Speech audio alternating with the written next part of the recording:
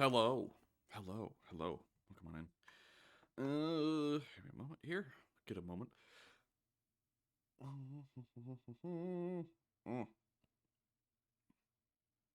ow. Okay. How's everybody doing? How's everybody doing? Hello, Coffee Kangaroo. Good to see ya. Good to see ya. Let's see here. Today we are going to be doing things with book three. We're going to be reading it, for about 2 hours, hopefully. Um, as with all readings, I usually try to catch up on chat in stopping points, usually between chapters, but sometimes there's other stopping points, like between pages sometimes. So I won't be like actively responding to everything. Keep that in mind. Blah, blah, blah, blah, blah. Sound alerts are temporarily disabled for the sake of reading things. And yeah, that's all there really is to reading. I suppose I should just get right on into it. Let me take a sip of coffee. I'm good. How are you? I'm doing all right. Doing all right. I wish I would have slept more last night, but I think I'll be okay. We shall see. Let's see. All right. So I got a little dedication page too. A lot of people dedicated to my family, to my blah, blah, blah. I was like, no, no, I'm gonna be meta with this. Dedicated to others who stand at our sides when all others have fled. Hell yeah. Anyways, cheesiness aside, okay. We got our table of contents here. We have 17 chapters, or so, technically, yeah, 17 chapters. Yeah, technically 18 chapters in part one, and um 14 in part two because we got the prologue and epilogue. Distant thunder, gathering clouds, damnation, all blah blah blah blah blah. Let's go. Hey, hello, Maple. How you doing? How you doing? Good to see you. Welcome on in.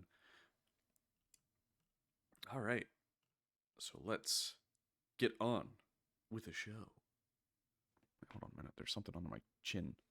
Okay, there we go. Prologue. Distant thunder.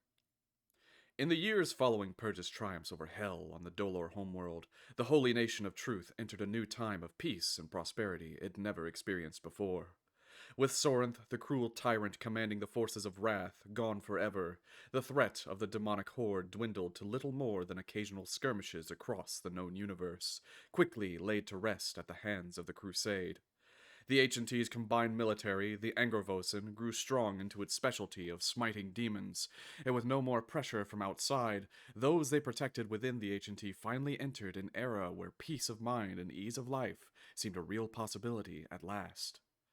Over the centuries after the H&T tasted its first flame, it rebuilt worlds previously lost to the demonic threat. But as the reconstruction drew near its end, many wondered where they would go from there. For the first time in the history of the Blazing Sun galaxy, those living within it stood unified, no longer distracted by petty squabbles with one another. For the first time, the Clopathians and Clonfeyar of the Blazing Sun galaxy lifted their eyes to the great, vast unknown in the beyond. Using navigational data given from their new Dolor allies, numerous pioneers of the H&T set out on quests to explore new planets beyond the rim of the Blazing Sun galaxy. A thirst for adventure took the population of the H&T by storm, with many long voyages crossing through the black emptiness beyond into new alien galaxies. New technologies developed, new cultures learned and peoples met, and new alliances forged under the exponentially growing Holy Nation and its cause, a common faith against a common foe. The economy and rate of progress within the H&T boomed in a way never thought possible by those who still remembered the dark days of its beginnings, and, as if in celebration of the good times, birth rates skyrocketed. After all, someone had to colonize these new worlds, and there was more than enough land to claim. However, not all greeted the holy nation of truth with open arms. In fact, many detested the mere notion of a theocracy, its king, and its distributist economy, for a number of reasons. Some disliked the idea of anyone, no matter how powerful, crowning themselves king of so many. Others scoffed at the notion of faith in itself, preferring their indigenous spiritual practices, or simply preferring their lives of material wealth and fleshy pleasures.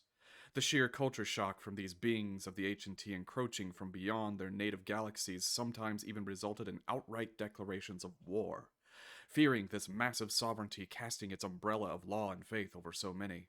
The Clopathians' massive fuzzy ears, as well as the gold, black, and white banner they carried, became symbols of an imperialism on the scale of which the universe had never seen before. To many, bringing wealth, security, and technological wonders. To others, an invasion. Their mere presence was often enough to destabilize entire galaxies within a matter of months. Though the H&T didn't annex any world into its own, being officially a Clopathian nation, many still found the act of merely submitting to its sovereignty to be too much. However, because the H&T did not want to risk another demonic incursion like before, it often found its hand forced in the name of a greater good, a good that many were so unfortunately blind to. Territories and key places of their galaxies were occupied with no regards towards the consent of its prior owners. Dissenters, who often lacked any capability of fighting back against such a monstrous multigalactic force, found themselves scurrying away with hatred towards the holy nation and the Creator in their hearts. As the H&T expanded, pushing out more and more who hated the H&T, so too did the lawless reaches outside of it. This amorphous, anarchistic region of thugs, lowlives, pirates, outlaws, warlocks, and witches came to be known as the Fringe. The pushing of so many into the Fringe meant others far beyond the expanse found themselves invaded by hordes of displaced aliens. But it was not that these aliens were attacking, they were running. Like an avalanche creating a tsunami, so many worlds outside of the H&T's borders sunk into total chaos. Great cities fell to ruin, empires collapsed into little more than warring states overnight, proud nations found themselves ruled over by violent cartels and pirate syndicates. Entire species went extinct, being butchered with their meat and useful body parts sold on a black market. For without anything to unite them otherwise, aliens had no natural sympathy or empathy for those outside their own species. They did not have the common, unshakable greater cause than the self which held the H&T together like nails and glue. The growing Fringe put a dampener on the H&T's expansion efforts. For Clopathians in particular, the fuzzy, dark-furred beings who founded the H&T were seen with total hatred for what their mere appearance represented. Their great, pointed fuzzy ears, their short white snouts and large eyes, their wide and flat feet with long white claws as their toes and fingers, and their slender capped tails made them easy to discern and difficult to hide. So many Clopathians exploring the Fringe disappeared, either sold into slavery or butchered for their insolent of skin and shiny bones, made into coats and jewelry, with their ears and claws preserved as trophies. It reached a point to where every explorer sent out into the Fringe never returned, even if they weren't Clopathian. Merely flying a ship made in the H&T was enough reason to be targeted. As a result, the H&T's king, Locta Felthmore, personally recalled any and all of its explorers and banned any further attempts at exploration. The H&T's explosive momentum over the last 5 centuries froze to a sudden, worrisome halt.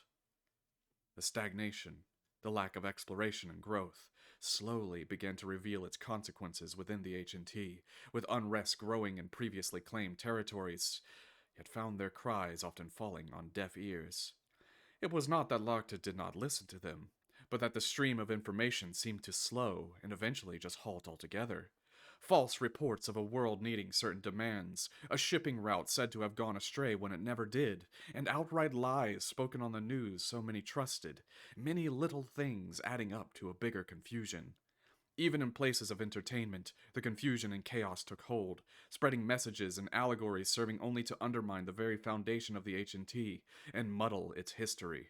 Both Locta and Purge at his side suspected something more sinister was afoot. This was not just confusion, but organized confusion. They never could figure out what. All their efforts to try and pin down a culprit was like trying to squeeze water, slipping through their fingers every time. Nevertheless, the peace was largely maintained, and most within the H&T continued to carry out their lives in all the splendors of their society of magic, faith, and technology it provided. Still, Locta feared that if this problem were left unsolved, his own people could soon be twisted against him. Indeed, from what Purge learned and told Locta in his time liberating the Dolor, Locta found his mind constantly wrapped around the details of that time, specifically regarding the mentions of Solthrasa. He knew Solthrasa was still out there somewhere, and he knew also that Solthrasa had been far from idle in the years immediately following the Battle of Chelor. What he did all that time, in the shadows beyond the sight of any, and why, confused and worried both Lagta and Purge.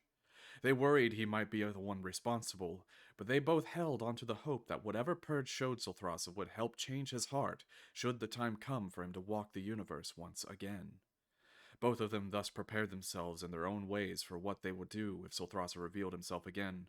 Perhaps a solution would come in time, or perhaps a new evil was responsible for all this. All they knew was that, whatever it was, they could never be too prepared. What neither of them knew, however, was the reality of that ancient warrior's fate ever since Purge's triumph over Sorinth.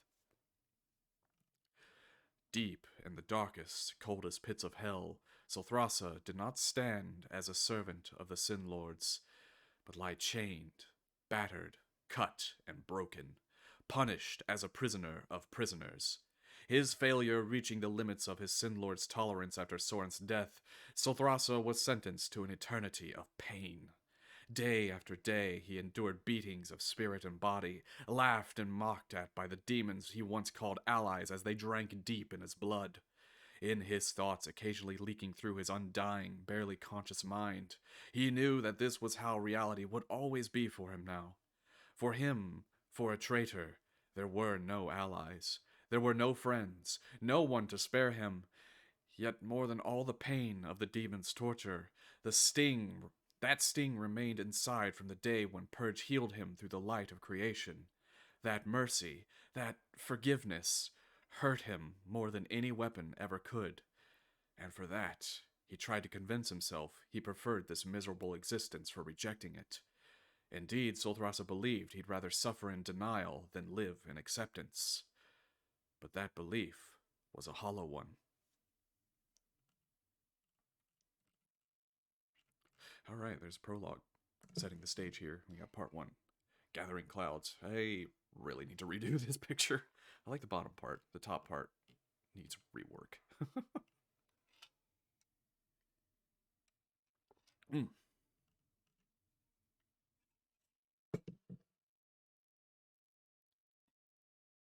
Soul Thrasa with a TH, not a PH.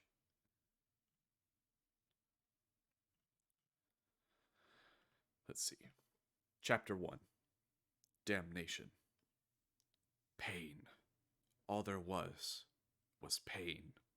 Searing, blinding, almost numbing in its overwhelming sensation, was the pain ripping Silthrasa's body outside and in. He could barely so much as lift his eyelids anymore, his body hanging limp and famished by bladed chains locked around his wrists, cutting deep into his skin and scraping against the bone to remind him of his failures. Like a hammer against his skull with every beat of his one remaining heart, his head pounded, and all he could taste in his mouth of shattered teeth was blood. So many cuts and scars were written over him that he was not even recognizably Clepathian anymore. The skin of his legs, arms, and ears had been peeled off and cast aside, his abdomen cut open and his guts left to spill on the floor, yet he still lived for one reason only. His masters wanted him to suffer. They pushed him to and beyond the boundaries of death for any mortal in the physical universe, but forbid him to die. Thus he endured a waking state of death for time immeasurable. It was all a punishment for his failures, his betrayal. Betrayal. That word so resonant with him. Over and over, Silthrasa played the events of his life through his mind, all tumbling down into where he is now, all because of his incessant tendency towards betrayal. He traded one master for another out of selfish anger and pride, and all he earned in the end were more enemies and more pain. But that was what he always wanted, wasn't it? He thought back to his old master, the Silthrasa before he took up his name, who instructed him over many years what it meant to hold such a name. When the student was capable enough to slay the master, it was then that they claimed the name Silthrasa, and they too shall one day die, be it by student or by foe, and their assailant shall claim the name. Silthrasa sought such an end, but found only perpetual suffering. His one disciple, Lagta the Zealot, indeed killed his body so very long ago, but Silthrasa found no peace, for the Zealot rejected the name upon him, leaving Silthrasa to carry leaving Sulthrasa to carry to hell in his miserable existence. From there, a long and steady string of slow defeats with only glimpses of victories there to taunt him, a punishment for his treachery, and a death defied. Sulthrasa lusted for death, going so far as to trade betrayals for betrayals, sinking into depths of bloodlust to turn blades against him, yet none were worthy. None could best him, except two. A deep rage boiled within him, their mercy more of a mockery than any humiliation these demons could bring.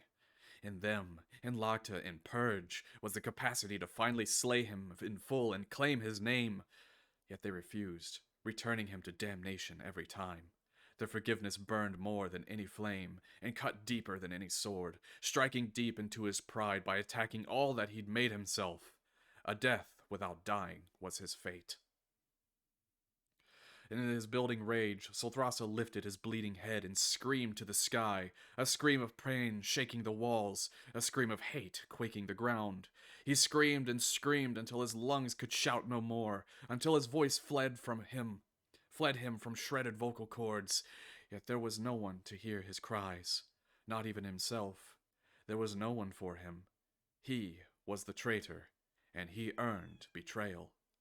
Once again the silence set in within the dark, hellish dungeons, save for his own wheezing breaths and drip of his blood that he could not even see or hear, for either his eyes had been gouged out or his eyelids were wounded shut. His ears, too, were destroyed, among the first things used to torture him given how sensitive they were. He could not remember when or how, all the pains muddling into each other, but it didn't matter. Nothing anymore mattered. Even thinking hurt now. Days, weeks, months, years, decades, centuries. How long had Sulthrasa been here? How long had he languished? The thoughts cycled in his head over and over, reliving his lifetime thousands upon thousands of times over, for it was all he had between the daily torments wrought upon by the demons. He once believed that pain was opportunity for strength, yet what strength was there in this ancient warrior who could not even stand under his own weight? More than his silent curses towards the mercy of Lagta, and later Purge, there was one individual he cursed above all others, yet with such shame he could never find the strength to speak it. Himself. Had he not been so bitter and selfish? Had he not been so full of hubris? Had he just admitted the real feelings he felt instead of being so afraid of being wrong, he would never have been here. If only Sulthrasa had been a little more patient. If only he could swallow his ego just for a few more hours in that crucial moment so long ago, which set him on this path of darkness. If only he had held his tongue and turned away from that dark specter, whose whispers he could hear even now in spite of his destroyed ears. Sulthrasa. The whisper echoed in his mind and soul, icy yet tender like the exposed muscle of his body, here in the cold pits of Pride's domain. It was the voice of a little shade, a servant of the Sin Lord of Envy, who tempted him into forsaking his former oaths for great power so long ago. Great power he received indeed, but also a great curse. Sulthrasa, it repeated again. No, not again. Sulthrasa mouthed the words he could not hear, but felt in his miserable heart the memories of the time clear as day in his head. He remembered his direct disobedience of Lagta the Zealot in the time of the primordial conflicts, bitter at him for the fact Lagta was named emperor instead of him when the previous emperor died without an heir.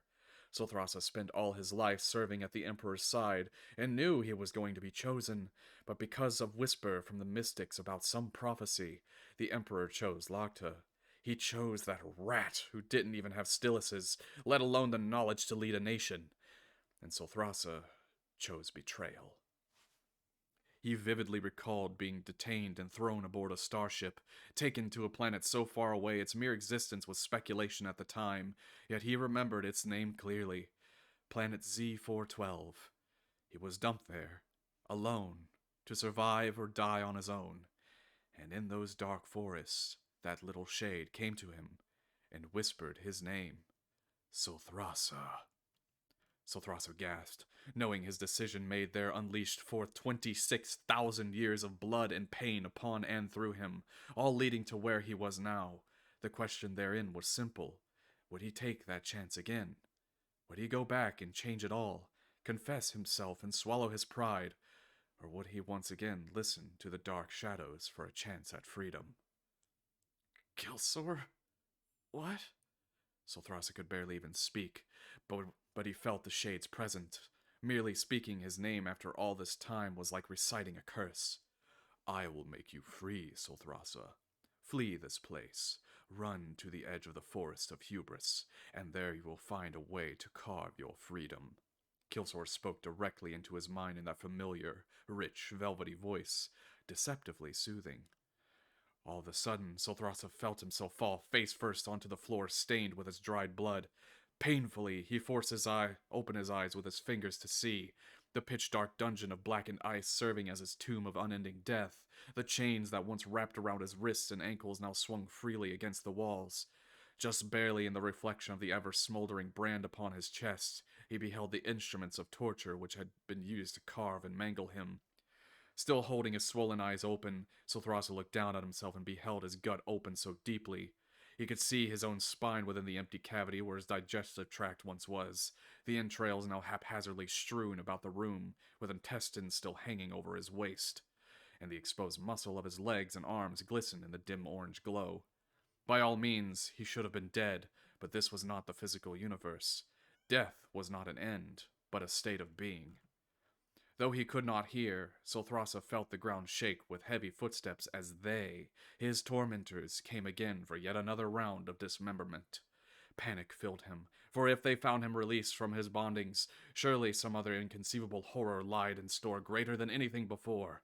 His mind quickly sprang forth, a wordless need for survival working through him from the most bestial places in of his mind. He could not see with his eyelids so swollen shut, so he grabbed a nearby knife with a quivering hand, holding it over his eyes where he began cutting his own eyelids off just to be able to see again. Tears of agony fell to the floor, but this pain was nothing compared to what came and what has been. He then took the knife to the innards still hanging onto his body, cutting them loose so that they'd fall free to the floor where strips of his own skin lay as well. Just barely able to stand, see, and move now, it was time to leave. The end of the forest, Solthrasa recalled Kilsor's words, remembering now that he was in the domain of pride, deep underground. Thus he faced the entrance to his cell, and began his desperate escape through the dark, icy caverns. Everything that touched his exposed flesh hurt, and the inability to hear at all left him with a nauseating sense of tunnel vision. His eyes without their eyelids could neither blink nor focus his vision, but his will to survive pushed him on. He ascended up the jagged icy stairs, exiting a cave out onto the surface of Pride's domain, the infinite forest of hubris, where icy trees grew single hearts from a noose around their branches.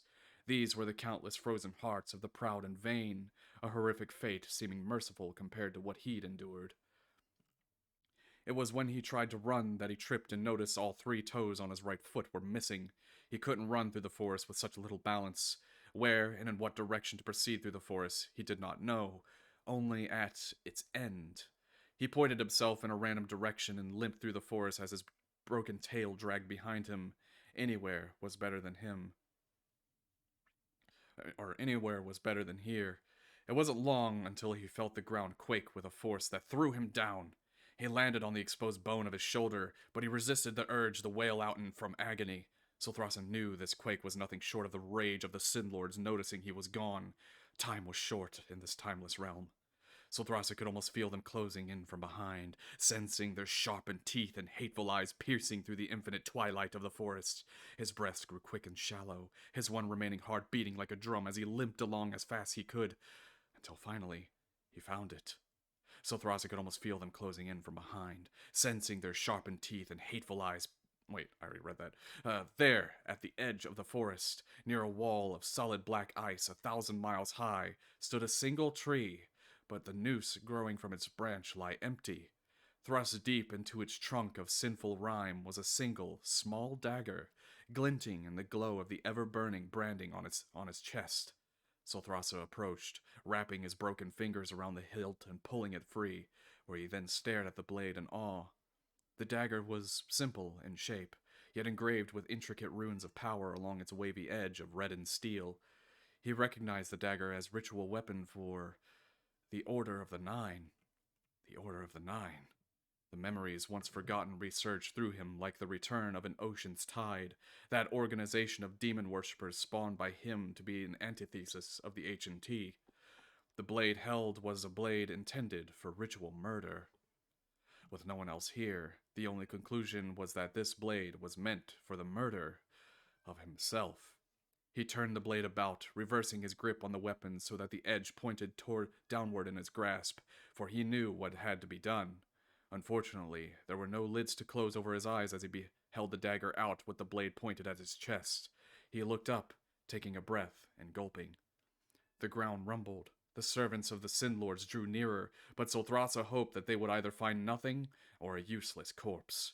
With a sudden, forceful motion, Solthrasa embedded the dagger deep into his chest, straight through his one remaining heart. He felt it spasm and flutter, blood oozing from the wound as a sense of overwhelming nausea from the loss of blood pressure forced him to fall over. As he lay on his back with a dagger in his chest towards the sky, darkness closed in, and Solthrasa smiled. Finally, he thought, he was free. The pain fled him. All senses fled him. Even time's passing evaded him. Yet one thing remained, the sense of self, the perpetuation of the spirit. It was silence, pure, eternal silence.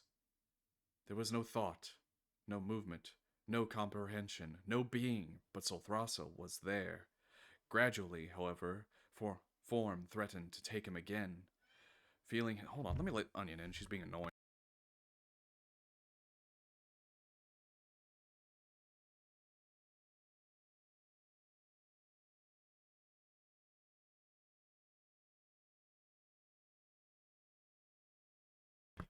Jeez Louise.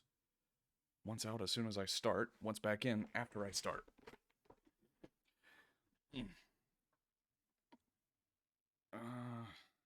Let's see. Feeling this pull back into time and space, Solthrasa resisted. He didn't want to go back. He didn't want to suffer for his pride anymore, preferring the refuge of non-existent oblivion. However, that was no longer his decision to make, for this force crushed him from above as it pulled from below, and at last, Solthrasa awakened again. Like a strike of lightning jolting him awake, life burst into Solthrasa with a gasp of air filling his lungs, his eyes shooting open as he felt the sensation he never thought he'd feel again after so long. He felt blood, real blood, thunder through his veins.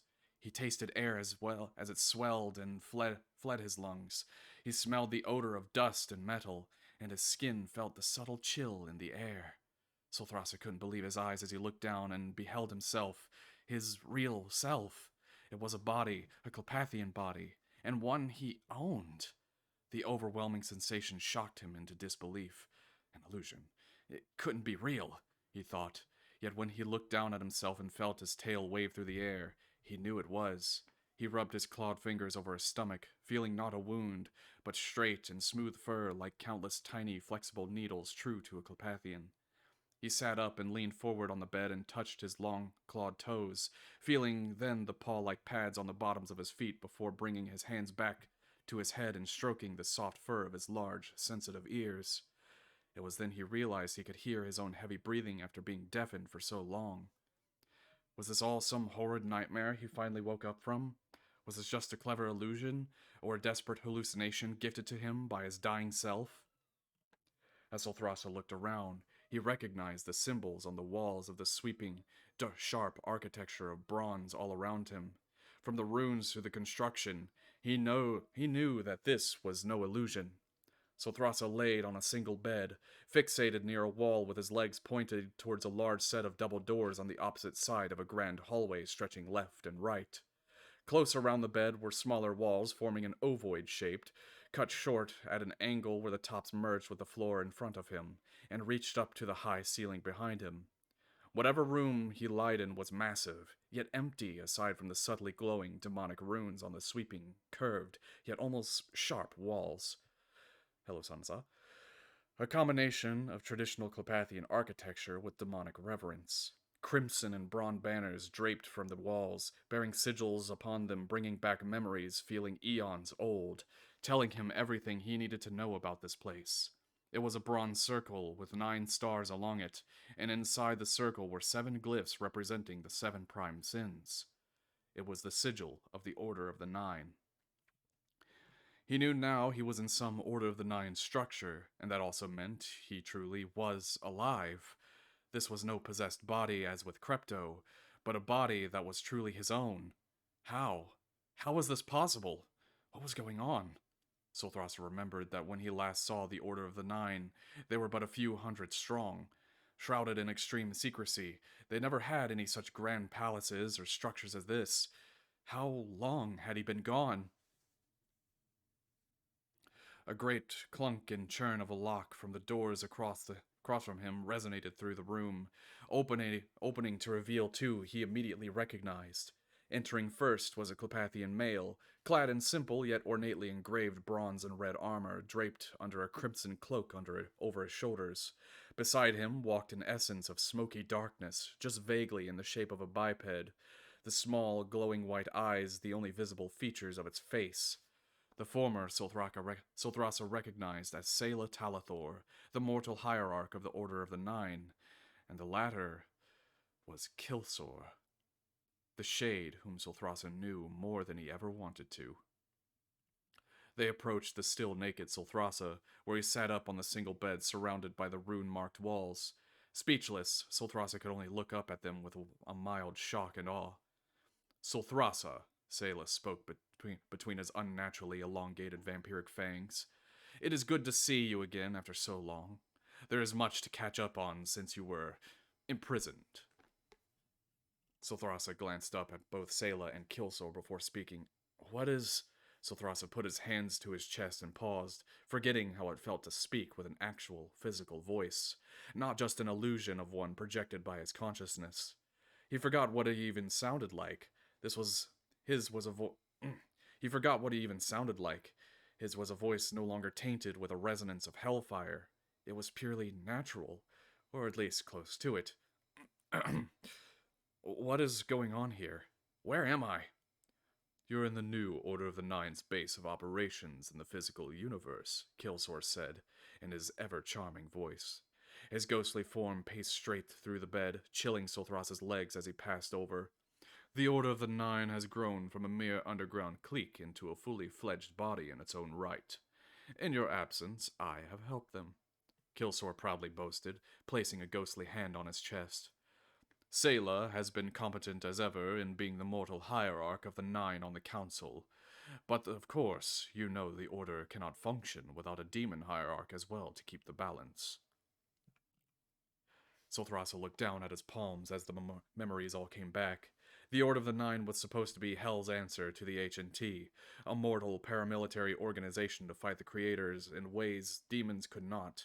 In many ways, it mirrored the HNT, but only in an antagonistic sense. Everything the HNT did, the Order of the Nine did the opposite. It was led by 9 council members, 7 as a patron anti-saint to each sin, with 1 mortal hierarch and 1 demon hierarch, both of which sat above the rest. The question therein was why was Solthrasa here? So, why am I free? Where did this body come from? Is this some sort of test or trick? Solthrasa's eyes shifted in the paranoia induced by 5 centuries of pain. Sela shook his head and held a palm out, trying to calm Solthrasa down. It's no trick. With the help of Kilsor and other seceded agents of envy, we were able to create a new body for you through demonic flesh crafting. It is not purely Clepathian, mind you, still demon flesh at its core, with demon blood flowing in your veins, but for most it is totally identical to myself or other Clepathians. It is made entirely unique for you, based on what we know about who you were in life. What do you think? Sela folded his arms and gave a smirk. Solthrasa looked himself up and down again, flexing his fingers and toes, wiggling his ears and waving his tail to see they even got his signature tail cap correct. It's, well, amazing. Almost perfect, but I don't remember feeling so weak and flabby. He slapped his bicep, being more average and not as lean and strong as he was in life. Feel a little clumsy, too. Like, everything's so much heavier. Some time training yourself will fix that, Sayla nodded. Kilsor added in with a wag of his finger. And of course, after being little more than a specter with your concept of self identity based on your preconceptions of what you were, going from weightless as air to something physical is going to take getting used to. You'll find there is much to get used to in your new life. I see, but that still doesn't answer the question of why. Why have you done this? Solthrasa asked, looking left and right between them both. Kilsor and Sayla glanced at each other for a moment. Sayla started to speak, but then Kilsor interrupted and talked over him. It may come as a shock, or a surprise in your case, but the Order of the Nine and demons allied with it are no longer allied with the Sin Lords of Hell. Sorenth may have been wrong in his methods, but the Sin Lords have indeed proven themselves incompetent. This is no recent decision. About 400 standard years ago, according to Clepathian calendars, we began postulating the notion since you were no longer able to lead us. The demon's blinding hatred towards mortal kind became clear, and while we've no love for the holy nation of truth, we could not trust Hell's authority to use us as anything but expendable bait. We built our strength over time, Sayla said, looking away and at their surroundings, the red glow of hellfire faintly visible under his breath. As the H&T expanded so rapidly and aggressively without Soren's massive armies to hold them back, it made the H&T many new allies. They have grown into a massive multi-galactic nation, but with that, they also gain new enemies. For various reasons or another, many wanted to push back against the H&T as they were forced into the lawless kill-or-be-killed fringe, which, I need not remind you, I am intimately familiar with. Sayla seemed to almost glare at Solthrasa. Solthrasa nodded. Of course, I was the one who found you. How could I forget? Sayla bit his lower lip as if wanting to say something else, but after he looked at Kilsor, he took a breath and continued where he left off. Right. Anyways, the most competent and cunning of these were recruited into the Order of the Nine, while all the rest were fostered into a sort of underground. A future proxy state for us, when the time comes. The secessionists is what they will call themselves, and all except the highest powers among them know of our order's existence. They are a front to keep us hidden. Kilsor nodded. Once our strength became large enough, we cut all ties with the Sin Lords and began making our moves to ripen the H&T for total internal collapse. Even now, we have countless operatives hiding in plain sight among them, disrupting the flow of information, seeding doubts through the propaganda in their education and entertainment. However, while everything else is already nearing a breaking point, there remains one problem. We need a catalyst, a certain element to set all but the best laid plans in motion. In short, we need you. Sayla folded his arms and peered down at Solthrasa. Solthrasa touched his chest. Me? Why? Why me? With his hands behind his back, Sayla began to pace beside the bed as he explained. As a matter of national security, every single citizen or ally under the H&T sovereignty has a biological record cemented in a census database. With a simple bioscan, many details about an individual's place of birth, family name, medical history, and current occupation are instantly known. Even someone who hasn't been in the nation's border since childhood like myself has records on file. All of this prevents us from having flexible operative on the inside. Our current operatives are restricted in what they can do in order to not arouse suspicion. You, however, are a blank slate. Sayla looked Solthrasa up and down. Your body has no DNA record, no genealogy, and there's not even a name tied to it. This allowed us to manufacture one for you from our agents in the more prominent positions. So, you want me to play a secret agent? Solthrasa inferred. All right then, I can do that. What's my alias? What's my goal? So, Kilsor folded his arms of wispy smoke and tilted his head, standing in front of Solthrasa. You'll find that out, and more, soon enough, he said as Sayla began to pace around behind Solthrasa. I hope you understand, however, we cannot take any chances. Your knowledge of this place's location must be forbidden from you, since you've been away for so long, and if the worst were to come, we cannot risk such knowledge falling into enemy hands. No hard feelings. Solthrasa shrugged and shook his head. All right, that's fine, just tell me where to wham! All of a sudden, a tremendous force bashed against the back of his head.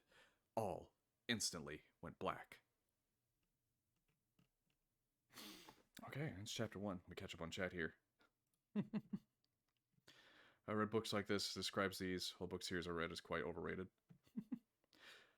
The first chapter does have some grody details. So I was pulling a, yep, this is me. Bet you're wondering how I got here. Well, it all started 25k years ago. Hello, Trip. Good to see you. Good to see you. Double OS, double O Suthrasa. Yes. There's a man who leads a life of danger.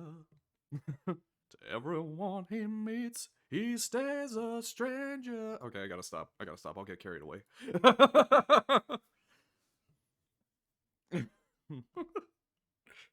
Alright.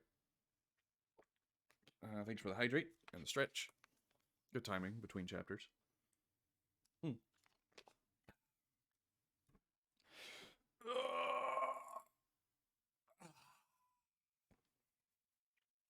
Alright.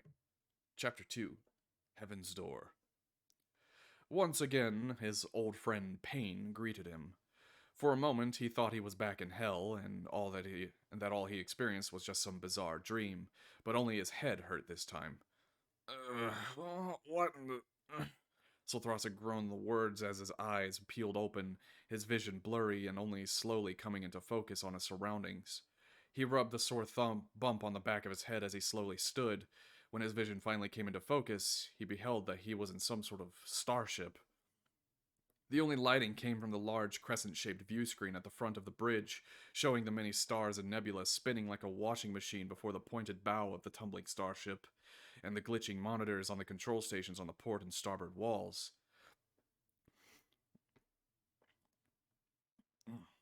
Blaster? No, not here. Not here yet. Our port and starboard walls. But hello, Coffee Mancer. Hellfire scorching the scarred interior of the hull, and all around, or hellfire scorching the scar. Hellfire scorching scarred the interior hull, and all around where he stood were the mangled, dead bodies of Clopathians in uniforms he recognized as those of an H&T Crusaders. To Solthrasa's surprise, he too was dressed in such a uniform. A shiny, silvery cuirass over his torso, a set of simple pauldrons on the upper arms, and greaves protecting the lower legs, with a thick kilt of tough fabric covered in chainmail reaching from his waist to just above the knees. Surprisingly to him, it felt rather comfortable, even without a gambeson, each piece with its own gel layer padding perfectly fitting to his form. The uniform was, however, a bit drafty. There were no underclothes, no undergarments at all. Why there was wind blowing inside of a ship didn't make sense to him until he realized it must have been venting atmosphere somewhere. Solthrasa looked out of the view screen again and beheld the ship was just as battered on the outside as it was on the inside, but that still gave little clues as to why he was even here. He remembered talking to Sayla and Kilsor, then feeling a sudden concussive force to the back of his head, until finally waking up here as if no time had passed. None of this made sense. Everything felt like it moved so fast now. Then, Solthrasa felt a buzzing in a small supply pouch attached to his belt, rattling against the rings of the chainmail. He unbuttoned the pouch's flap, reached inside, and pulled out a small, round device about the size of a large biscuit. It vibrated in his hand until he pressed the flashing button in the middle, from which a holographic projection of Sayla emitted, delivering a pre-recorded message. Solthrasa, I hope you can forgive us for having to incapacitate you in such a way, but we can't take any chances. Now, on to the important parts. You are on a damaged M41 DSR ship once carrying 4 lances of Crusaders, hurtling uncontrollably through space. Their ship was boarded and captured by several pirates at the H&T border, where its crew were to be sold on the black market, but we bought them and the ship from them, where we promptly killed them in ways that looked like an encounter with a demonic boarding party, damaging their ship to look the part as well. Solthrasa looked around the vessel as the message continued to play. Your uniform is completely new, reverse engineered from an older model to wipe its data storage clean. Your ship is adrift towards an H&T Angorvosan listening outpost. You will be taken in and questioned, and when asked about where you came from, you will say you do not remember. You will be diagnosed with the memory loss symptoms of acute psycho-oral trauma. Then discharged from service, where you will then be taken to your new home. Afterwards, you will await further orders. This message will self-destruct in about 5 seconds.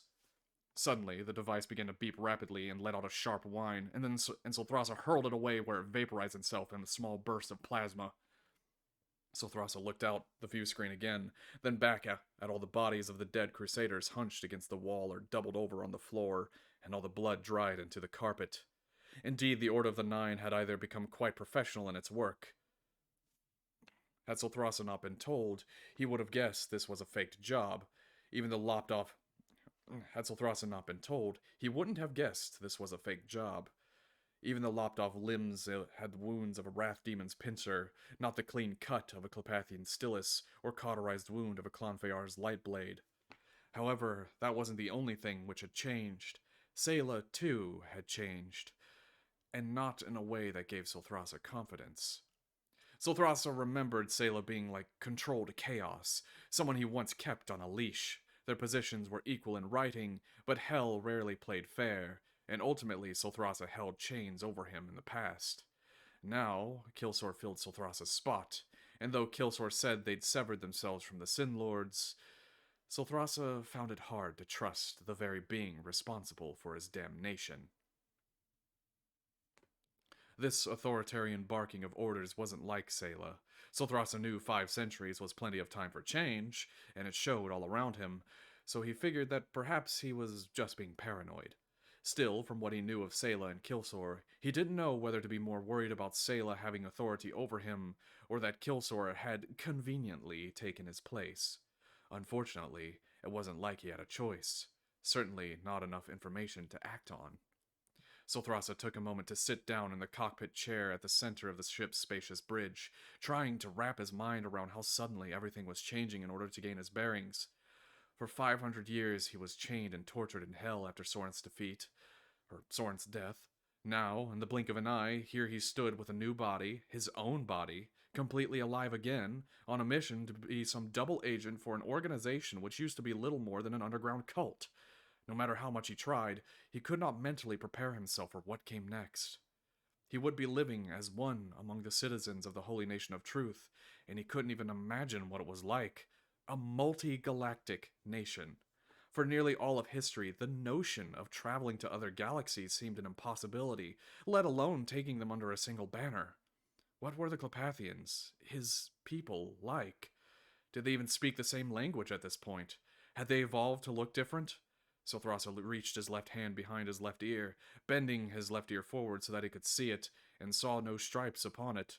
For the longest time, Clepathians had dark or gray or black stripes on their ears, but as he looked at his own ears and the ears of the bodies around him, it seemed that trait evolved away, just as the stripes or spots on their bodies evolved away in his time. Just as the stripes or spots on their bodies evolved away in his time.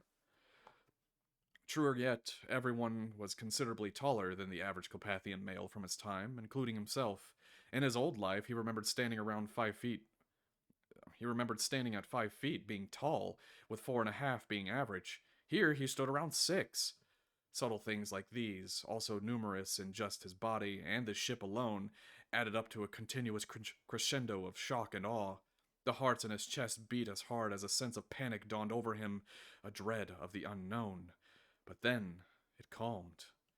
Taking deep breaths, Sulthrasa remembered the recent past, and considered that maybe this was an opportunity to turn his string of miserable failures around, and that he found a small sense of ease, as long as he kept his pride in check.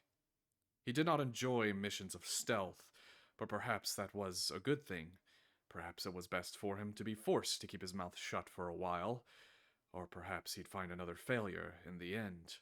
It was par for the course at this point, almost a sense of dignity in it, intentional betrayals and unintentional ones. Anything different felt like blind nostalgia now. Still, he looked down at his hands, closing and opening his fingers, feeling the muscles tense and relax, the pearly smooth pointed claws touching his own fur. It was so surreal. Nothing like the image his consciousness projected of him in the realm of hell. That was merely an illusion, one warped by biases and spiritual influence. The real thing felt so much different in ways he could not even begin to describe. He wondered if it was a symbol of things to come. No, no! That kind of thought was for the enemy, for Lacta, that disgusting cretin. constantly pinning all actions under a strange sort of fatalism, that there were no consequences. Not Solthrasa. Solthrasa owned himself, by himself. Well, at least in a sense. He rubbed the back of his neck, remembering that he served Selah now. A series of mechanical chirps emanated from a console to his left, the proximity alarm. He was now in H&T space. His ears perked at the noise and reflex. Solthrasa stood up, closed his eyes, and took a breath for whatever came next. Remembering what Selah told him, it could not shake the question of what the purpose in all this was. Perhaps he would find out after being discharged to this new home, but for now he tried to focus on the obstacles before him. Overwhelming as all this was, Solthrasa had been through far worse. He'd overcome, as he always did. Out of the view screen of the ship, he saw the stars of space gradually cease their dizzying spin. It was not that they were spinning about, but that the ship had been tumbling through space, and now some outside force slowed it. He heard a few muffled clunks and taps reverberate through the ship, then suddenly felt it jerk to the side as the bow was forced to turn. It caused him to stumble about, but when he looked out the view screen again, he saw it was not from the ship's own power. 6 long cables anchored to the battered ship's hull now connected to a smaller ship out in front of it, the shape of which he could not discern, other than being small with large engines, towing the broken ship along. Solthrasa deduced it was a trawler or utility ship of some sorts. The small ship towed the broken M41 through space until, just barely in the distance, he beheld the shape of another, far larger vessel. Its glossy black hull was like a tube of a pen, and 2 great curved wings of gold sweeping forward into sharp points at their tips marked the telltale silhouette of a Clopathian supercarrier. Still, after their invention in the latter years of the Clopathian Empire, these ships were still so widely used, still produced to this day. As they drew close, he saw that they were not exactly the same as the supercarriers of the Empire's time, having many upgrades and losing a lot of the rougher edges, now sleek and almost seamless to the point they seemed smaller than they really were. The trawler pulled his ship up and over the long bow of the supercarrier, where he was then able to see the long command and bridge tower running the length of the hull, tapering all the way back in a point to where it joined with the two tapering all the way to the back in a point where it joined with the back of the 2 wings. A sense of nostalgia swelled within Solthrasa at the sight. Every time he saw a supercarrier, it reminded him of home, what once was, and with that came agitation, a regret of what could have been. Solthrasa grunted and shook his head, pushing the bitter feelings aside. He had a mission to do, he thought to himself. No time for distractions. Still looking down on himself, he could not help but to marvel at how the supercarrier's unmistakable silhouette became as synonymous with Clopathian kind as their massive fuzzy ears, spherical heads, slender tails, and large flat feet. His thoughts were disturbed when a light poured into the bridge from the view screen from the dorsal hangar doors open atop the bow of the supercarrier. A long runway ran lengthwise within the hangar, with the atmosphere kept from escaping by a thin film of gravity displacement shielding. All the memories of its designs and specifications were as fresh in his mind as if they happened yesterday. After all, he played a part in designing them. At times, he found it surprising Locke to continue to use them even in that knowledge, but at the same time, a deeper part of him found it of no surprise. That deeper part of him he commanded to shut up. With its engines flaring bright, the trawler pulled Solthrasa's ship into the hangar, where mechanical arms extended from the interior walls and grabbed the damaged vessel, easing it gently to the gray-white metal runway. Ahead, rushing into the hangar from the interior of the supercarrier, sprinted a dozen or so of a rescue team towards Solthrasa's ship. It wasn't their urgency that drove him to stand in shock, but the fact that there were sentients other than Clopathians among the group. Those lizard-like Clonfeyar were the first, being so light and quick on their nimble digitigrade legs. The Clopathians, having stronger lower body strength and larger hands, bore the brunt of the heavy lifting, carrying all the equipment, while the Clonfeyar were already cutting through the door. A couple Dolor waddled behind them with high-tech gizmos in their arms, likely scanners of some sort, tapping away at them quickly with their 6-digited hands. all were so different, yet worked so efficiently together. Slam! Zolthrasa shuddered as the heavy metal doors at the back of the ship fell open, cut free from the ship, and the lizard-like team of Clonfeyar rushed inside. Bright flashlights mounted to their three long, backswept horns shined beams through the dark, bloodstained interior. Hello? Any survivors? Wounded? Just me. Zolthrasa held up his hands, flinching as one of the Clonfeyar looked at him, shining its bright flashlight in his face. The horn-mounted flashlights clicked off, and the Clonfeyar moved in. Zolthrasa recoiled at the sight of such a strange creature, at which the Clonfeyar blinked and tilted his head, speaking with its beaked mouth. "You all right, lad?" Zolthrasa gulped and looked away, unable to register in his mind something so animal-looking being a sentient creature. "I think so." "What happened here? Do you remember?" asked the Clonfeyar in his Purgatorian accent. Zolthrasa remembered Sayla's instructions and shook his head. "I don't remember. He looked around at the mangled bodies. "Came under attack or something. I think I'm the only one alive." He slowly lowered his arms back down to his side. The Clopathians carrying medical supplies, dressed in uniforms similar as his, but painted white with red markings to mark them as medical crew, stepped inside and began examining the bodies. In addition to the uniform, they also wore protective long-sleeve shirts and pants underneath, as well as simple platform shoes and gloves covering all but their claws, likely for sanitary reasons. Zolthrasa assumed. They checked for pulses and ran bioscans for any deadly pathogens, but found nothing of note. Even the less wounded were cold dead, their metallic blood solidified and locking them into a stone-like rigor mortis. They and the Dolor behind them approached Zolthrasa, running scans up and down his body. He began to break out into a cold sweat, his heart's beating as he bit his lower lip in anxiety. What if they detected the demon blood in his unnatural body? What if they found out what really happened to the ship and its crew? Damn it, Zolthrasa, quit being a coward! What is wrong with you?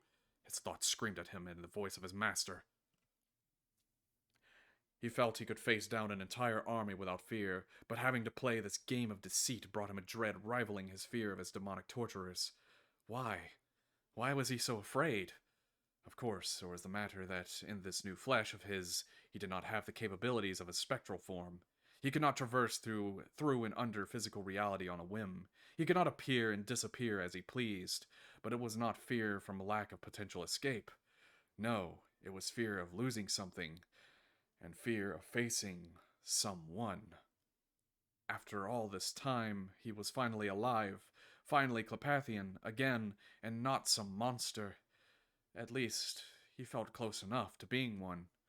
Now he entered the territory of his enemy, into the realm of a being whose eyes at any moment could dispel the illusion Zolthrasa shielded himself with. If only this were an assassination mission, he thought through his nervous jittering. One of the Clopathian medics stowed his devices and waved for Zolthrasa to follow. "You're to come with me. We need to examine you further." Oh no, Zolthrasa thought. This was surely the end, as quick as it all began. It was his one taste at freedom, and soon he'd be back in hell when these crusaders found out who he was. Reluctantly, he followed the medic out into the supercarrier hangar, feeling queasy in his stomach as he eyed the starships docked around, seeking any possible escape routes should his fears come true. The medic led him to the back of the hangar, opening a bulkhead leading into the proper interior of the ship, where a series of long hallways with rounded concave walls greeted him. Like all Clopathian ships and buildings, carpet covered the floor. Not only did their claws ruin any smooth surface they tread upon, it also wore down on their claws.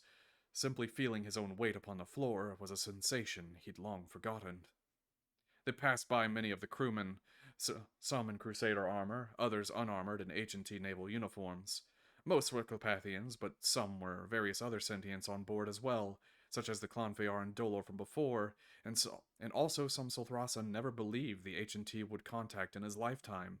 Tall, legless, snake-like beings with finned tails and head crests, bipedal feline-like beings with 4 yellow eyes and large, poofy tails, avian creatures with stubby black beaks and bright-colored feathers, even some hovering creatures with delicate tendrils, kept aloft by a gas bladder.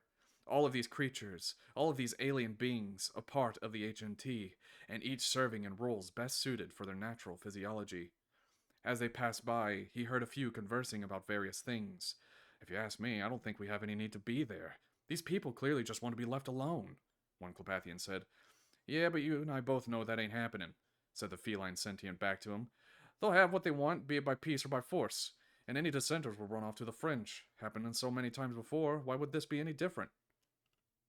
Sulthrasa slowed and looked back at them, but was unable to hear them over the other muttering conversations and intercom commands throughout the ship. As much as he wanted to eavesdrop, he continued to follow the medic into the ship's clinic as to not arouse suspicion.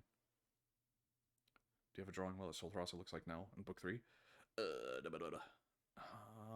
At the present moment, not really. The closest thing is in that image that we scrolled past earlier, at the bottom of it, but it's not quite the same because he clearly doesn't have wings at this moment or black eyes.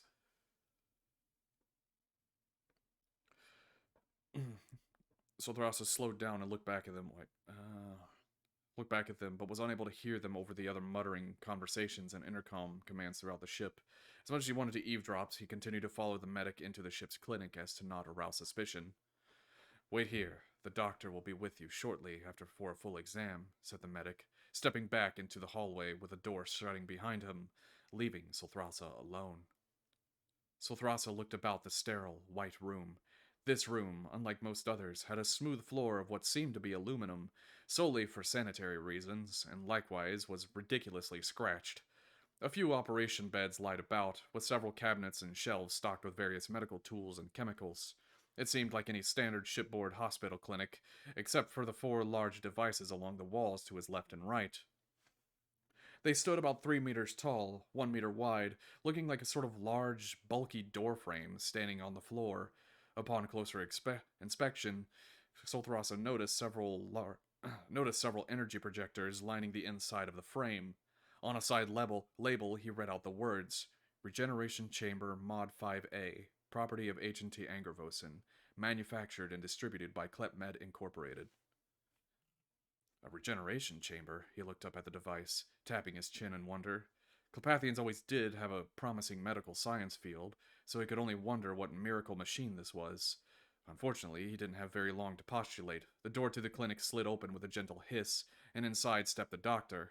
The door closed behind him automatically, and then he turned to lock it. With his clipboard and pen in hand, the Clepathian doctor, dressed in a white coat and pants with those same simple rubber platform shoes as the medics from before, gestured for Sulthrasa to sit on a nearby bed. Hello, Sulthrasa. Sit down. Sulthrasa's eyes widened and his fur stood on end when the doctor said his name. Noticing this, the doctor smirked, and the sharp incisors of his mouth grew into fangs as a flicker of hellfire twinkled in his eyes. Sulthrasa knew then that the doctor was an Order of the Nine agent. A sense of relief came over Sulthrasa, letting out a sigh and relaxing his tensed ears, tail, and shoulders as he paced to the bed and climbed upon it, sitting with his legs dangling over the side. So what's the plan, Doc? Asked Sulthrasa, his hands nervously clasped in front of his belly as he sat. The doctor began examining Sulthrasa with a small handheld device, holding it a few inches away as he moved it up and down his body. The plan remains the same. We're en route to the planet Carlane, where you will be questioned by some Angervosen officers. You won't remember anything that happened to your ship, other than hearing an extremely loud noise before losing consciousness, and my medical report, he began scanning left and right across Sulthrasa's ears, front and back, will diagnose you with psycho-oral trauma, the result of which is memory scrambling from demonic sonic cannons. The doctor then began scanning up and down Sulthrasa's long, prehensile tail. They will address you— Hold still, damn it! The doctor exclaimed at Sulthrasa, whose tail nervously lashed left and right. Sulthrasa held his tail still, and the doctor continued. Address you as Cadet Relisger, a person who has no living family, no close friends, or significant contacts whatsoever. A total and insignificant loner, without anything interesting to his name. What they don't know is that Cadet Relisger is a completely made-up person. You are simply playing the part.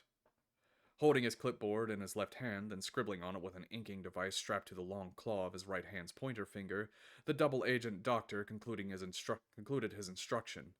And finally, they will see you as unfit for duty, and will discharge you. Once you leave, you will find a black sky car landed outside, which will take you to what will serve as your new home. You will remain on standby until further notice. What do I do until then? Sulthrasa asked, stepping down from the bed. Surely there is something I should be doing other than just waiting.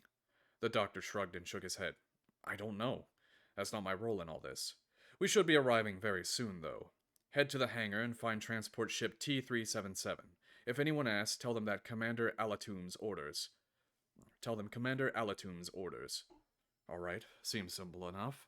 Sulthrasa began his way towards the door. And Sulthrasa, the doctor spoke up. Sulthrasa paused and looked over his shoulder at the doctor. Do be careful, if only for your sake. Sulthrasa nodded, knowing that he was no longer in a position of authority in the Order of the Nine. It made sense to him, but what didn't make sense was how he was just being thrust into all this as a mere pawn.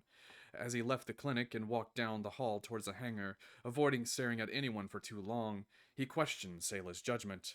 But then again, Sayla always was a bit arrogant. Sulthrasa remembered training him from a young age when he found him a few centuries ago, when the Agentee was preoccupied with Sorinth, but Sayla showed little promise for being the disciple Sulthrasa hoped he might have been. He always was too bull-headed, too impatient and stubborn-willed in his own desires. Though Sulthrasa could not deny Sayla had done well in building up the Order of the Nine in his absence, he questioned what it was even for at this point. He questioned why Sayla was even putting Sulthrasa on some mission befitting of a well-trained spy, not a warrior. And while he greatly appreciated having a new body, Sulthrasa could infiltrate and spy much easier in an incorporeal form. Something about this whole scheme didn't add up, and he couldn't help but wonder if that little deceiving shade, Kilsor, had something to do with it. Unfortunately, events were still moving too fast, and Sulthrasa knew too little to make any judgments himself. Maybe he'd see in time. Whatever it was, however, he couldn't even begin to guess with any degree of certainty. Sulthrasa entered the supercarrier's hangar once again, the doors already open, where above the ship he beheld a great... Sulthrasa entered the supercarrier's hangar once again, the doors already open, where above the ship he beheld a green and blue planet, with wispy white clouds swirling over it, in front of a backdrop of twinkling stars and a nearby velvet-red nebula. The sunlight shining on the surface facing them meant the supercarrier had its belly towards the sun, leaving a clear view of the world and all the space traffic around it. Appearing as little more than glinting specks of light at this distance, bands of space traffic, stations, and satellites formed rings around the world where starships came and went. Some of these ships even approached and landed in the supercarrier's hangar, while others left for the surface below. All the while, a constant cascade of flashing bright blue energy near and far made up the many warp portals of ships leaving and entering the system. The sheer amount of activity was almost too much to take in, and this was just one planet. The world's continents and geography definitely aligned with what Sulthrasa remembered as planet Carlane, but the vast amounts of space traffic and glowing lights indicating of vast urban sprawls were not as he remembered it at all. The Carlane he remembered was nothing more than a food-producing world for the Clepathian Empire, just an abundance of farms around the warmer climate regions, and nothing but wilderness everywhere else. The voice of the flight deck coordinator over the hangar intercom suddenly shook him out of his daydreaming awe. Transport to surface, T-377, last call before departure. A sense of urgency snapped through Sulthrasa. He swept his head left and right until he saw the markings T-377 on the tail of a smaller starship protruding from the cubby-like docking bays lining the left and right of the hangar. Approaching the ship, it appeared very similar to those transport ships used in the time of the UCS. A flat and almost fish-like hull, wings and tail section, with a large cargo bay attached to its belly. Sulthrasa climbed inside the cargo bay, but with all the seats occupied by others, he stood and supported himself with a leather strap hanging from the ceiling. After a minute or two, 3 beeps synchronized with a flashing yellow light in the cargo bay sounded before the rear door closed with a whine of pulleys and hydraulics. Though he could not see, he felt the ship being moved as mechanical arms positioned it out onto the runway for takeoff.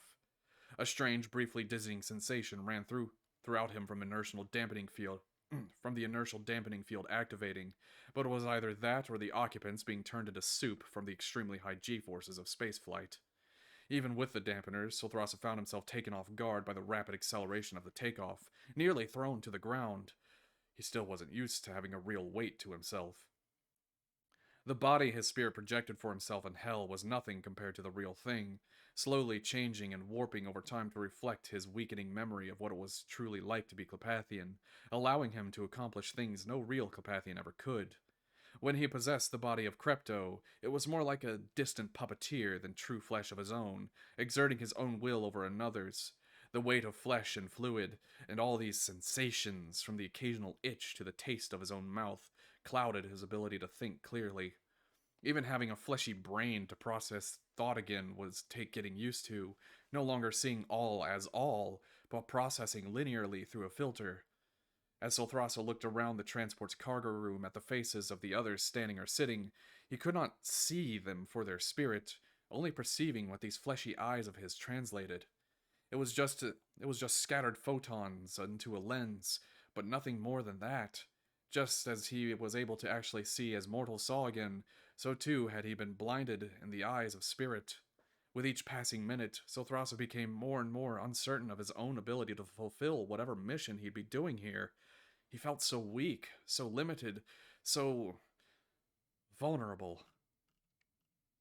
Sulthrasa felt the ship slow down, hearing the roar of vertical boosters ignite as the ship touched down. With the 3 flashes of yellow light on the ceiling, and the 3 beeps just as before, the rear hatch slowly opened, letting bright sunlight from outside pour within. Those strapped into seats unbuckled themselves and stepped out, but Sulthrasa remained slow and apprehensive as he walked out of the ship, taking a step off the cold metal boarding ramp and onto the warm concrete.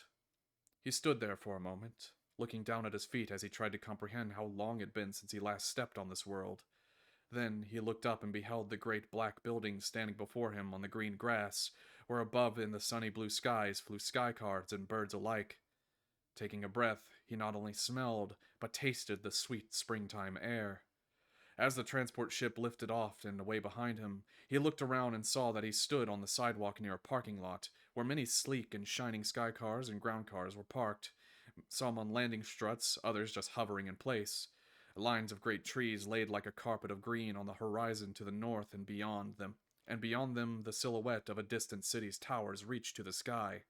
Turning his head to the south, he beheld vast flat grasslands interwoven with long highways to other parts of the world. Behind him, to the east, lay a nearby military spaceport with several starships parked on its runway. After taking in the surroundings, he looked to the tall building before him again, shaped like a cube with 4 cylinders at its corners, each cylinder swept up to the cube's vertices, having flagpoles atop the center of each. Silthrasa only recognized 2 of the flags. One was the flag of Carlane, being a blue and green circle in the middle of 2 black and white plots, and the other was the flag of the H&T, being on the front right pillar.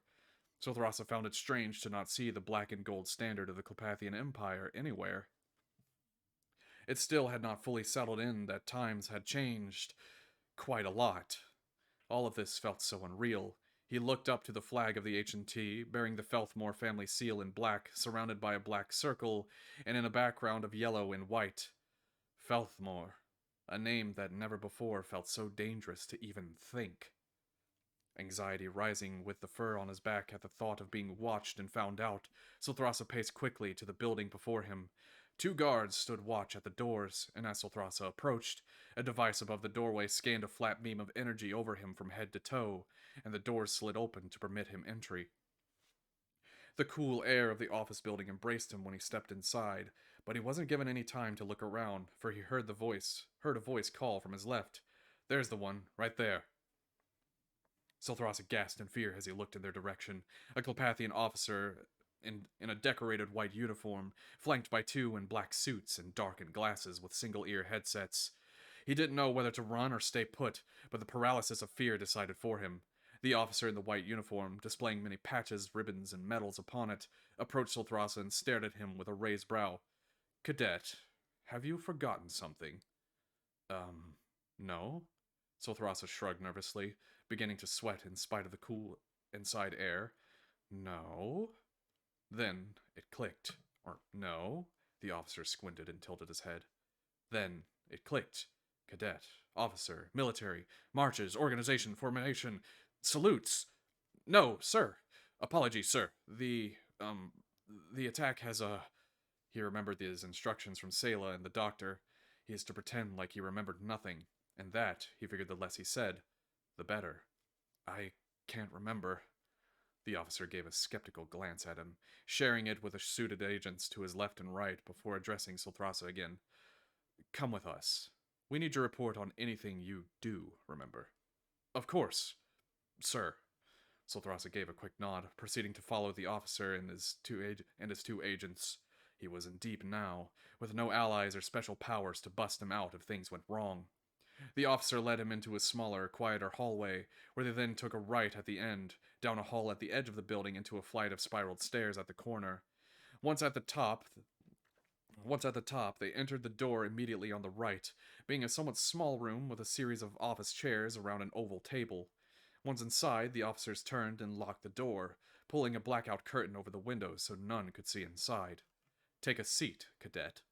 The officer gestured towards a chair, and Silthrasa sat down. The officer sat across from him. The two agents remained behind Silthrasa, however, silent and expressionless like robots. Nervously, Silthrasa rested his hands atop each other on the table in front of him, tapping his clawed fingers nervously against it. After staring at Silthrasa for an uncomfortably long period of time, the officer took a breath and asked the first question. Do you know where you are, cadet? Silthrasa gulped and looked left and right. I'd be lying if I said that I did. Do you even remember your name? Asked the officer. Silthrasa bit his lip as he seized up, almost unable to recall the name he was supposed to give. Jarellis? Wrestleger? Rouge? Relisjur, he finally said. My name is Relisjur. And what about your first name? The officer leaned forward with his elbows on the table, punching his left fist into his right palm. Silthrasa looked down and shook his head. I can't remember. I see. Do you remember what happened aboard your ship? The officer questioned again. Not really. There was, terrifically loud sound, and he could feel the sweat pouring from his skin, his breath trembling and nervous as he laid on the lies. Why did he fear, though? Why did he fear? And then everything went dark. The officer continued to drill Silthrasa with questions. Do you remember your mission? No, sir. Silthrasa shook his head. Do you remember any pain as you passed out? Inquired the officer, and with that question, Silthrasa seized up. It was an obvious trap. Silthrasa did not know if such a weapon would be painful or not. Would it be a slow process, or would it be instant?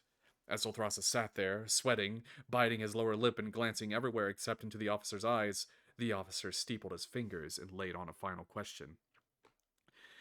And do you remember the penalties for lying to a superior officer? What really happened, cadet? You're safe here. Don't make it unsafe. Silthrasa gulped. That was it. It was over. This time it was truly over. Just as soon as it all began, they caught him red-handed, in the lie. Oh, Sayla, you damned fool! Silthrasa cursed the name in his thoughts. Sayla never was fit to lead. He never should have chosen him all those years ago. Or maybe it was intentional. Maybe it was a setup, a vengeance from Sayla's envy. The walls felt like they began to close in around him, Silthrasa's gut twisting into a knot, nausea so blinding he began to see stars as his tongue stumbled over his words. I can't tell. Silthrasa nearly jumped out of his chair upon hearing a rapping knock on the wooden door. Panting heavily, he glanced towards the door, then back at the officer, who stared at him as if knowing already who Silthrasa really was. Then the officer glanced up at the agent to Silthrasa's right and gave a simple nod. The agent walked to the door, unlocking and opening it, and inside stepped the doctor from the supercarrier. Silthrasa felt the fur raise along his neck and arms slowly fall under the relief the sight brought him. Sorry to interrupt, but I have some very telling medical reports from my examination of Cadet Relisjur, said the doctor, who laid the few documents out on the table before the officer. The officer picked up one sheet and squinted as he started to read, then did the same with another, and then the next couple after that. Psycho-oral trauma. The officer looked up at the doctor standing over his shoulder. You're saying the demons used a sonic cannon to scramble the brains of those on board. Sound doesn't travel in space, Doc.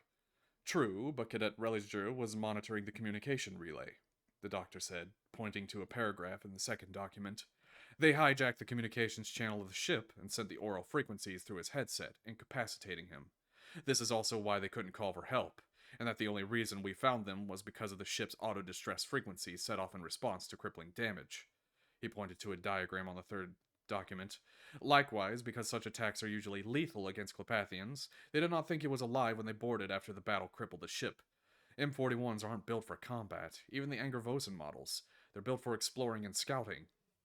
The officer glared up at Silthrasa from the document, then back to the doctor. I know that much. I didn't serve in this blessed navy for 50 years to be lectured on the capabilities of our own ships. M41s under Angervosen naval specifications also have cloaking devices installed, so why weren't they sailing under stealth? The doctor shrugged. I don't know, but that has little to do with Relisger here. He was the comms officer aboard that ship, so it didn't fall under his authority to fly under cloak or not. Furthermore, even if it did, the symptoms of psycho-oral trauma are there. You can't even remember his first name, sir. I don't think questioning him is going to help solve this case, and in my professional opinion, I don't think he's even fit to serve in the Angervosen anymore. After a long inhale followed by a drawn-out sigh, the officer stacked the documents and handed them to the doctor, looking up at Silthrasa with a frowning disappointment. All right then, cadet. Because of the doctor here, it seems I'm gonna have to discharge you from service. Sorry, but we can't have an amnesiac among us. The Angervosen demands fitness in both body and mind. I hope you can at least remember how to use a Gallicom to call a ride home. The doctor shook his head and smiled at Silthrasa. We've already taken care of that, sir. We've called up some people who are willing to take him home, which just so happens to be here on Carlane. Silthrasa eyed the doctor, then the officer apprehensively. With a pointing of his thumb to the side and jerk of his head to the same direction, the officer gestured for Silthrasa to get up and leave. Not one to hesitate to get away from the H&T's brass, Silthrasa stood up, where the doctor waved for him to follow. Together, they left the conference room, but right before they began their way back downstairs, the doctor whispered at Silthrasa's right ear, Don't say anything. Silthrasa didn't even nod in acknowledgement, but heeded the warning nonetheless as they proceeded downstairs and back out the front door into the sunny outside. There, parked at the curb, awaited a small black vehicle with two backswept pointed dihedral wings, having a large vertical stabilizers at the tip. The oval, bubble-like canopy on top split down the middle, sliding open to reveal the cockpit and passenger seats. In the cockpit sat a Clepathian male in casual clothing, looking over his shoulder at Silthrasa expectantly. Hesitating, Silthrasa looked back at the doctor, now standing behind him, who nodded to let him know that this was his ride. Silthrasa climbed up the hull into the back passenger seat, the cockpit closed and sealed over his head, and then the pilot of the sky car lifted the vehicle off the ground into the air. So, Silthrasa asked, where are we going? What am I doing?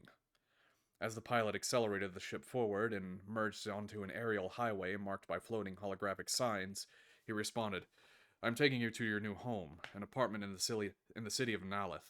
You'll find all the details of which apartment, as well as all the credentials you'll need to blend in with H&T society, in the duffel bag to your right.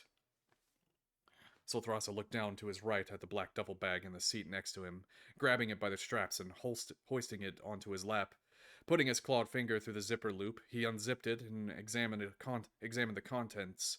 Inside lied a wallet containing an ID card, a Skycar and ground car license, a currency card of some sorts, and a set of keys. Folding the wallet and putting it back in the bag, he examined the other contents.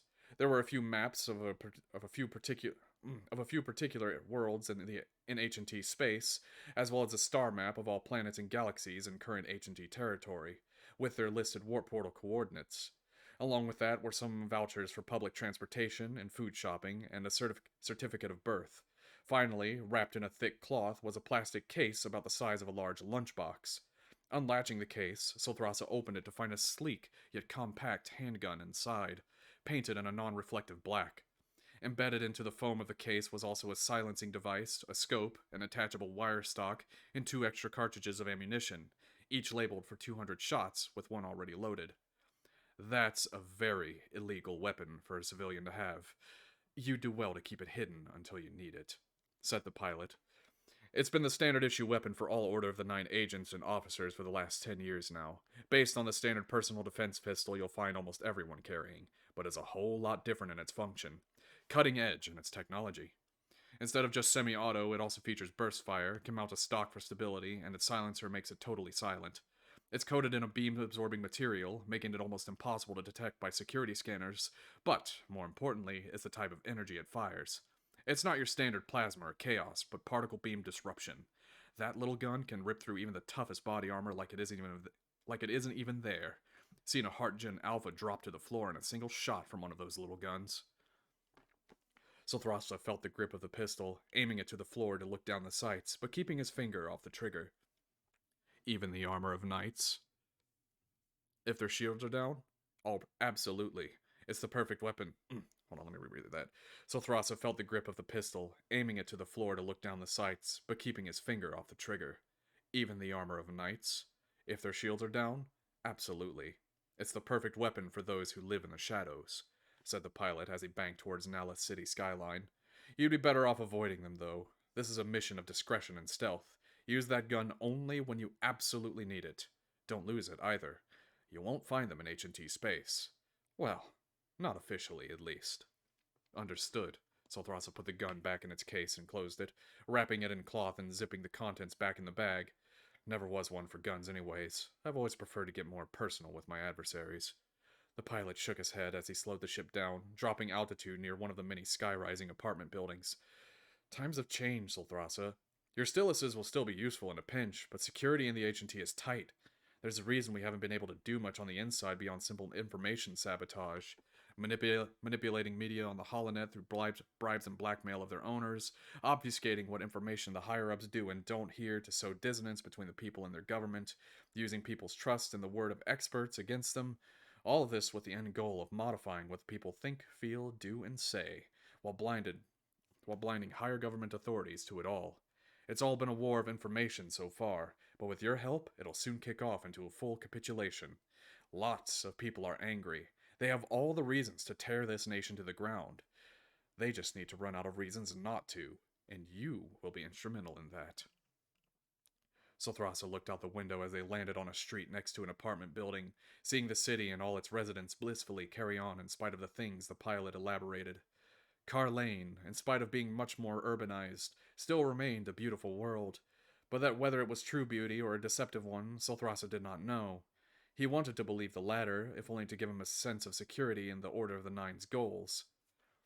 The canopy slid open and the pilot pointed towards a set of circular, sliding metallic doors. This is your stop. We'll contact you whenever we're ready to deploy the next stage. Until then, try to fit in. Silthrasta took the duffel bag and hopped out of the skycar, looking up at the apartment building as the skycar lifted off and away beyond him. Just like all things made by Clopathian hands, the mile-high building stood sleek and aerodynamic, sharp and pointed at the top, roughly cylindrical in its shape, with a large tunnel built in the middle where sky traffic flew through. He turned and looked behind him at the rest of the cityscape, the many streets teeming with ground cars and pedestrians. Most were Clopathian, but there was the occasional Clonfear or other alien he knew not the name of. In spite of the urban environment, the air did not smell or taste of any pollution or strong odor. This was not the same type of city as in the UCS time, evidently using a completely different energy source. Nevertheless, the Car Lane Silthrasta remembered had no cities at all. He turned and faced the apartment doors, noticing the evening slowly turning to dusk, and headed inside. Silthrasta walked through the spacious lobby, so vast it held internal restaurants and stores within, each floor above stacked on top of each other like discs, allowing each floor a sort of interior balcony around the hollow center, broken only by a tunnel through which aerial traffic passed. Awed at the sheer scale of the building, Silthrasta headed for the nearest elevator, not in the mood for stairs. He unzipped the duffel bag again, rifling through it to find information scribbled on the Car Lane map of his floor and apartment number. Floor 217, apartment A20. He pressed the keypad with a caloric glyph for the word call and waited for the elevator. After a few moments, the elevator doors opened, and Silthrasta stepped within, dialing his floor number into the keypad. The doors closed, and upwards the elevator ascended. Alone now, things began to slow down, and his mind began to drift already, fully trying to comprehend the sudden madness. He pushed the thoughts away for now, the door soon opening to the 217th floor. Silthrasta proceeded down the hall, where he swept his gaze left and right at the doors he passed by until he finally found apartment A20. Upon trying to open the door with its lever-like door handle, he found it to be locked, and then realized that must have been what the keys were for. So Thrasa opened the bag, found the wallet, and retrieved the keys. He slid them into the slot beside the handle, pushing it left before pulling it out. At least Clepathian-made locks still functioned the same, he thought. With the door unlocked, he turned the handle and stepped into his new home. This was not just any room or apartment, but his home for the time being. So Thrasa closed the door behind him, locking it shut, and approached the blinded window. Pulling the blinds gave him a clear view of the thousands of towers gleaming in the orange glow of the sunset washing over them, as well as the millions of people on the streets below or in the skies above. He took a deep breath and sighed. A mix of both nostalgia and melancholy filled him. This was the holy nation of truth, the future of the Clepathian people he never could have foresaw. These were somehow, in some way, his enemy, and he was deep in their territory for an unknowable amount of time, with no way out should he be caught. He was but one shadow among a sea of light. All right. Let's get a stretch here. Hope you guys are still enjoying the story so far. We're still in introduction here. Lots of description, lots of exposition, trimming the fat and all that. I'm really enjoying it. I'm glad to hear that. Glad to hear that. Master's chin scratches and it accidentally gets coronated king of the Clepathians. Crypto got possessed by Sulthrasa. I told you there were spoilers. I told you. I told you. You'll see. Had the big dead. I will say nothing. I will say nothing. You will have to see. You will have to see. All right. Let's see. Let's see. We have enough time. I got a lame joke, yeah. Crypto. Oh my goodness. Okay. Anyways, we'll read one more chapter, and I think that's what we'll have time for today. So one more chapter, then we get on to Borderlands 3. Chapter 3. Mind and Matter. Try to fit in. The advice of the Skycar pilot echoed in his mind. If Sulthrasa was going to blend in, he knew he'd need to become familiar with his surroundings. He turned away from the window, facing the front door again, and scanned his eyes right to left around the apartment. It seemed quite cozy, with warm yellow lighting casting an ambience on the cherry-brown wood-paneled walls, a white ceiling, and a beige carpeted floor. It was like one large single room, shaped almost like a bean on its side, following the curvature of the tower. To his left, Sulthrasa saw the kitchen area, having a black marbled countertops, a stove, a sink, a dishwasher, some cabinets, and a steel fridge. Next to it, along the left wall, was a small dining area and pantry. Where he stood in the center of the room was the lounge and living area, having a couch to his left facing a holovision projector between him and the bed to his right. Stepping to the right, he approached a single bed large enough for 2 people with a dark green quilt laid over it, having a lamp on the nightstand to its right, and a wardrobe to its left. The door to a rather tiny bathroom sat built within the wall further to the left of the bed, and along the wall to his right was yet another circular window overlooking the city outside. Overall, it seemed a standard middle-class city apartment, at least middle-class from the standards of his time. The windows and walls were clearly soundproofed by the fact how quiet everything was. Too quiet for comfort. He tossed the duffel bag down onto the bed and sat down next to it, cradling his face in his hands as he rubbed his eyes and sighed.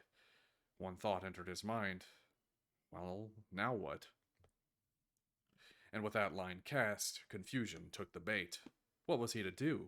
He looked up and around the room again, knowing he was supposed to wait for orders, but what was he to do to blend in? Sulthrasa knew almost nothing about the H&T people, how they acted, what their social norms were. What did they consider weird? What did they consider normal? How could he avoid painting himself as an obvious stranger? Sulthrasa eyed the wardrobe in front of him against the wall to his right, then to the bathroom, and finally down at his Crusader uniform. Perhaps a change of clothes would be a nice place to start, he figured.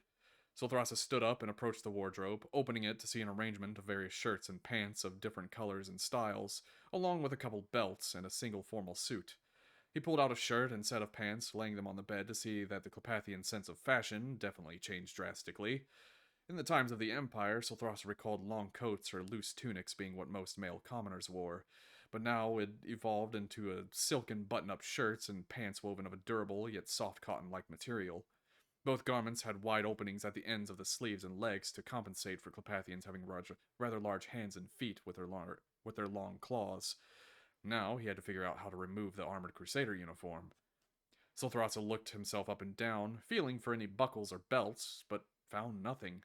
However, as if reading his thoughts or his movements, the moment he tried to pull it off, the cuirass divided itself down the sides, splitting into a front and back plate which promptly fell on the carpeted floor with a thud. The pauldron slid off his arms, and the greaves unlatched in a similar manner. All that was left was the chainmail kilt. Unfastening the belt, the chainmail kilt dropped to the floor as well with a metallic slink of the many rings. Finally, Sothrasa unscrewed his tail cap and removed the inner lining, then grabbed the clothes off the bed. Clothes in his arms, he headed towards the bathroom, flipping on the light switch, and then pausing as he saw himself in the mirror on the wall to his left. Sothrasa slowly turned to face it, setting the clothes aside on the shut toilet seat, and leaned forward to study himself, to see his own face. The tip of his little black nose inches from the mirror, he gingerly caressed his fuzzy white cheeks with his right hand, slowly running his fingers through the fur on the rest of his body and scratching the tough skin beneath. This was him.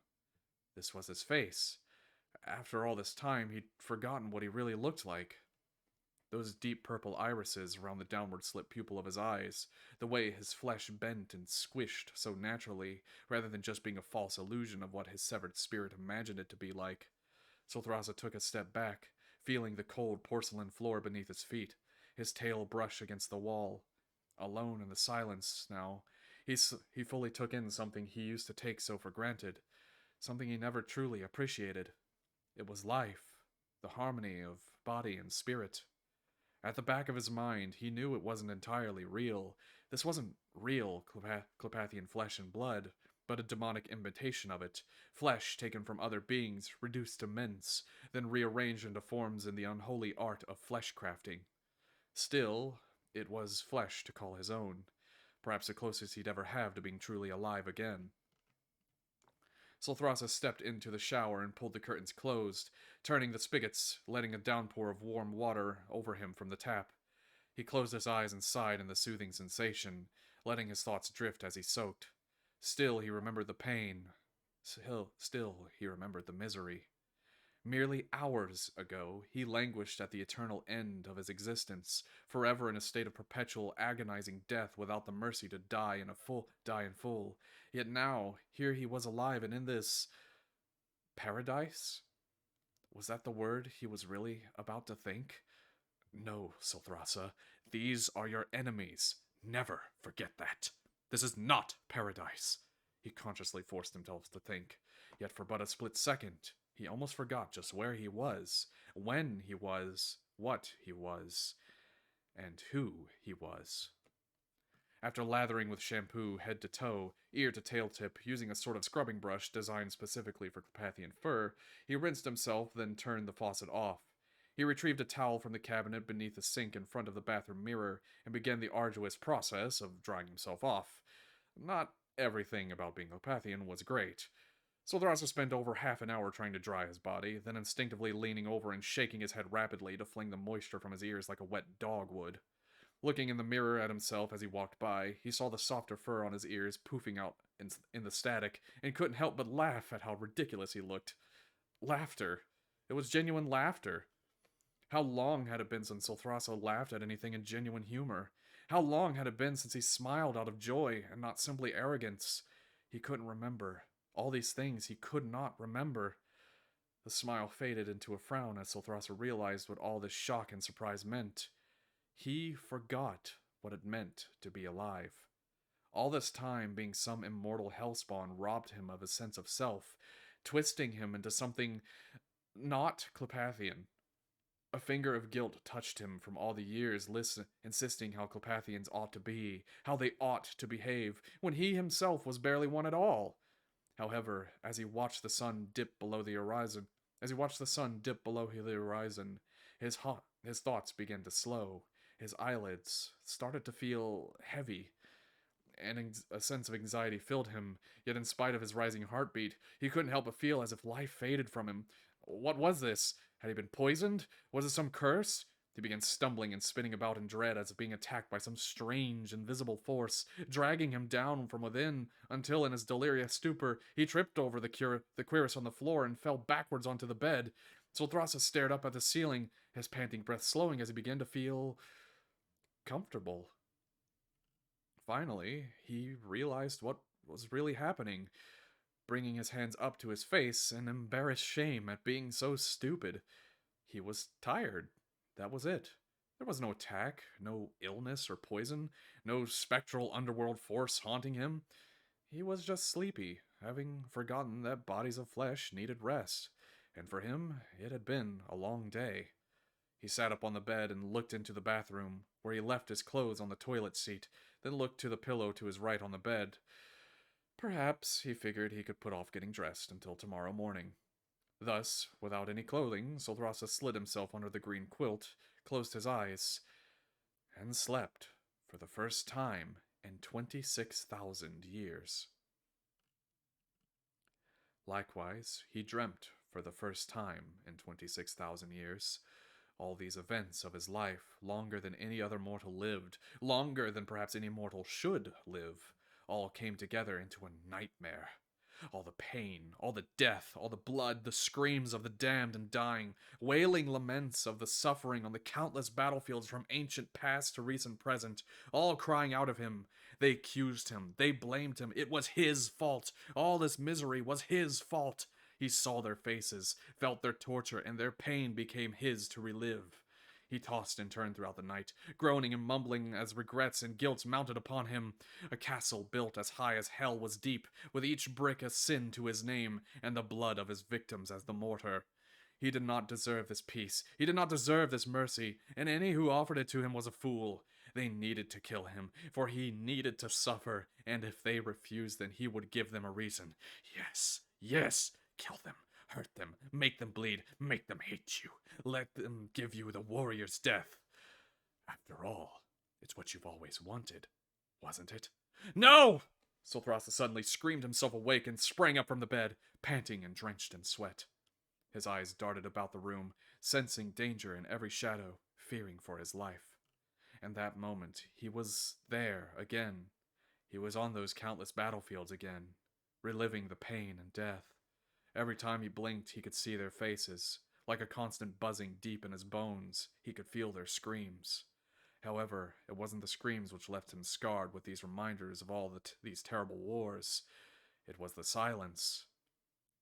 The song of death. The quiet after the bodies had fallen. Where the crows make their feast as the souls passed on, never to be seen again. For so long, Solthrasa's mind had been so full of hell's whispers that he'd forgotten the terrible silence, and now, all it reminded him of was the death and destruction he caused, which earned him not his place in suffering. It seemed even here hell followed after, but this was not the hell of demons. It was a hell of his own. Knowing that he was not on a battlefield, Solthrasa slowly came to his senses, cradling his face into his hands, where he began to weep.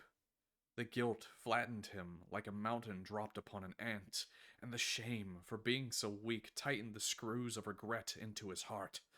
What have I done? He heard himself whimper in the dark, quiet room, with his false voice a mockery of what he once was, and what could have been. Why did he even live now? It wasn't right for someone like him to deserve life. He deserved to be an abomination. He deserved to be a monster for everyone to rightfully hate. Yet here he was, not just alive, but forced into making others like him. For a mission he did not yet understand. All that kept him from lashing out into a murderous rage to earn death again was fear. Fear of going back to that miserable torture, no matter how much he deserved it, and fear for once again being alone. The balance therein was, which did he fear more? Did he fear the wrath of demons, or did he fear the unwarranted forgiveness of the only being who could? No, he would not forgive him. Locta could not forgive him. It was unthinkable. That holy creature would have him destroyed on the spot, but that was not what Sulthrasa was here for. He was here to learn to fit in, and if that objective kept his mind free of the dark terrors silence brought, then it was that objective he would focus on. Though the morning was still young, Sulthrasa could not hope to fall back to sleep again. Indeed, his stomach growled at him. Now he needed to feed himself. Sulthrasa looked to the fridge across the room in the kitchen, threw covers off of him, and arose out of bed. Opening the refrigerator, he found it already had food and drinks in it, and quite a lot too. Enough to last for a week, with the freezer stocked with enough to last him a month. How long was he going to be here? The mounting questions would have to wait until he pacified his stomach, but he just stared into the fridge in confusion. Not only had he forgotten how to cook or prepare anything, he forgot how to eat. It couldn't be that hard, could it? Just stick stuff in the mouth and slide it down the throat, right? He tried to remember what Clepathians were supposed to eat. Fish. Lots of fish. Sulthrasa grabbed a package of fish of some sort, tore open the plastic, and ripped off a chunk of flesh. He stuffed the cold, light pink meat into his mouth and tried to swallow it, but succeeded in only gagging and coughing it up. He then remembered, oh, right, I have to chew it first. He then put the piece of meat back in his mouth and chewed the flesh until it was soft, then forced it down his throat with a grimace. It certainly didn't taste very good. Maybe something else would be more palatable, he thought. He grabbed some leafy vegetables, of some sort, and stuffed them into his mouth as well. It wasn't as bad, but still kind of bland and not quite filling. Obviously, the answer was to eat more, he figured, so there he stood, completely naked, halfway in the fridge, stuffing raw ingredients into his mouth, when suddenly he heard the ringing chime from the door. Like a wild animal hunched over with a chunk of raw fish hanging out of his mouth, he looked over his shoulder as the door squeaked open, and a female Clepathian with a trolley carrying various equipment stepped inside.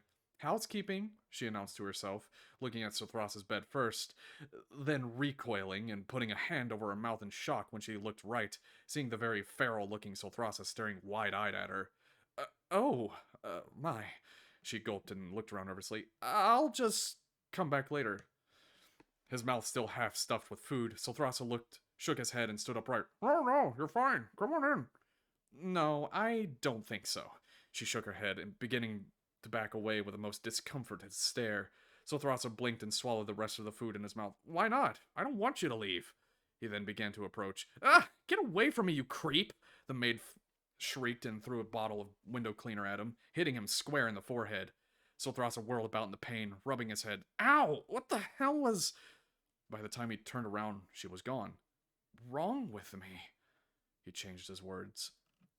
Why did he behave that way? What drove him to insist she stay? The imprint of her in that maid outfit, for some reason, imprinted deeply on his mind, making him feel strange inside, particularly down his spine and tail. It brought back memories of his youth, where he vaguely recalled similar feelings when encountering another female before, and with that, he finally remembered why. Of course, Sothrasa, being a male, was naturally physically attracted to females. Beings of flesh had reproductive drives, he knew, and was that facet which less preyed upon. But it had been so long since Ulthrasa understood what it felt like. Knowing and experience proved very different things. The problem therein was that he forgot simple respect and etiquette.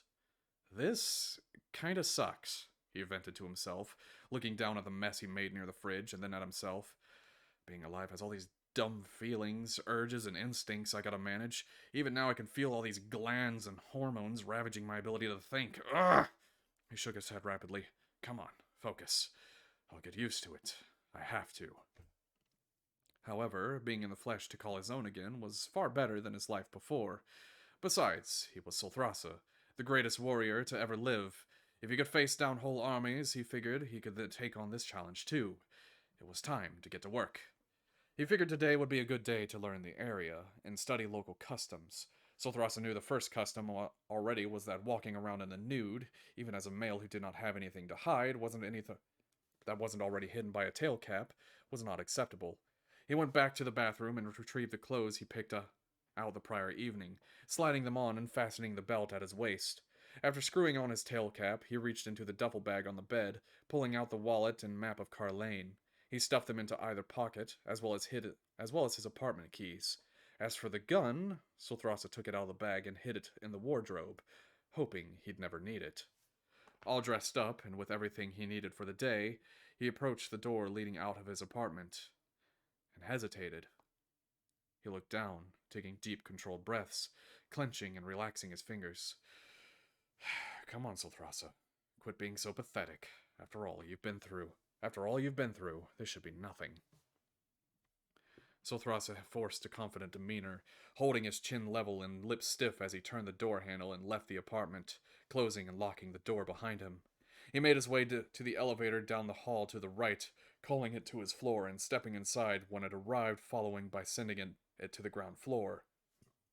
Where was he going? What was he doing? He did not know. Scouting and spying were never his strengths, not in life at least. The powers of the incorporeal form he once navigated the physical universe with enabled him ease of remaining hidden from most, but without those, there was no hiding. There was only camouflage.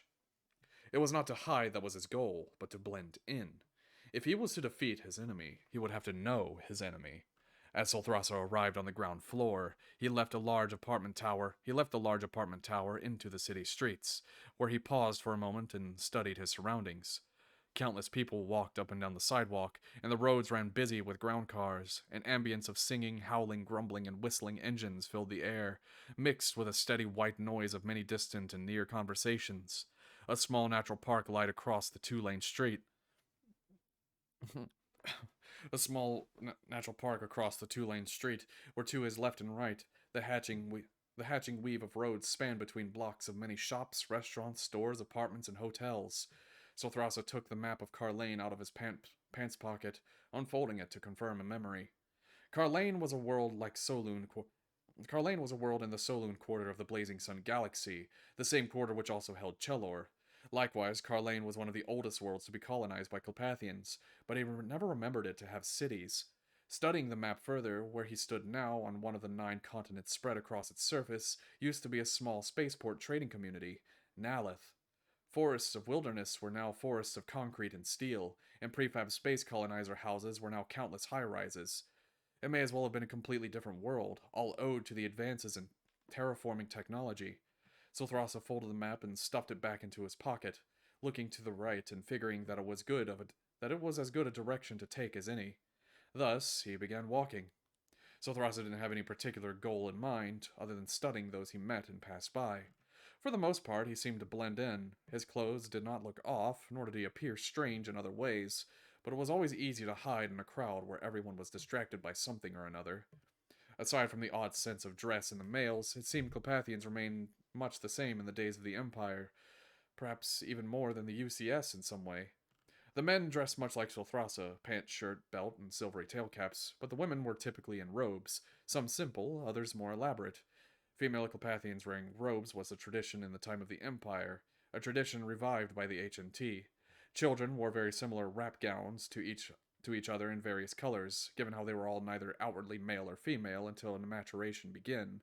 All Clopathians still walked barefoot. Clopathian feet were too big to realistically wear shoes or boots, limited only to socks or platform shoes, but even those were rare. Their hands, too, were largely left bare for similar reasons, and all shirts were buttoned on because of their massive ears. Perhaps the most stark difference between the Empire and H&T was the presence of aliens. Various, obviously non-Clopathian creatures walking, slithering, or even floating up and down the streets as well, dressed in very differently and speaking in exotic accents. They even smelled odd, Solthrasa noticed as he passed close to a flightless avian creature. It wasn't bad, just weird. These aliens were not numerous. This was very clearly a Clopathian planet, all the way down to its architecture and everything written in Kalori, but these creatures had an uncanny factor to them. They were like mere animals to his instincts, but when they spoke, it caused a sort of micro short circuit in his mind. It was like something that should not be, yet was. It was when he rounded a street corner and saw a particular type of aliens that Solthrasa froze for a moment. It was a Clonfeyar again, and like before, flashes of the primordial conflict surged through his mind, completely taking him out of the moment, leaving him unaware of the blank, dumb stare on his face. The Clonfeyar, sweeping the sidewalk out front of his small shop, noticed Solthrasa and tilted his head. "Mornin', sir. You alright?" "Mornin', sir. You alright?" The Purgatorian accent snapped Solthrasa out of his trance. He shook his head and blinked rapidly. Fine. I'm just fine. he spoke, rubbing the back of his neck and looking away nervously. He found it difficult to even look at the 4-foot-tall, digitigrade bipedal green-scaled lizard. The memories continued to surge of how Solthrasa did not trust Lagta, and how he so fervently believed these Clonfeyar were enemies. Yet here they walked among them, friendly and peaceful as allies. Lagta was right. The words unconsciously slipped out of Solthrasa's mouth, his eyes on focus, with his face to the ground. The Clonfeyar tilted his three-horned head again and raised a brow. Eh? Of course he's right. He's led this nation for over a millennia. Launched us into an age of expansion like none I've ever seen. The Clonfeyar squinted at him. You're not from around here, are you? What's your name, lad? Anxiety electrified Solthrasa, his fur suddenly standing on end as he stuttered and stammered. Solthrasa... Think, Solthrasa, think. What was that name again? His mind screamed at him, but paralyzed by anxiety, he could not recall what was supposed to be. I don't know.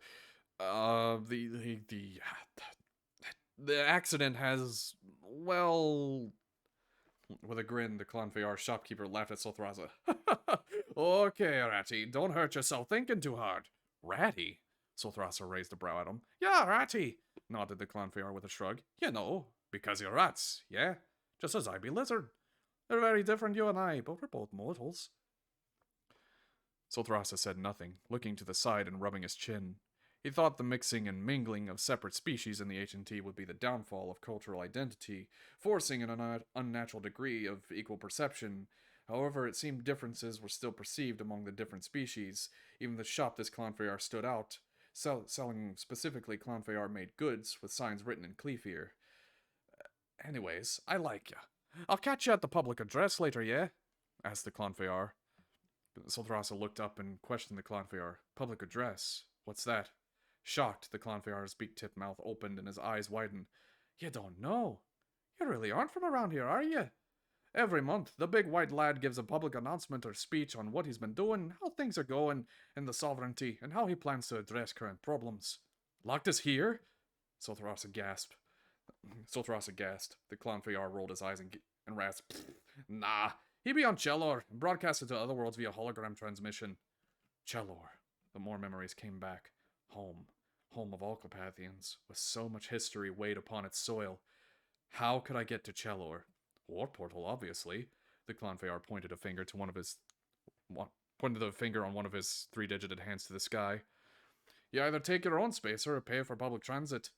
Not liking the idea of being cramped aboard public transportation, both for secrecy and personal reasons, Solthrasa posed another question to the lizard. Where would one get their own spacer? A dealer, obviously.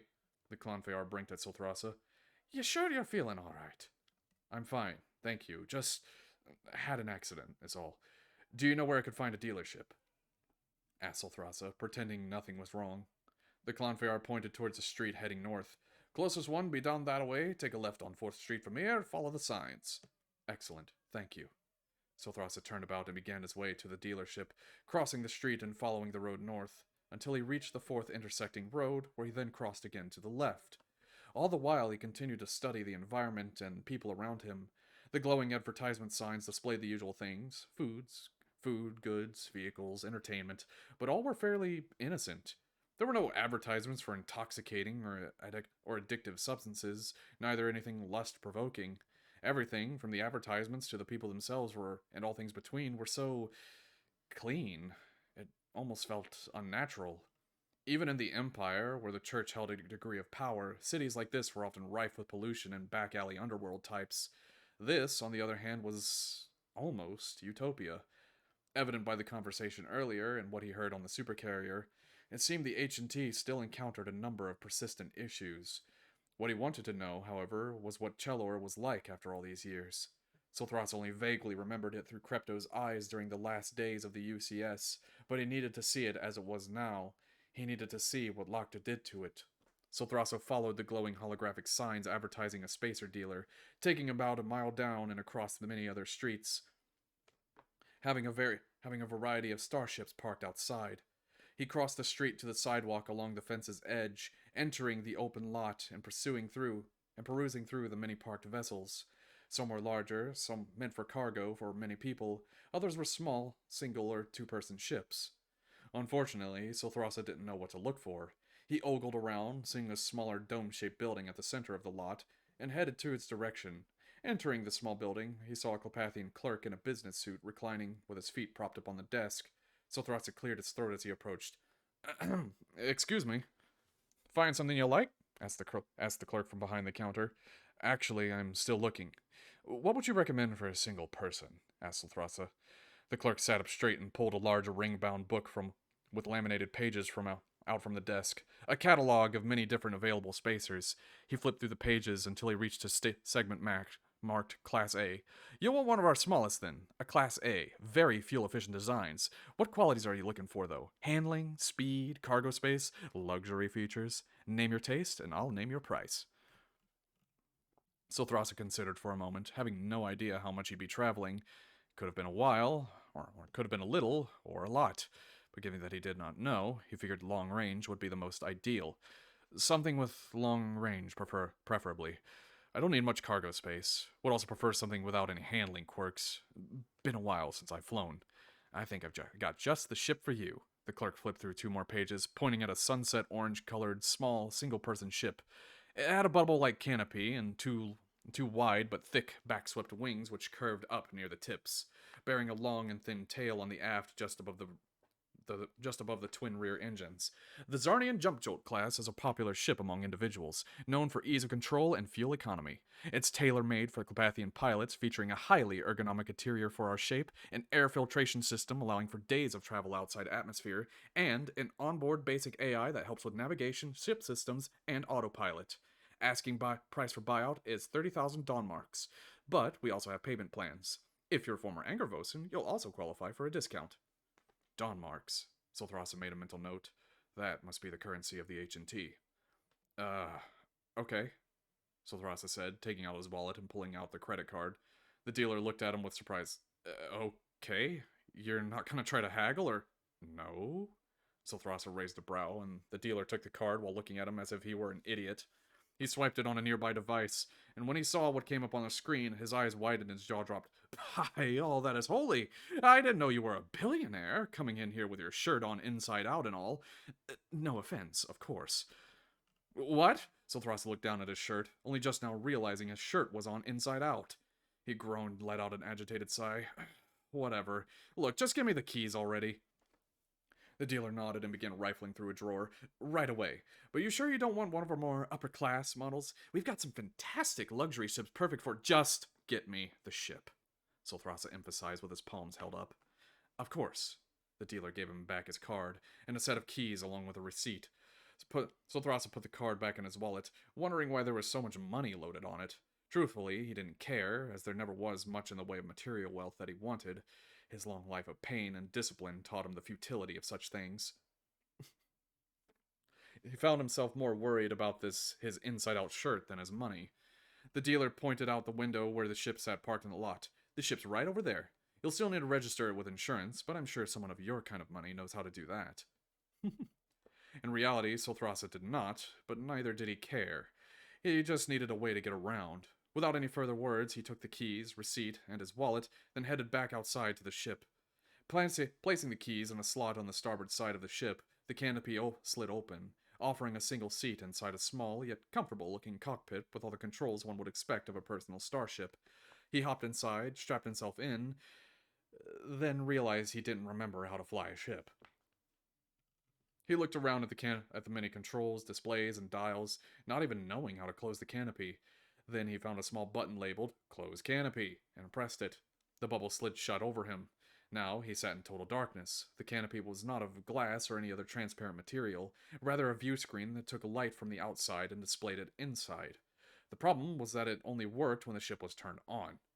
Feeling like a bumbling idiot, Silthrasa fumbled around inside, feeling for a slot for the key, eventually finding it in the column between his legs. Placing the key inside and giving it a turn, the whole ship suddenly sprang to life. Displays and dials flickered on with a warm yellow digital display. On the circular, centermost largest screen was a faint Felthmore family seal in the background to the navigational interface, just ever so insultingly reminding him of where and when he was. The view screen came on as well, allowing him to see around the outside of the ship as if the canopy wasn't even there, along with displaying helpful HUD elements upon it, such as an azimuth ring and artificial horizon. Okay, this is starting to make sense, he said, looking around at the controls as the muscle memories from starship flying slowly returned to him, having once been a fairly competent pilot. The throttle lever sat on the armrest to his left, and on the right was the control stick. Two yaw pedals sat on beneath the dashboard of displays, switches, and dials, all these controls made to fit Clopathians alone, with the seat with the seat even having a gap in the back for his tail to slide through. After looking around the cockpit, he found the ignition switch to his right, flicking it on. With a sound almost like a rush of torrential rain upon a small house, the ship vibrated as the engines roared to life. Now he just had to engage VTOL. The memories came back exponentially now, and before he knew it, the ship lifted off the ground from his command, where he then pitched it to the sky and accelerated forward. Up and up he went, faster and faster, all somewhat reminding him of the wings he used to have upon his back. In physical reality, they were never useful for flying as much as hovering or leaping, but in hell he used them to fly all the time. Still, in this new body, he could feel as if they were still there, just as he felt a dormant, dark power still festering in his blood. Both were phantom pains no Clopathian was meant to have, and therefore a reminder of the monster he still was in spite of this clever illusion of flesh. It was a monster he knew some would never forget, a monster that some would still be able to perceive. This body, his blood, and much of his spirit was still demonic in nature. That dark power and legacy still ran deep within him, and could be brought out at any moment. Even now he felt it churning within him, but if it came out and twisted his flesh again, then there would be no going back. He only hoped nothing forced him into invoking it. He knew that going to Chelor was a dangerous idea, risking the truth of his nature to exposure. But Solthrasa had to know for certain what had become of the world. Something deep within him compelled him to seek how it had changed under Locta's rule. It was the very same type of compulsion which once drove him to see whether or not Purge and the faith he carried was strength or weakness. It was a truth that he already knew in some ways, but a truth his dominant self refused to hear. Solthrasa would not accept it. The sinner would not accept it, for to do so would be the unmaking of all that he'd suffered to make for himself for the last 26,000 years. Nevertheless, there was something inside of him, in spite of all his beliefs and suspicions, all his grudges and fears, pushing him to force his eyes open. In the starry expanse of space above Carlane now, Solthrasa plotted the course in the navigational computer to Chelor, in spite of knowing the pain and punishment soon to come for treading on Locta's most hallowed ground. He did so not because he wanted to know the truth. In fact, he wanted nothing to do with it, but traveled anyways because he needed to know. Even if he already knew it. Even because he needed to know. Even if he already knew it. It was a truth that was always there, buried under the black wings of his eternal rage for eons, but now it shined through once again, brighter than before.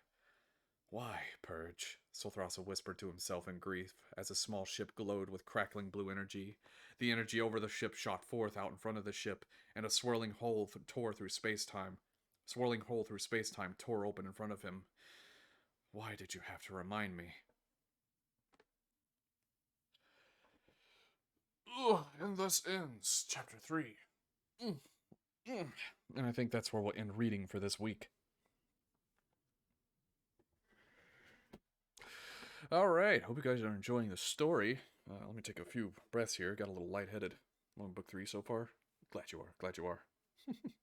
I had fun writing some of the sillier segments in here, like someone who's not been in a mortal body for like that long. How would they go about relearning basic things?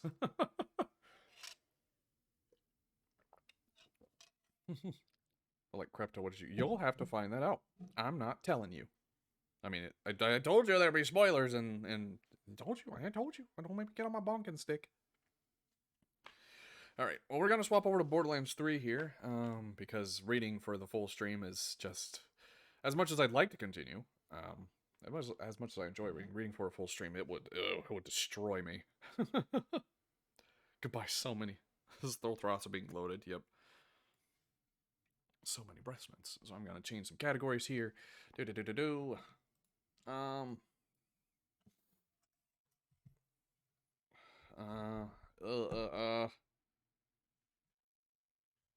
There's the title.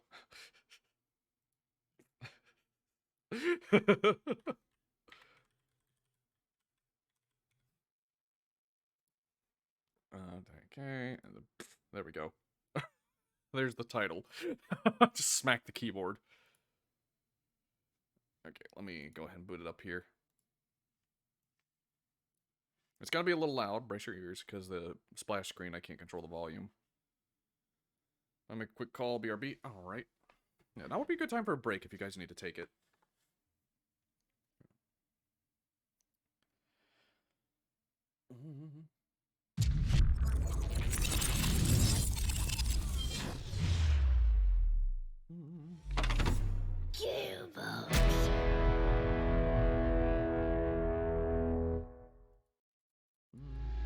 I hate that you can't skip these.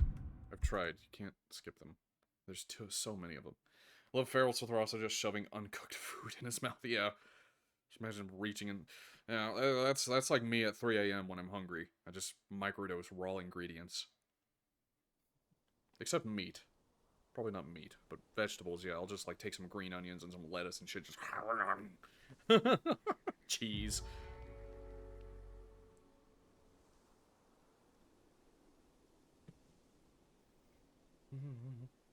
Come cryptic hungry latte, yes. The thing that opens the fridge. Okay, we're gonna continue where we left off. Oh yeah, I sent you mail and stuff. Oh, more stuff! Oh jeez, my poor inventory.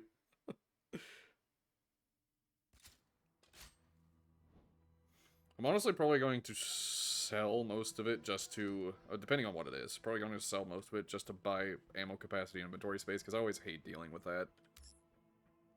Oh yeah, okay. Remembering gunfire, I tried to press F to open things.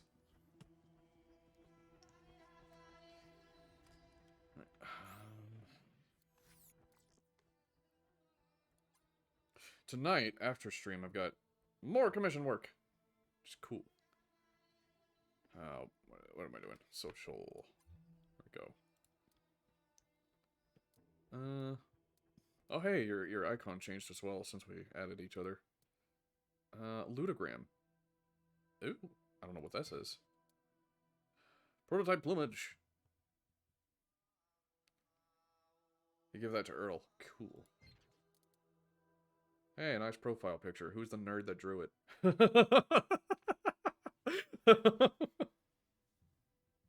Let's see. Game Comrade. Alex Echo theme. Okay. Thermobaric Gambling Rocketeer. Okay. Trooper Shield unlocks room. Okay. Dangerous Hellshock. Level 20. Oh, this one only requires 23. That's actually not far off. I might keep that.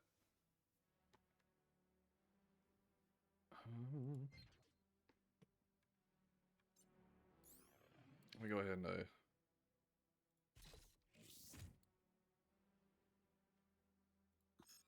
already know that one. There we go, Game Comrade. I got a decent amount of inventory space, but I need to have more! Okay, gotta make a call. Alright, be here. I'll just be shooting things. Hopefully a category and everything went through. Yep, okay.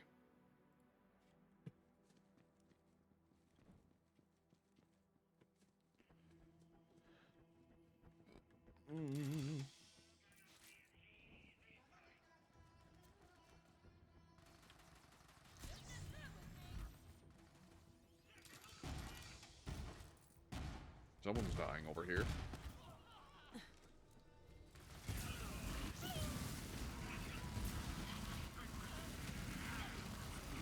Tango spotted. Level up.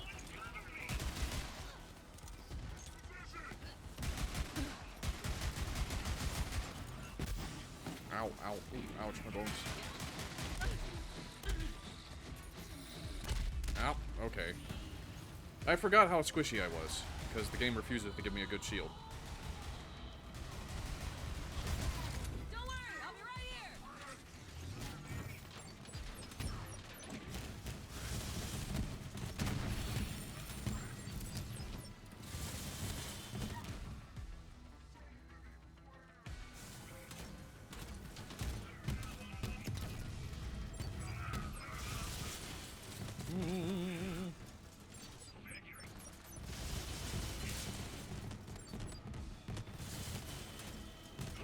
Who saw that?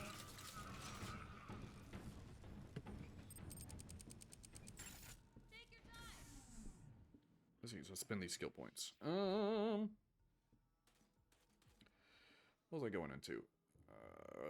Bear cooldown time? I don't really need the cooldown time, though. Oh, yeah, here we go. All splash damage dealt has a chance to double the time. Yes. Here we go. Ooh, what do we got here? Target softening. Deals reduced damage, but has fires a 6 rocket spread and halves the magazine per size. Ugh. 5 round. Oh, yes. Yes.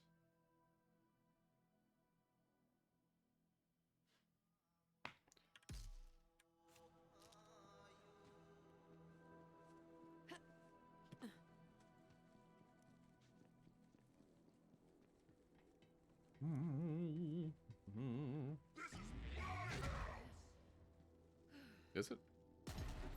Is it really your house? I don't think it is your house. I think you stole this. I think you are a dirty liar.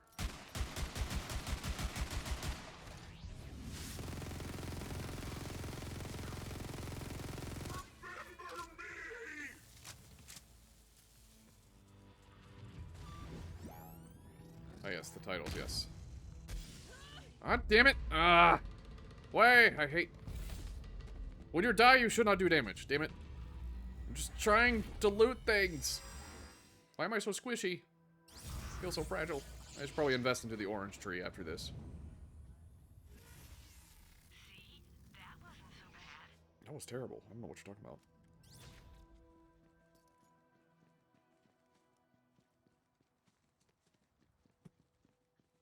Yep.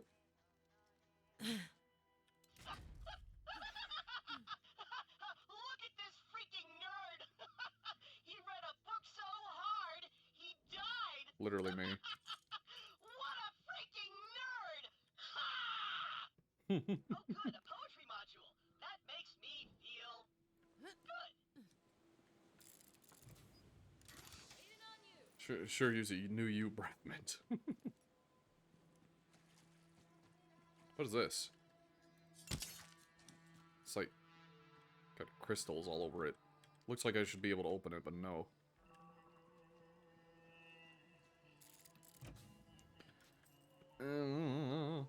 Not yet. Yet.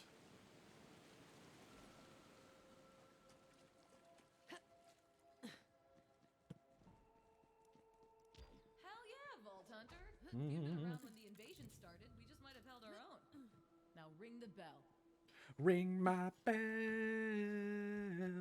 Ring my bell. No. Okay, I'm gonna stop. Why is it telling me the things you're finding? That's weird. Iridium to get into the anchor hole. It'll amp up my siren powers. On an extremely related note, how do you feel about grave robbing? Yeah, it said you found some sort of legendary. A lot worse, like seriously. Good. There's some iridium hidden in the cemetery. Something tells me Ava's already there. She'll help you out. I've never actually been inside the anchor hole. It's got iridium protections around it, but I Stop it, can't game. get around them. It's revealing your There's a secrets. text in my book of ancient siren techniques. Gonna go grab it, since the library's unprotected, and I'll catch up with you later.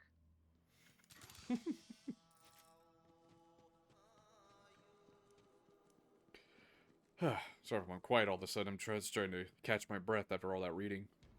I did pretty well today, I gotta say. Not as many stutters as I normally do. Ammo dump. Sure.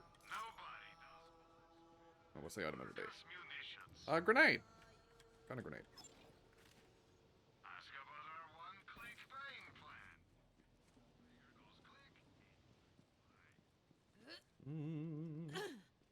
Hey, there's something over here. Book 3 definitely has captured my attention instantly. Cool. I worried that I got a little, like, overly descriptive in, like, the first few chapters in it. But it's, there's a lot to cover, a lot to set up. That'll be important for later, so I didn't know how else to do it.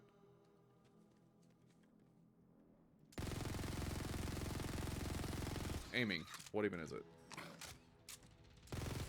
Smacked it down!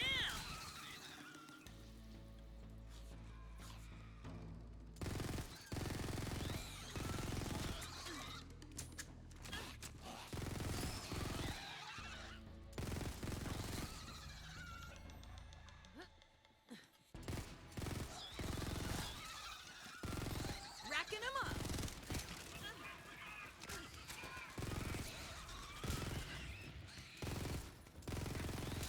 Yeah, it told me you found a critical thug. We got contacts!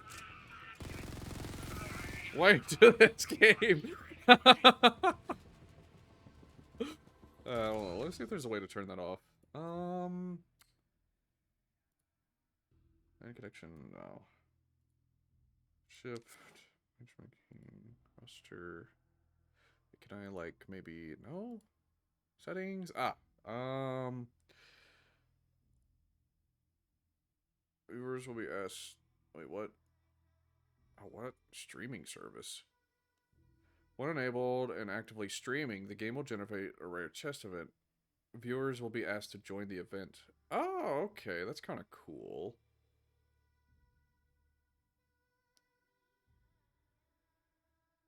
The item they select will be sent to the viewers in-game. Oh, I didn't know this game had, like, stream integration. I don't have, it on. I should try that.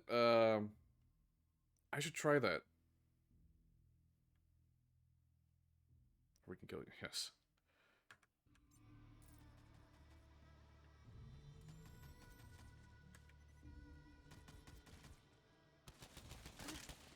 Enemy with her name.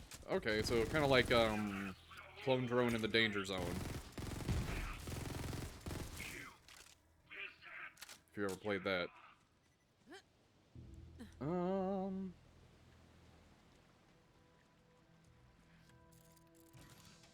Drone in the Danger Zone is a fun game. The problem is that I found when streaming it, while it attracts a lot of people, which is cool, it attracts a lot of unsavory people. That are like, play my map. Play my map, damn it. I hate you. Why don't you play my map? And oftentimes the maps aren't that great, or they're just unfair. I don't know. I don't know, it's weird. It's kind of like, I guess it's like a, I don't know, it has a lot of assholes. I watch it. Not everyone. Give me publicity. Well, the thing is, like, I'm the one that's, you know. Yeah. Cool if I take this. Kids, basically. Give me attention! Thanks. Later. Oh, God. Okay. I don't know. I don't want to watch her. No.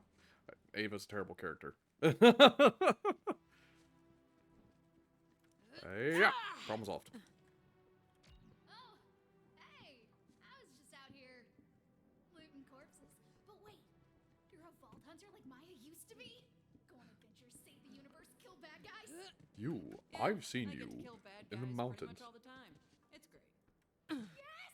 That's so freaking cool. I want to die instantly. I'm gonna be a vault hunter too. Please Or do. would be if Maya assigned me more than just guarding a dusty-ass library and staring at water. You shut up and open the gate! hours. I want to shoot things. Sorry, just really boring. Oh, wait, it worked? What worked? So, we're gonna loot this graveyard or what? Picked up Borderlands 3 that did show up for you. I don't know, huh? You got I didn't nothing. change anything, though. I didn't, like, turn anything on or off. Attention, everyone! This is Captain Trot. Those monks are in that spooky graveyard. Wipe them out, make me proud. Then we'll go out for some soon. Go, Dumb Trot! Oh, jeez.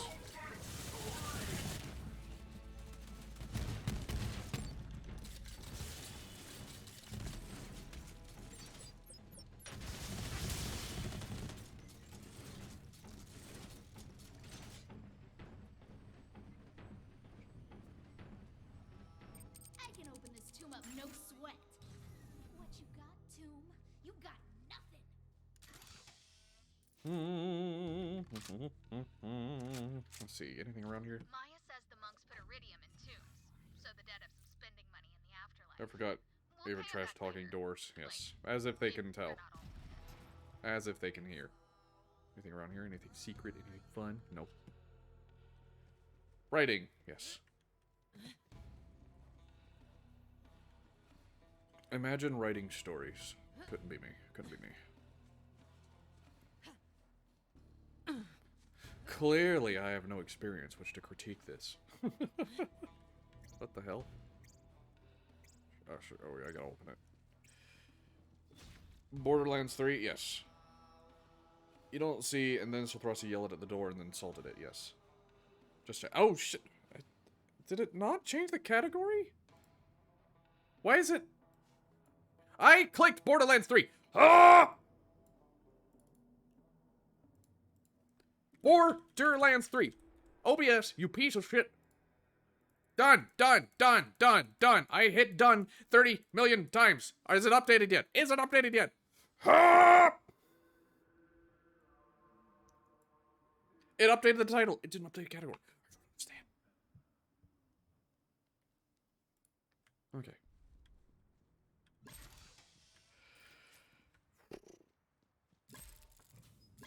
So now, yes.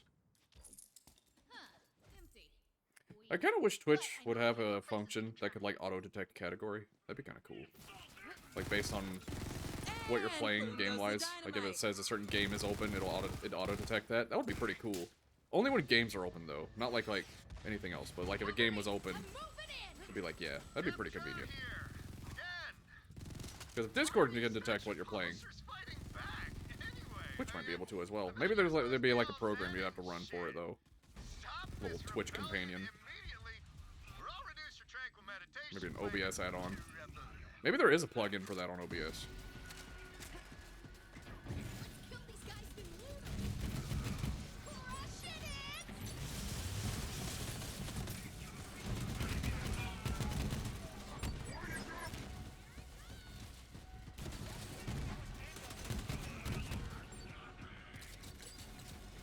Would be cool, but I think that would be more third party. Yeah, that's what I was thinking. Like maybe like either like some sort of app you run or something like that. That'd be kind of neat. I installed spyware on my computer for convenience. Thumbs up. Shotgun. Keep this for a little bit. Until it starts to feel like shit. Wow. Okay, that's... Huh? How? Okay. Literally somehow better in every way.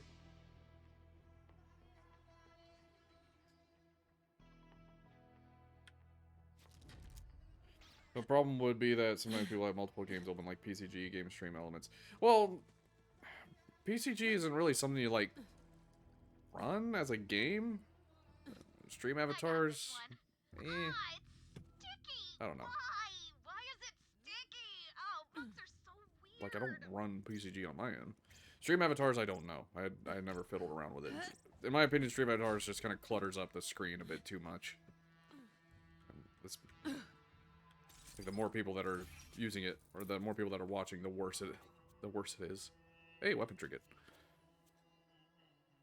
Those are categories as games? What? Okay.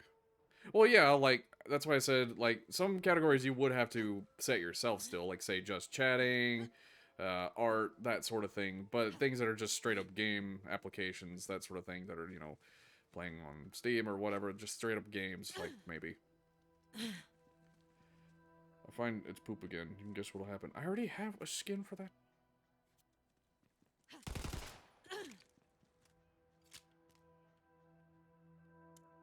Semi-auto. Yeah, we're doing semi-auto. Wait, I didn't want to do that. Oops. Stop used to gunfire. Pressing F to open things. Oh well, that's okay. Wait, there's a thing up here. There's a note. It's an A flat. On the other side, it's a letter. The letter D. The graveyard. That's where it went down. See, I was admiring the tombs when Using it because to build things around. I had to build things around it instead of it being addition to the stream. Yeah, that's kind of why I like PCG. It's unintrusive. It doesn't take up much. It doesn't spam itself. Just one little thing in the bottom. Next thing I knew, she smooches me right on the tomb. Boom, siren girlfriend. Another thing that I wanted to try but don't like is Stream Raiders because it's too much. I don't know. It seems a bit too convoluted and having to tab over to it and take focus off. It's kind of eh.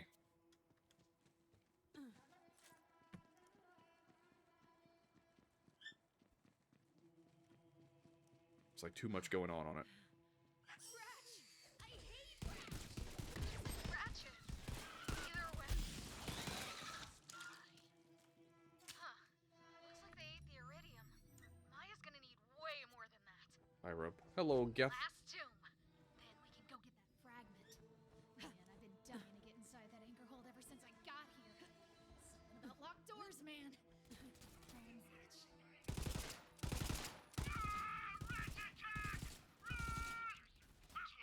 Transaction. Oh, hello. What the hell? Big Ratch! Big freaking Ratch! Killing! No mercy! No mercy! It must die! He's clap. Aw, hell yeah! That iridium!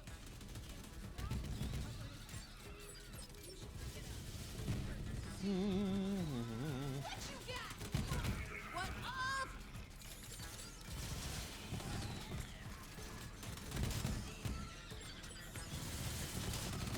What a McFindy's. McDonald's is the last thing I need right now.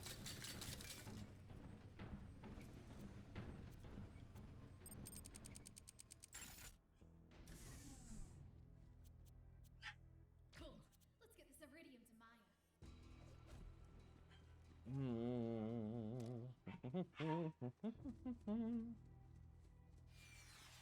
Want to know something? Depends on what it is.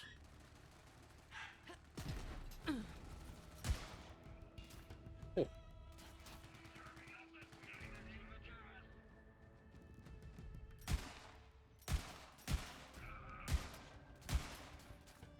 Murderized! Hey, McDonald's nuggies. Yeah, they are really salty. They're really salty. I am done playing games, monks. Get ready for some divine judgment from me, Tron! Maya wants to have all the fun fighting off Malawan, but I like how my ammo Scarlet counter is Tron 88, is 888. the worst, and I want to kick his dick off myself. There's a new Purge Pickle Nader Burger. May they bring you.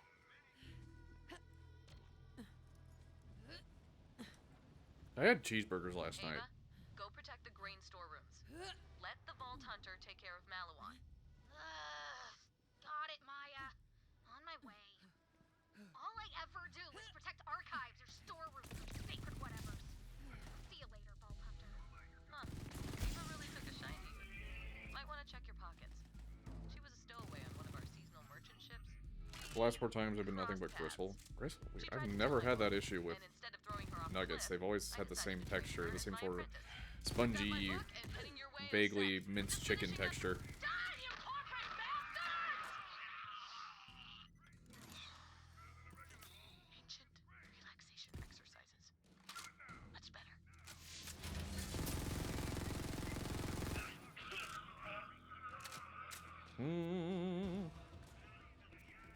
Why am I... Okay, weird. Hey, you found a melty diamond yellow cake. I don't know. The game's telling me what you're getting again. I don't know. I'll figure out how to turn that off. I don't know. I have no idea. Can't stop the body drop.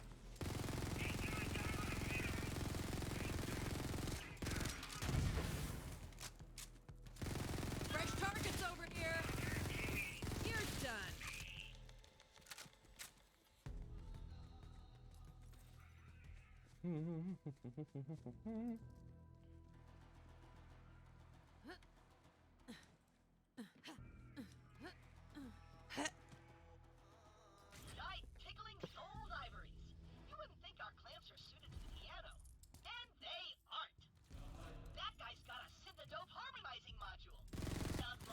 you can't shoot grenades.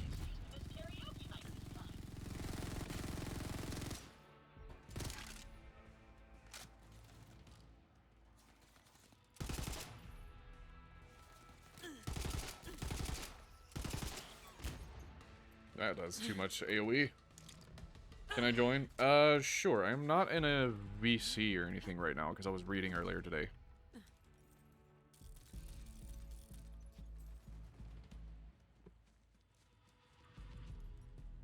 Attention, rebel monks of Athenas! This is Captain Tron again. Most of a freaking patient, so I'll say this as politely as I can. Please consider surrendering while we trample your treasured heritage, just cause, we're better than you.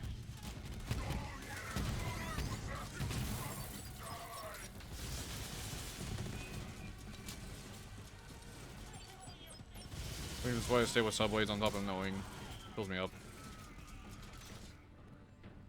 Price isn't worth it anymore. Yeah. It is a bit expensive for a literal just sandwich.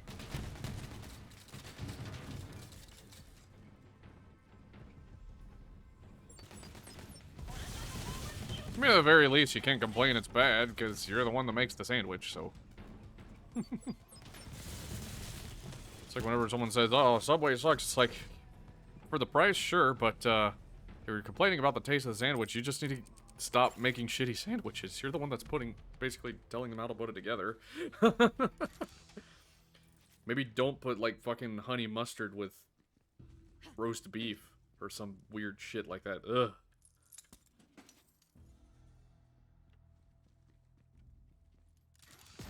Foot-long cookie. The foot-long fucking cookie. Doesn't that thing's too much. That's too much. Maybe, like, eating it slowly over time, but holy shit.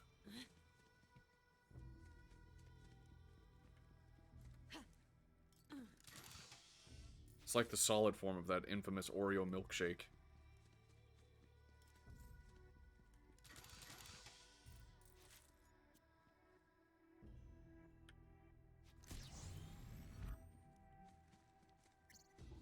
Meet my own courtyard. What if I don't wanna? Oh, that's good.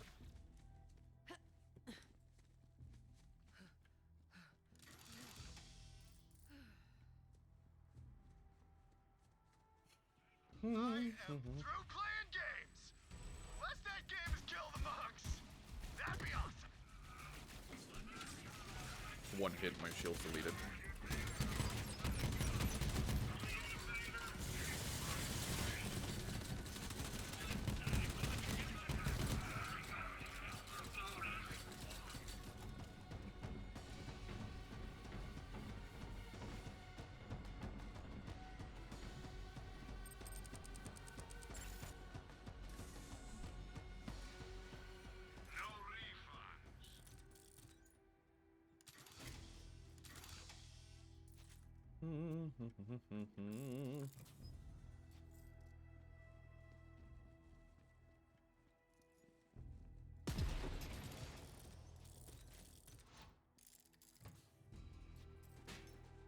Good.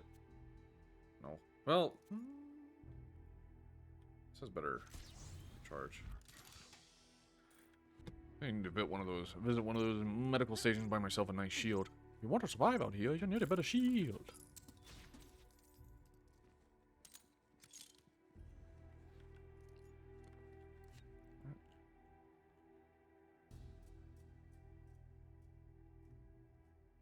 Oh, apparently there's a quest over here that I missed. Oh well, it's okay.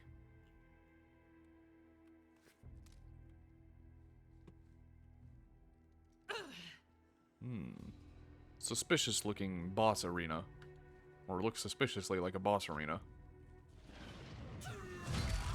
Go figure.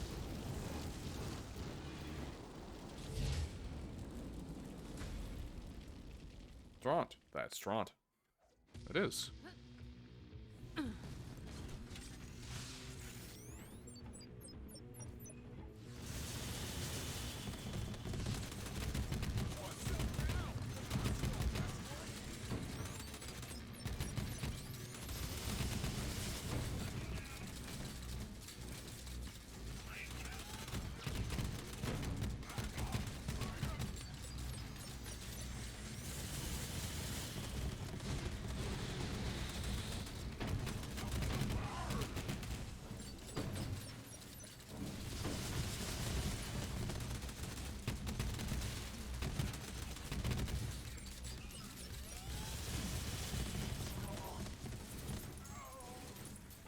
Easy clap.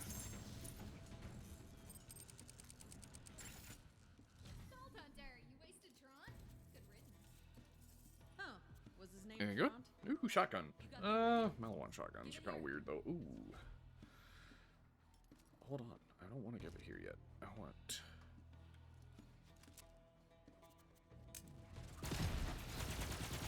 Ooh. Perhaps non-violence isn't the proper response to such aggression. Oh, it's Hyperion. Also radiation.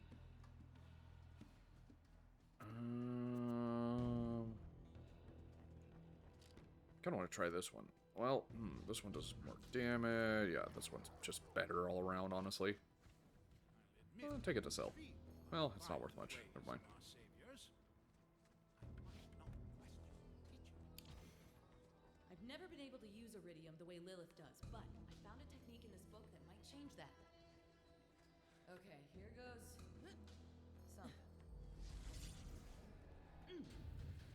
Mm. It's working. Cool.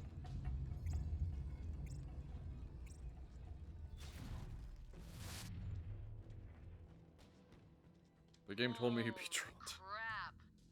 If you do arms race or Iridium Cartel, whoever's gonna join. I don't think I'll be doing those today.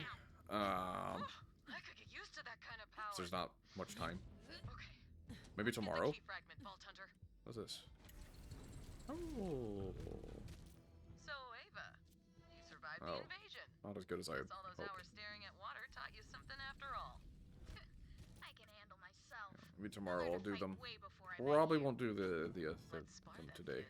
kid. Oh, you know I would. But if you do see me joining, if you do see me doing them, sure, feel free. There's no place in Go the pack a galaxy bag. with more You get your sirens than wish. Athena's. We're leaving with the Must be Vault something Hunter. in the water. The sirens were drawn to the Wait, for real? Oh, shut up, Ava! I'm trying to listen to Yeah, this. cool. God damn it! Shut up! Vault Hunter. They talk too Check much. this out. That sentence had too many syllables. The Iridians Apologize. left messages like these all over the galaxy. Oh, I always figured there was a connection between sirens and vaults. hello. I can't read it, but it must mean something. You coming? Let's try getting coordinates on this map. Typhon's jet drop has been found. Where is it? Ah.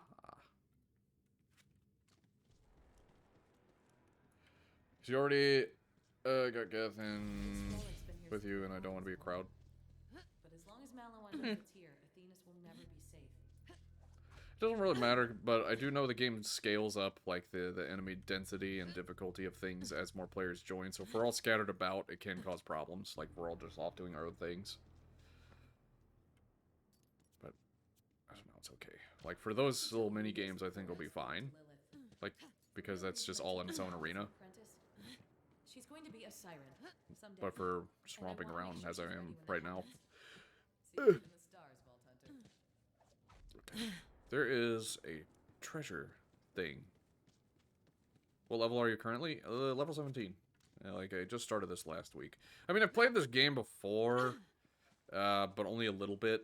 Not much. Storms have brought you to me. I'll admit I'm intrigued by the violent ways of our savior. The problem is, the last time I streamed it or tried to play it, my hardware was pretty bad. This does not play well on a 1060.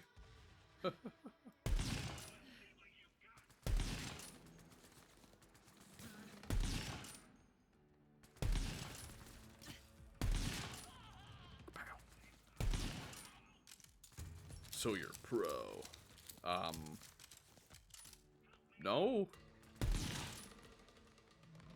Does this do AoE crit damage? Oh wait, that was the ricochet. Never mind. I was still got gunfire reborn on the brain. The sniper tiger's AoE crits, which is as disgusting as it sounds. I'm gonna take that as a yes. I'm going to deny that yes. And claim that the records show. Scrub.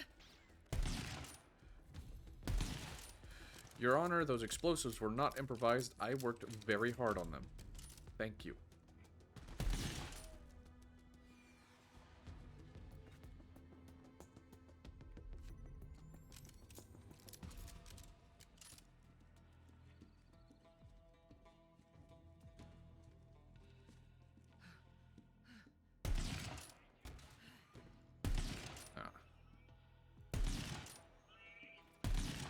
Oh, hello. Stop spawning those stupid drones.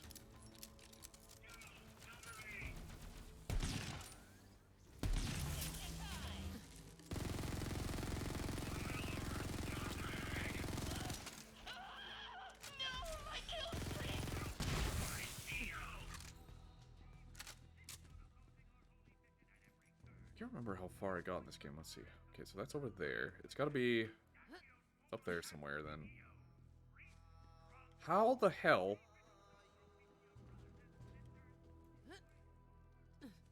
Wait a minute. Wait a minute. Okay, no, it's not up there. It's over here. It's over here.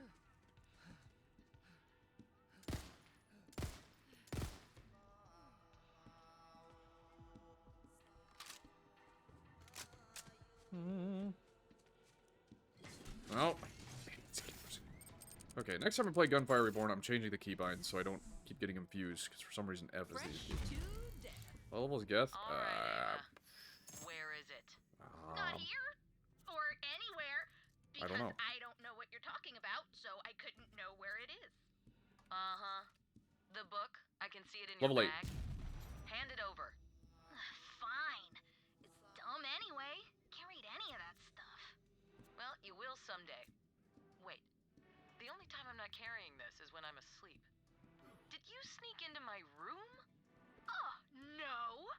I found it in Kind of wish this were bird's better. nest. Hey, who's Nereid? I have no idea. Where'd you hear that? You were saying it in your sleep. Which you heard from the bird's nest. Crap. Detonates up to 3 times. It also says my current grenade does damage, but it doesn't do damage. It's a healing grenade. Okay. Return to Sanctuary. There's a quest here, though, we could do. Do the...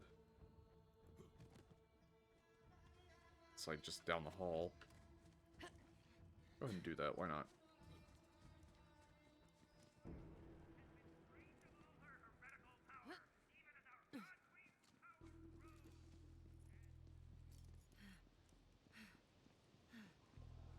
The environment looks pretty cool, at least.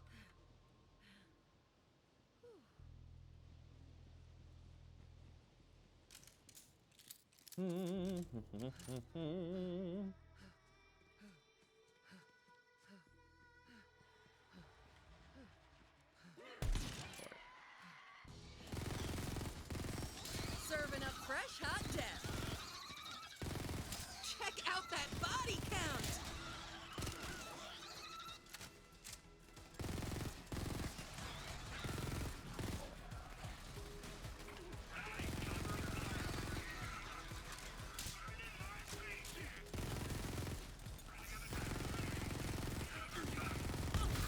Let's do this thing.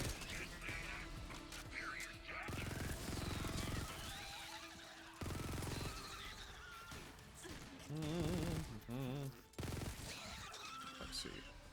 It's like around here to the left. Surprised it's not on the minimap yet. There it is. Alright, what's this person want? Easy. There's an infestation in the monk's most holy sacred site, the holy distillery. You must come quickly. The holy distillery is infested with rats. This way. This way. The 6 storms, my prayers are answered. I am Brother Mendel of the impending storm, sworn to an oath of non-violence. Grenade. So I must Most beg damages your an enemy. assistance with these ferocious rats. You must eradicate them for me. There we are. Now, Ooh. inside quickly before the rats sounds good. completely infest this holy place. Maybe I should max that out, and then we'll start going into there. I do want this. Okay, enter cellar.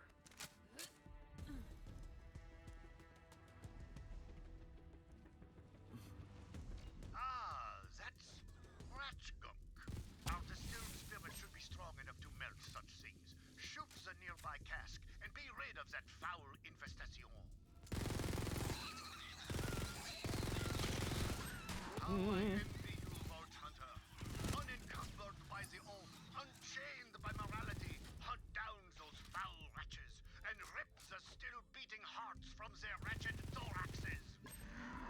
Kill Wretch. Disembowel them, my divine murderer. Splay their guts on the Do I have to, like, cut them? intestinal confetti. Oh, that didn't work. Yeah, I don't, yeah. Oh well. Oh well. Doesn't matter. I like your enthusiasm.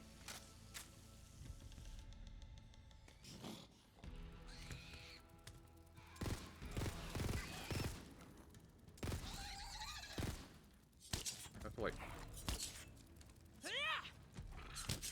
see if I... And boom goes the dynamite. No. Okay, yeah, I don't know what it means by...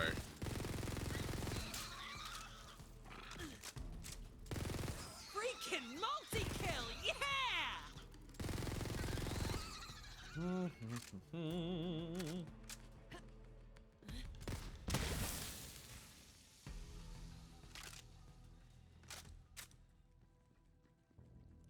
Let's try the other one. Let's try the radiation one. A righteous slaughter. Now you must find the final rat hive and put an end to this infestation. Go, my blood-drenched champion, go! The massacre beckons. Oh, most glorious! Send that beast screaming into the void. Split its skull and drench this holy place in monstrous blood. Where? The suffering is intoxicating. Chill out, my dude. Well, that was easy. Sort of got caught up in the moment. Thanks the 6 storms you came along when you did. When the Malawan scourge is driven away, we will toast your divine. Yeah, dude, you're out of 10. Let's bring it down to a 3. Grab that clapper and ring the bell of inebriation to summon me when you are ready. A reward is in order.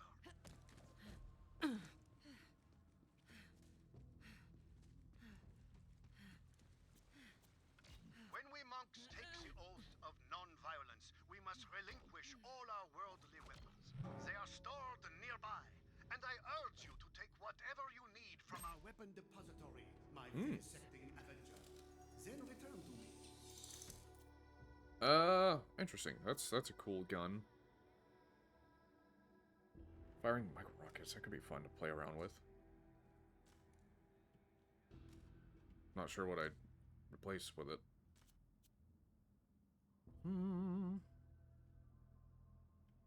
I don't know. Oh, whatever. I admit I am conflicted by my part in your unhinged pursuit of violence. Yet perhaps such transgressions are themselves the will of the storms. You have given me much to ponder, Vault Hunter, and much to drink. Salut. Truly, this is the happiest of hours. Hey! Ooh, epic shield. Finally.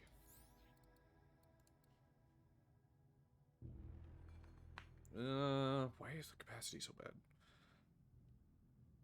Well, it does have a chance to absorb. It's not much, though. Oh. Honestly, I think I prefer that.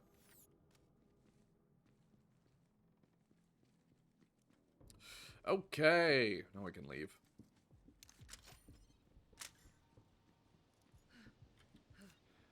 Need to find... Do I have to find a fast travel station? No.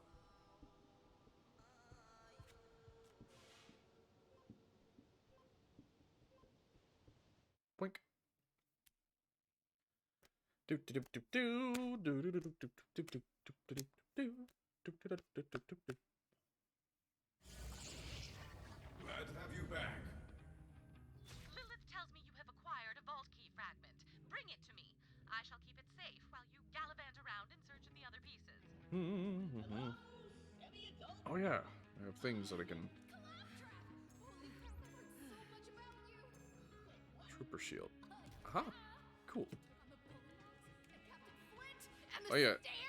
Maya tell me about it all the time. So you want to hear stories about how cool I am? Yeah. So I have this thing to give to Earl. Let's see what it does. Turn in ludograms. Favorite customer. Said no one. Yay. Unlucky. Yeah. What have I said about my video game luck?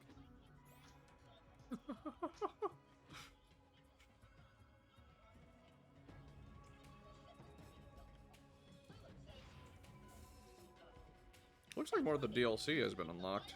Or playing around with. Let me sell some things. Firearms in every flavor at Marcus Munitions. Real life legends. How's this? Interesting. Sure. Lining your pockets. Kind of want to keep this because this will actually, I'll actually be able to use that.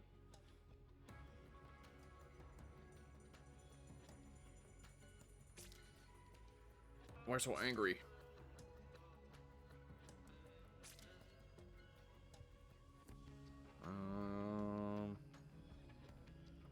Sure.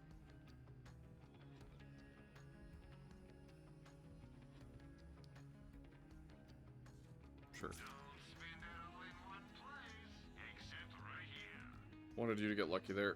It don't happen. Echo 2. Do not throw Echo 2. Do not hold Echo 2 to close face. Do not look directly at Echo 2. Barrack Gambling Rocketeer. Ooh.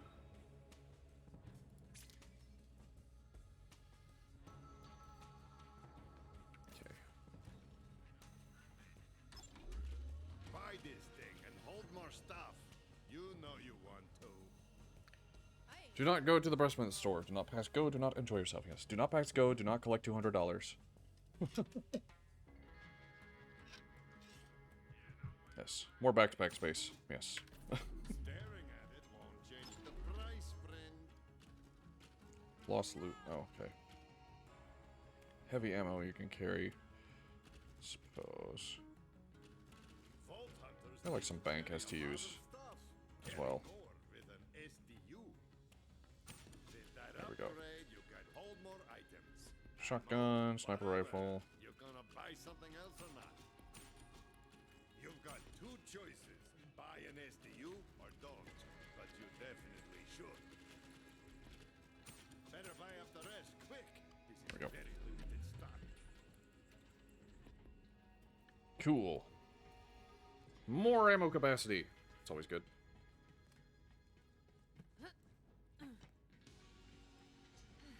What is this? A vault hunter. Handsome jackpot. Okay, so that's how you'd start that. Just learning where all the posters are. Gambling.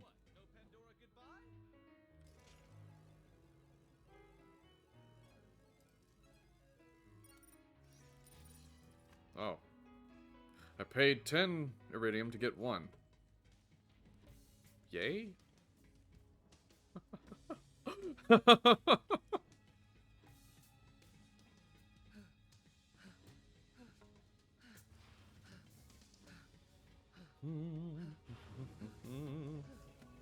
Here you go. A new vault key fragment. Just holding this makes my skin tingle. What is this? That and I Psychoscape. Oh, okay, so that's the psycho. Okay. In case you were wondering, this isn't a complete vault key. Why the Iridian split the keys? Maybe we'll start this tomorrow, actually. The vault key on Pandora required 3 pieces. Yeah, maybe we'll try this tomorrow. You should return to Lilith.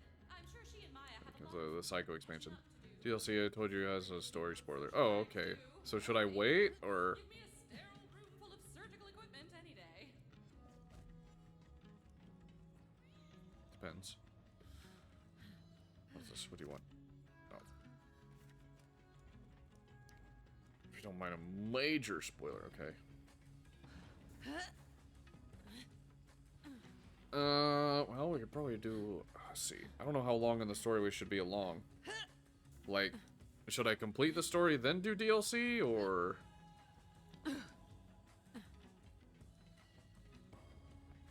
Handsome jackpot, okay. Well, maybe we'll try that one then. Want a back seat? Okay.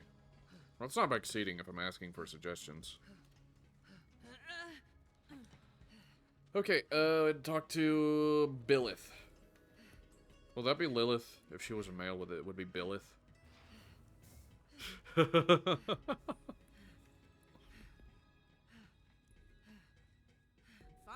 someone who looks Kill Billith.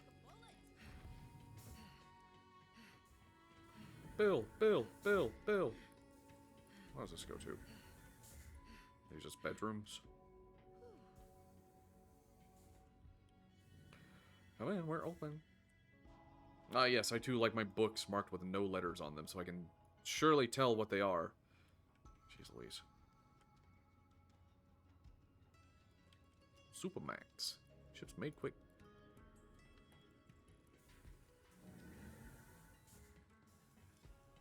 What do you mean, a siren apprentice?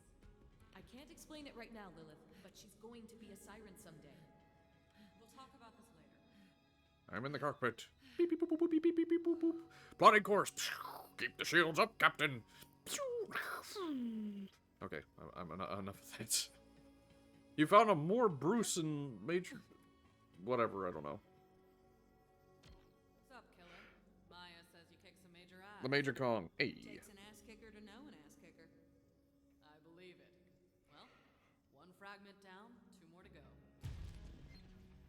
Okay, cool. So what is this all Certainly about? mail. Why What's is Malamon on Athenas? Our key fragment has been a secret for generations. How did they find out about it now? Oh, what does this do? Hi there. Calypso seemed to know more about the vault. On actions go in, the next 2 magazines will have 100% deposit. Ooh, About the vault. interesting. They told Malawon to invade Athenas. They say they're Interesting. after something called the Great Vault. Vault on Prometheus must be part of their plan. We have to get there first. We will, Firehawk. I'm not sure anyone calls me that anymore. Lilith, on time. So, more things. Wow, nice mustache. Thanks. Except, see, mustache. Listen, I'm gonna have to catch in on that Allies card. Katagawa's got an asteroid-mounted laser aimed at Atlas HQ, and he's threatening to slice me in half. I like how the unless I loading surrender. screen is I'm, backwards. freaking out here. Freaking out. Oh, and Zero reports the laser's being powered by a vault key fragment, so, All I needed to hear, we're on it. now we're talking. Yay, allies. Reese. Can I show you one thing before I leave the Zabib? Yes. Go down there and help Reese with his Sabib. laser issue, Vault Hunter. Can I join? Sure. Lilith says he's one of us, but can't trust a man with a mustache. NPCs shouldn't be able to block you from doorways. This is true. Being able to clip through NPCs is an underrated feature in video games.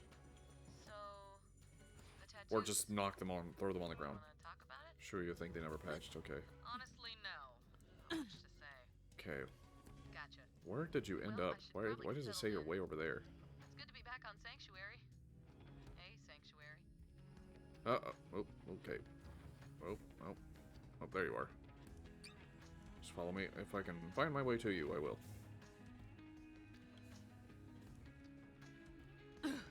There you are. Okay. Okay. Well, I can't run that fast, so...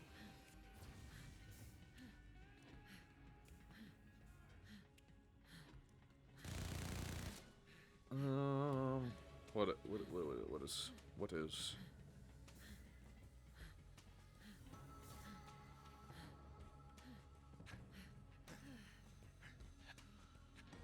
Oh, clipping outside. Nice. Classic! Let's see if I can try it.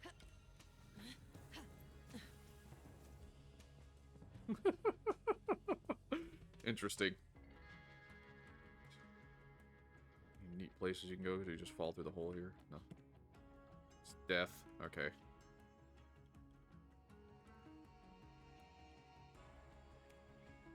Right. Not here.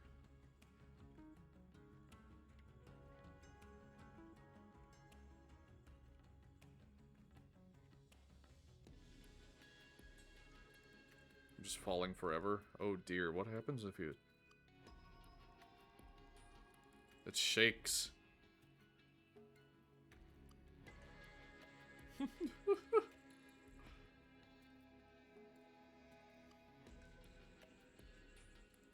Map warp back. Cool.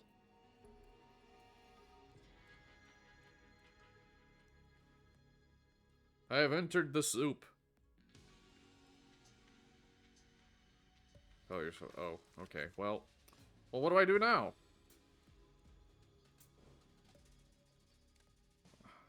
Is this save quit? Okay. Okay. Well, I kind of wish I knew that beforehand. Kind of wish I knew that beforehand.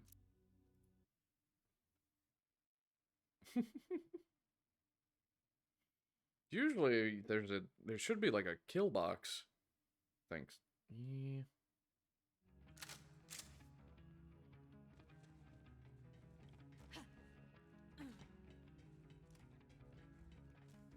There should be a... I don't know why they didn't put a kill box in, like, every space. Don't jump off you... Well, yeah, but... most games have it to where if you fall for long enough, you just die, because there's a kill box that'll just insta-kill the player after a certain point. Logical design! Don't know why Borderlands. Have fun, then. Have fun, then. Okay. Game didn't crash. Yeah.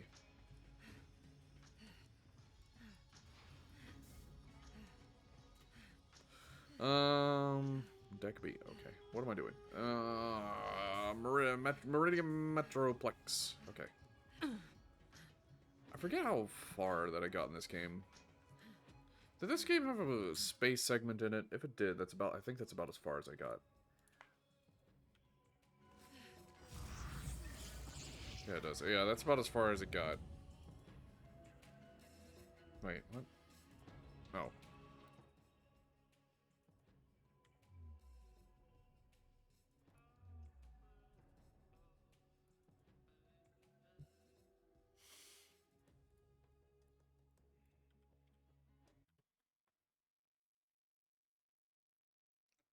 I got to a space segment. I remember doing... or trying this side quest for the NPC named Goner Malegis.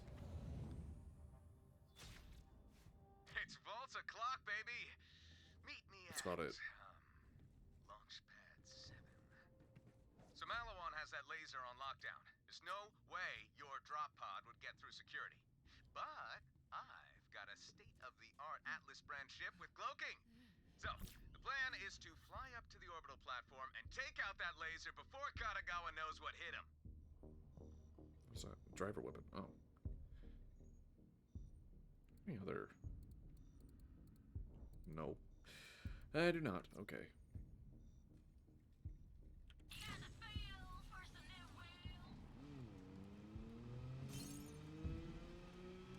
Hey, you got yourself a fragment!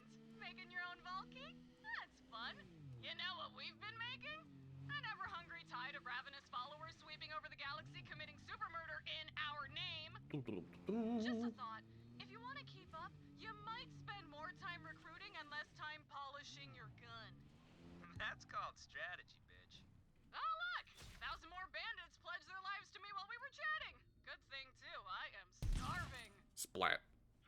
Well, these guys are only like level... Oh, like level... Oh, babies! Guess they couldn't hack it. Fresh targets over here.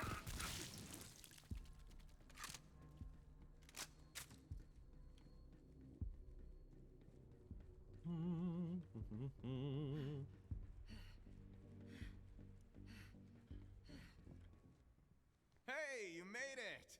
My ship's right there. State-of-the-art Atlas cloaking, baby. This way. No, no, no, no, no, no, no, no, no!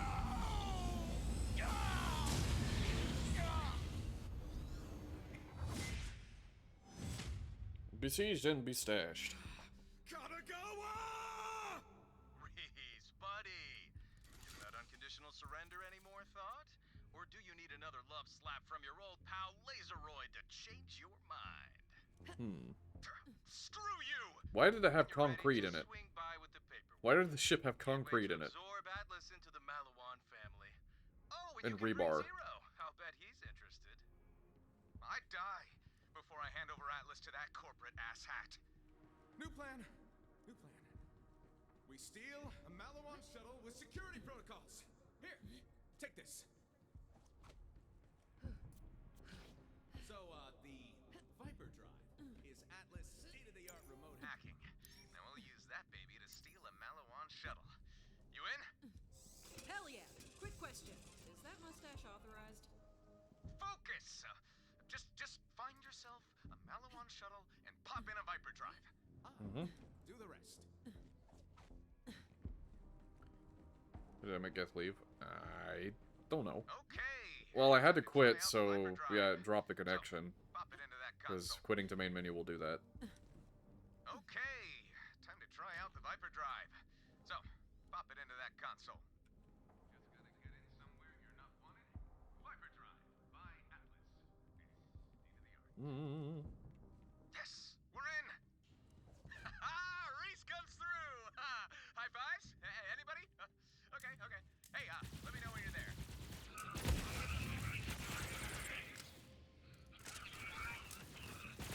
Get over here, dickweeds. Another one down.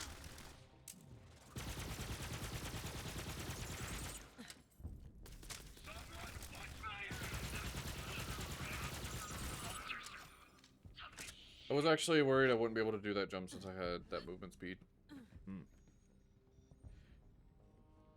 Okay. Ah, yes. This is about the area where I kind of stopped playing because of performance issues. It was looking really bad on stream last I played. The stream was like at like 10 to 20 FPS. It was pretty gnarly. Laser. Boots on the ground, Reese. Well, that actually worked. Boots on the moon. I mean, of course that worked. and no death spheres in sight. Death spheres? Never mind. According to Zero's intel, your vault key fragment is powering the laser. We just gotta find the control room. Head to the main gate. No death spheres. Meds. Meds, baby. Ooh. Meds. There's that movement speed while you're crouching. Projects your shield. Ooh. Right, give me that. Insurance when you got good gear.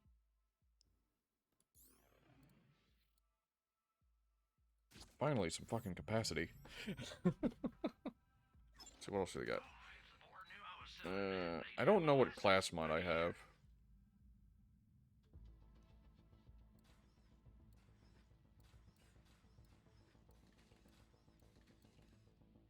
I don't know. This one. Oh, this one. Yeah.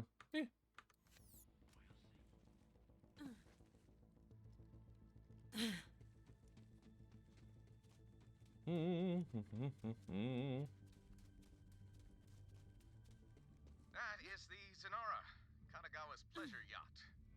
Rumor is he invited his siblings on board for a party, then murdered them. No need for That's how O2 he became kits? head of Okay, mergers and yes. acquisitions of Malawan. Oh, by the way, be careful with this low gravity. Might take some getting used to.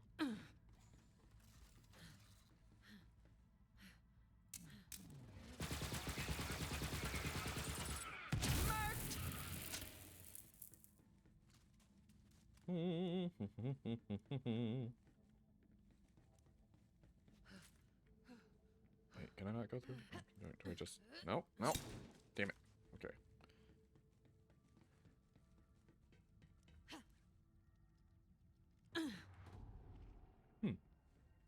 Might be another way to get in there.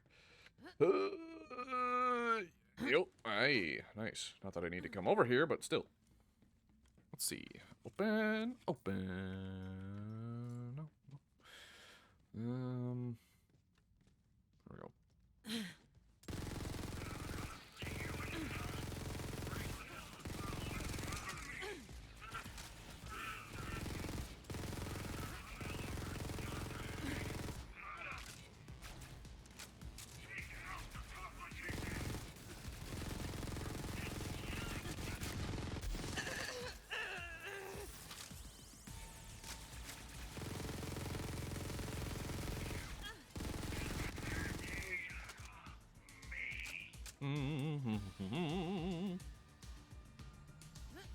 Gonna go burr, yes. I was even faster with this.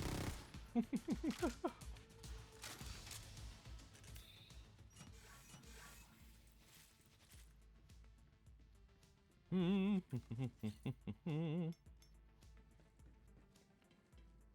you get Tizzy, that gun also go burr. Nice. There's a weapon in the Reborn mod of Borderlands 2. It's a new weapon. It's a modded in weapon. That it's a sniper rifle, right? But it acts like a machine gun that fires 3 bolts at once. So it's like a really, really fast-firing machine gun, Time for a but it's scrap. classified as a sniper rifle.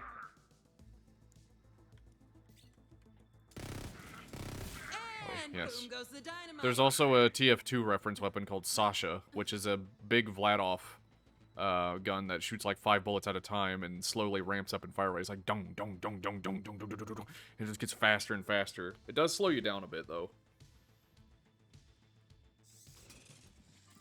Instead of just getting headshot, you get headlit. Yeah. It's from one of the Hammerlock Hunt things. Not Hammerlock Hunt. Yeah, it's from one of the small DLCs. All that fame went to my head. At first I was handing out free pickles to I think it's a orphans left Valentine's and Day right. themed But one. soon I was building myself houses and yachts out of Rakuian ham. Also, I lost a buttload of cash betting at the ranch track. Pretty soon I was broke. They repossessed my ham yacht. Meanwhile, Atlas was exploring the neighboring asteroids, hoping to strike it rich. That's why I took the Skywell gig. Boy, was that a mistake.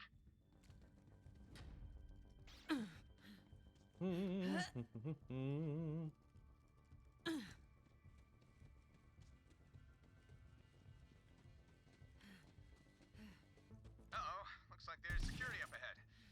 You take care of them. I will make sure they can't call for backup.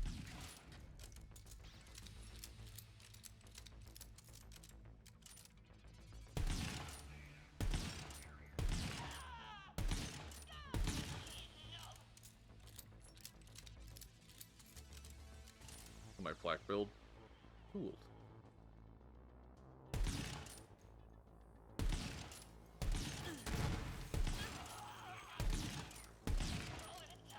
As long as my pet doesn't die, I literally can't die either. I can get downed easily. Okay. Pet will always pick me up. Neat. I've considered playing flak. Flak seems fun. Come on, get over here. Stop moving around so much. Thank you. Anyways. Welcome to the kill zone.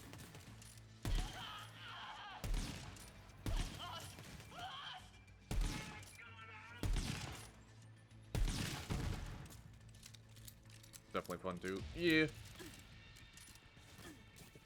What? Where are you?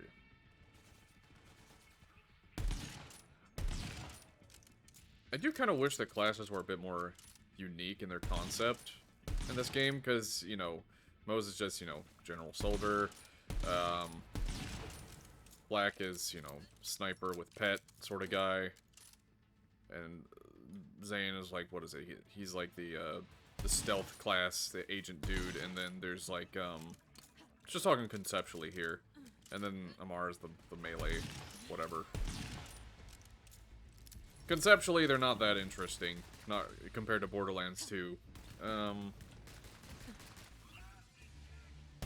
Like Borderlands 2 has a similar things conceptually, like they have the, you know, the soldier, the stealthy stuff, but then you also have other things added onto it, like the Necromancer is really neat concept. Too bad it does very poorly outside of Anarchy builds. Yeah, pretty sure had interesting class ideas. Some of them were kind of executed in a boring way, though. Like, Athena is a solid character, but she just isn't that interesting to play. She feels strong, it's just kind of... Nothing is like, wow, that was amazing.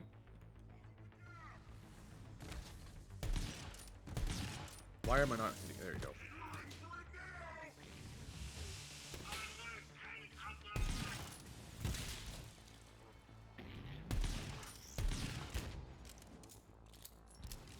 I love punching everything instead of shooting. Oh, that's brick? Yeah.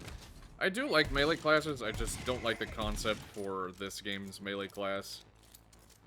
Like, if I'm doing punching, it better be with my own fists and not with magic fists. I want to be the propulsion behind it, you know.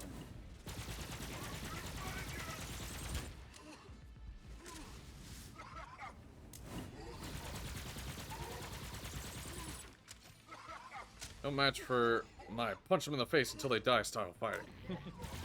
Yes. Nice murdering! I'll find you a way in. Pop a Viper drive into that console so I can hack security and fragment. Oh, I gotta go in here.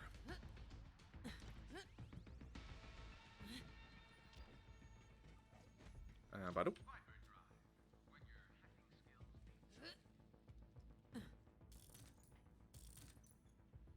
Okay, fragment's not far. I'm gonna open that gate. There's reinforcements on the other side, so find some cover and ambush them. Mm-hmm. Here they come. I am the cover. Enter the base Oh, what? and pop a Viper drive into the security console. Then I will hack in, locate the laser control room.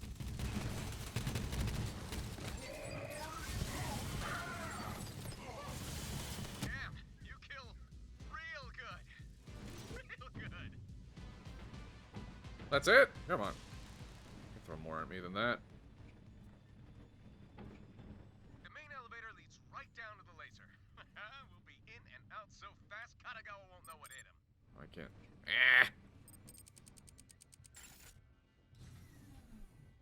Kind of like Krieg as a melee class, because smacking things with an axe. He feels very satisfying.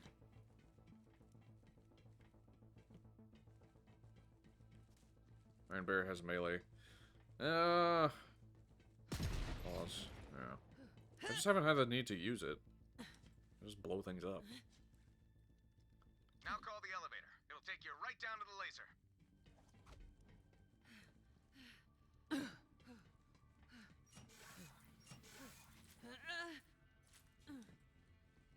What's all this?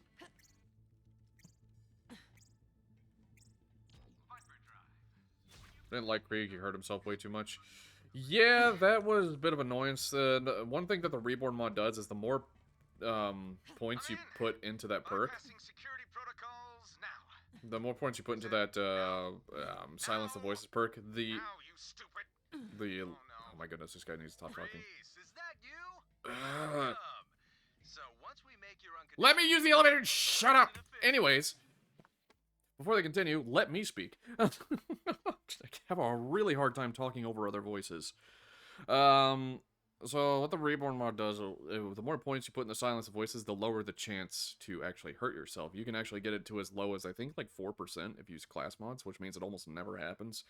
And it does, it still sucks, but it's like, it's kind of, yep, it's pretty nice. You and I are gonna partay on the Zanara. That's my pleasure yacht. Security. It also optimizes a lot of the class mods to make more sense with the way they're meant to be used, like the engineer mod for Axton no longer puts points into something that's totally useless for a turret build Axton.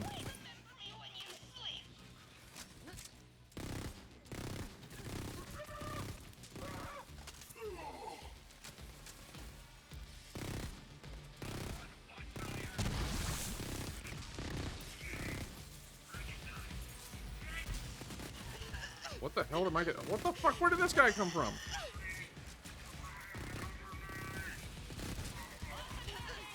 Okay, this is garbage.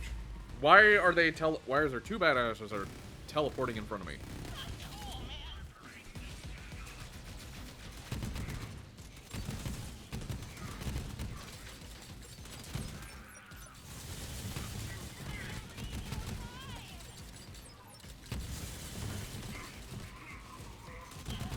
Can't stop the body drop. I'll try the melee. Get over here. Really? It's just a stomp. It's not great.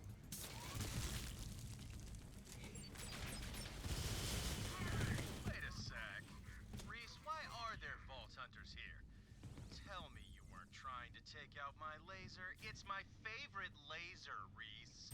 Oh, hey! Yeah, see the whole laser thing. Well, it's just making it hard for my employees to work down here. It's really starting to kill morale. The fuck? Who cares about them? I'm doing this for us, the people who matter, the executives. But you're ruining it, Reese. You're ruining it by trying Cryo to damage. Security. Kill the freaking Vault Hunter! Pull them off! I can fix this.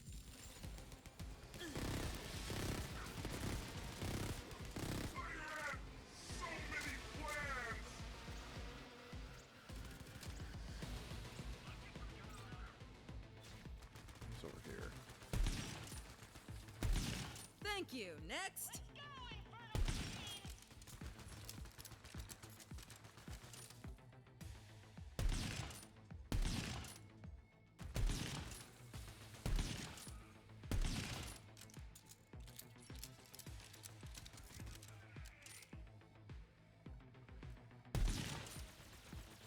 Of course, the drone.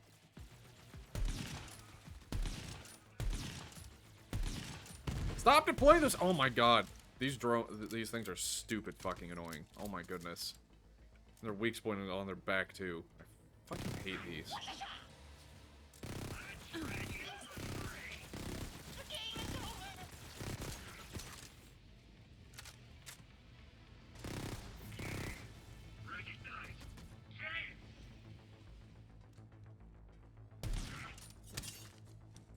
Damn it!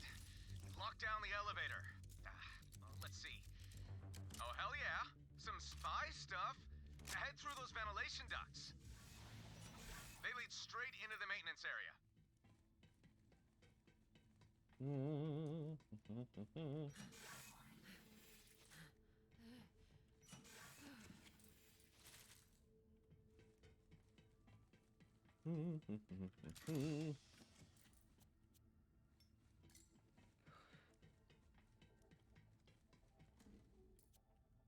Give me SMG ammo.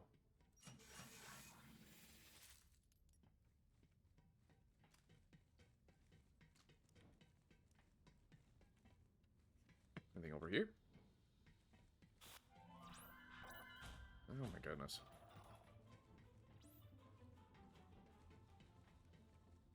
All right. Head through maintenance. I might have found a way into the laser control room. Oh, Reese. I know your stupid vault hunters are skulking about. Better sign those surrender papers, buddy. Otherwise... Target located. Laser fire in 3, 2, 1. No, that was my favorite bagel place! Katagawa, you monster! Wait, I saw something over there. What's Booyah! this? And that's only half power. If you don't Oh? surrender soon, Reese, I'm gonna slice you in half. Stupid Katagawa. I totally could have held him off. And then he allied with the stupid children of the vault. Those cultists have been working themselves What do the to death. overwhelmed astronauts say? I can't Sorry, compete just with need free space. labor. Yes.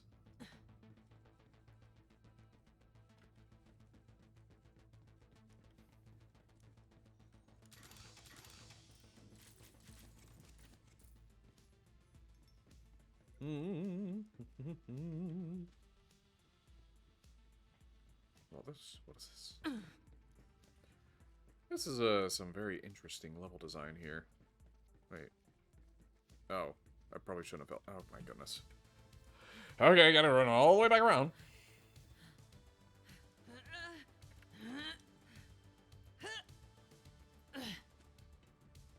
Astronaut's last word. Let's step out for a breath of fresh air. Yes. It was a very breathtaking experience.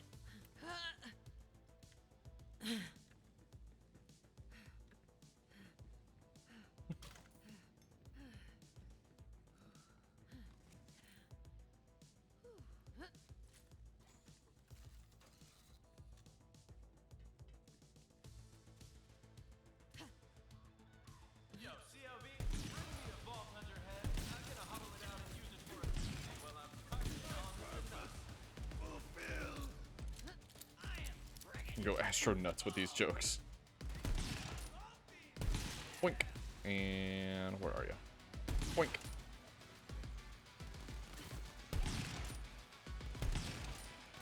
I hate how it doesn't do quite enough damage to one-shot them with a headshot.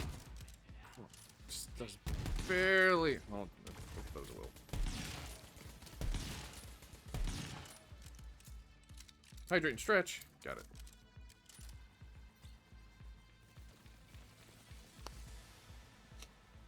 Oh, I'm getting shot at, but he's missing every literally every shot. Wow. What are you inept apes doing? Kill the vault hunter. Plot armor. Gotta offer something my family actually wants, Katagawa. Kill the vault thief and you'll earn a place right next to me when we open the Great Vault.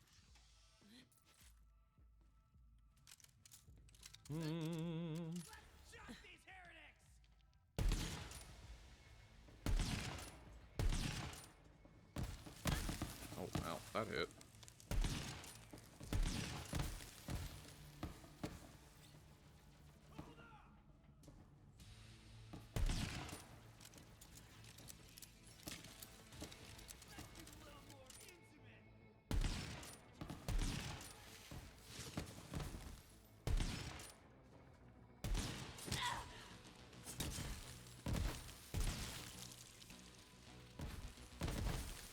Let's see.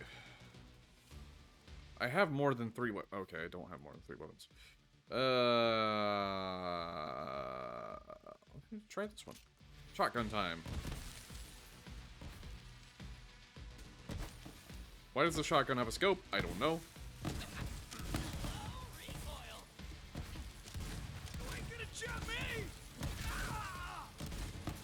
Oh yeah, I love how shotguns do that. Knock people back. Ow. Let me see your eyes!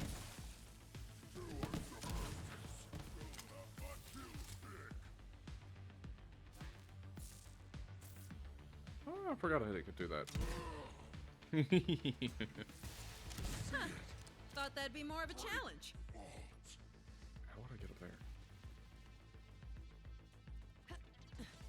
Alright. Leo. And we get some. It's good to have friends in high places. I'm not.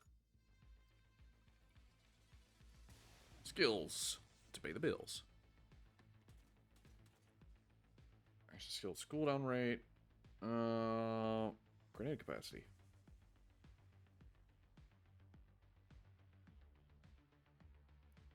Means that there's a chance to return a grenade. That's a very tiny chance. Most grenades have a chance to score a critical hit. Interesting. Close to nuke, yes.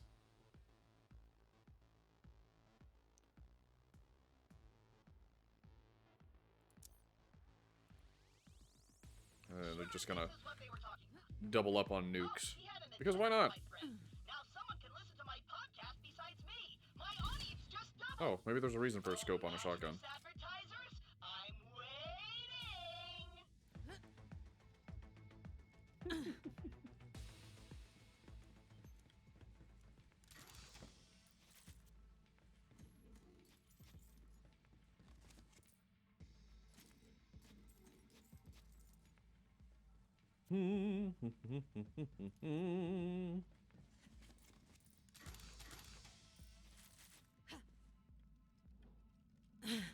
Maurice, buddy.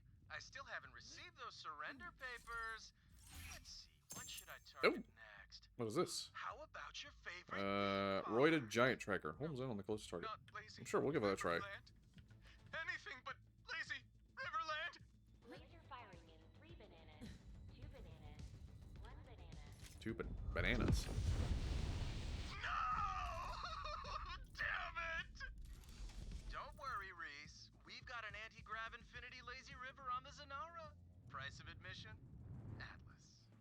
Ah! We've gotta find a way to disable that laser! Oh.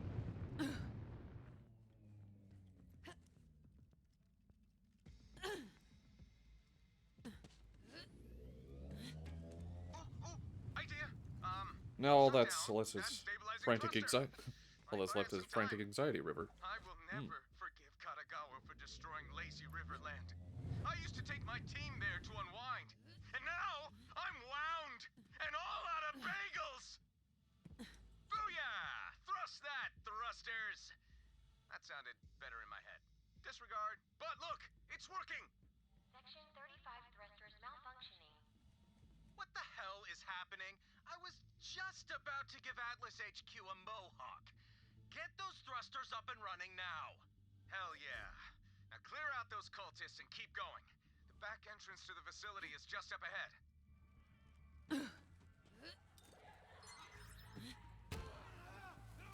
Come get some. The Great Vault was taken! Try to keep up.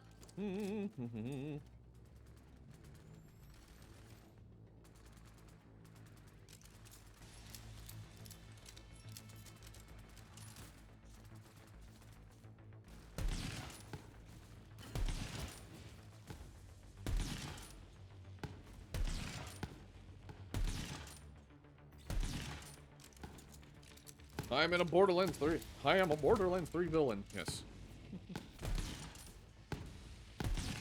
I am evil because I am evil. Just look at how evil I am, doing evil things. Why is it not? Where are my shots going? Okay.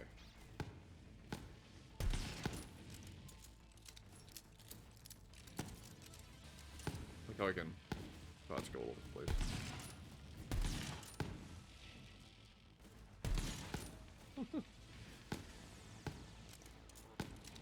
I am Borderlands 3 main villain. You can tell because my personality is I'm annoying. Not so fast, Vault Thief. Got some fam who'd love to eat ya. Oh crap, heads up! Get yours!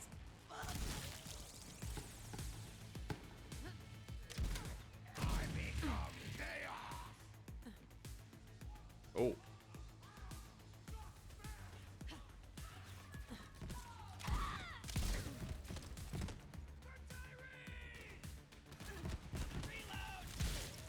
Yeah, they definitely improved the shotguns in this game compared to Borderlands 2. They definitely, a little knockback effect is nice. Like, I really like some shotguns in Borderlands 2. I really like the Torgue shotguns. Those things are amazing. Those are like always my go-to for playing as a blood explosion or something psycho. Let's do this thing. Vulcan Ravager. I don't know what that is. I don't know anything by name because, again, I've played more modded Borderlands 2 than I have unmodded. Because unmodded, I think I've gotten literally just one legendary unmodded. I have never found any others.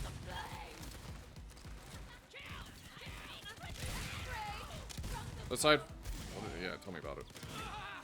Aside from the ones that you buy from vending machines from the Badass Crater or Badassitude. But those don't really count because you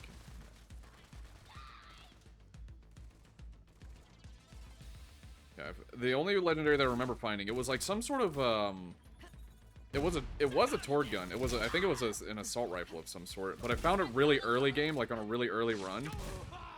So it was not useful for very long. Like I got like 3 levels out of it, and I was like, okay, now this isn't very good anymore. So I found it like level 8 on my first commando run. It's like, oh, that's cool. And then it became obsolete.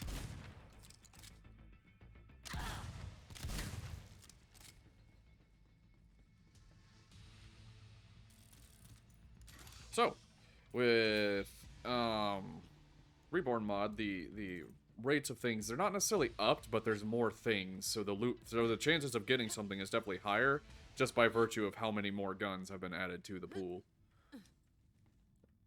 All of them are pretty neat. Some of them are kind of useless, but they're just goofy. Like, this is stupid, but it's funny.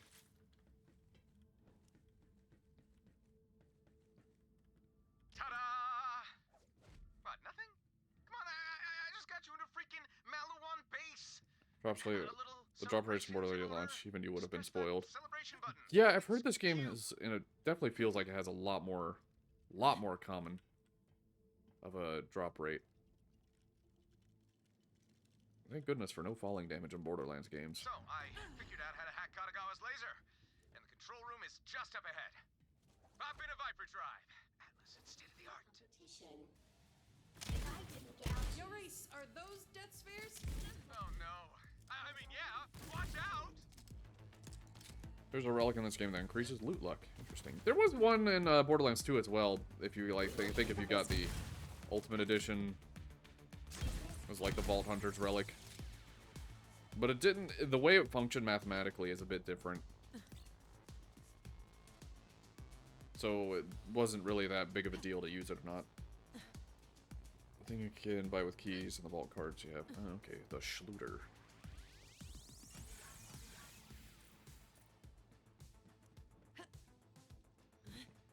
Hey, Vault Hunter. Viper Drive. State-of-the-art garbage. Now die, please! Damn it! If I were down there, I would totally hack that door. Like a cool guy. Wait. I got an idea. Where are my projectiles going? Remote control one of those sweet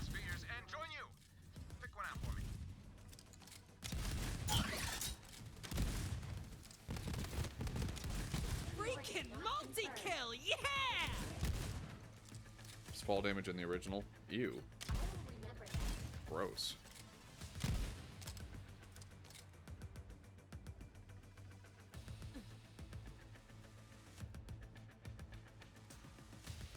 No, that one's full of ratch turds.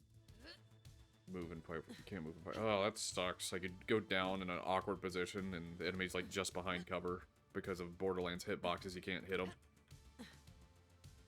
Too big. Not my style.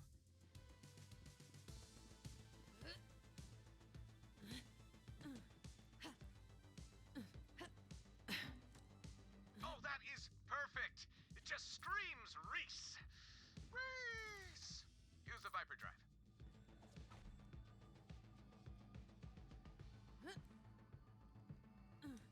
And what if I could? There we go. Finally. Get down as you jump for cover so you ruin your own chances. I'm in. Ooh, anti-grav propulsion. Cushy. Ooh, the voice sounds good too, right? Not, changed in any way? You sound like you. Thanks. Think I'm getting the hang of this. So for the record, this is not a probe. Do not call me Reese Probe or whatever. Call me Reese Sphere. Well, that's actually pretty tough to say. Reese Sphere. Oh, I just bit my tongue. Call me Reese Ball. Time to stop that laser and get your vault key fragment. For Atlas. Your one does have gun proficiency. The more you use certain types of gun, the better you get with them. That's pretty cool. Only problem is that, like, you know, because of the random nature of the game, you could get Does not sound right. This into using a gun and then, oh, suddenly the best gun that you get is not that type of gun. Well, get fucked. Now you have to train with that gun. I've got lubricants, music, protocols, and an ambient light show. So, Because I do remember that was one of the big points about Borderlands 2 was that anyone can use anything with basically the same effectiveness, not counting like Loyal Malawan traits and talents and personnel. whatnot. Anyone who brings me a dead Vault Hunter will receive a 2-hour pass to the Zanara. Currently in orbit and featuring a 25 Farm the Guardians. nacho fountain, round-the-clock skag oil massages, and privacy booths with our service bots. No questions asked. What? That's it? X flat up and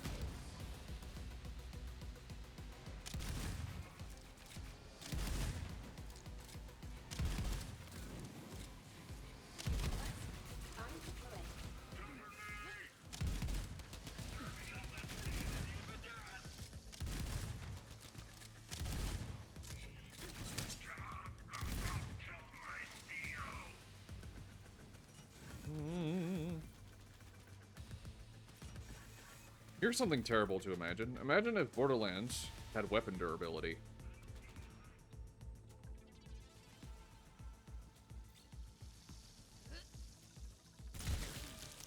No. Here we go.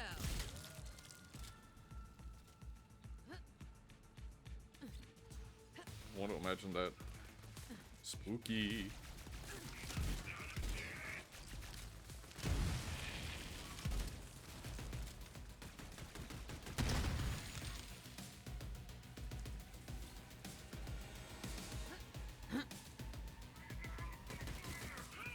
Ah, got the. You have to.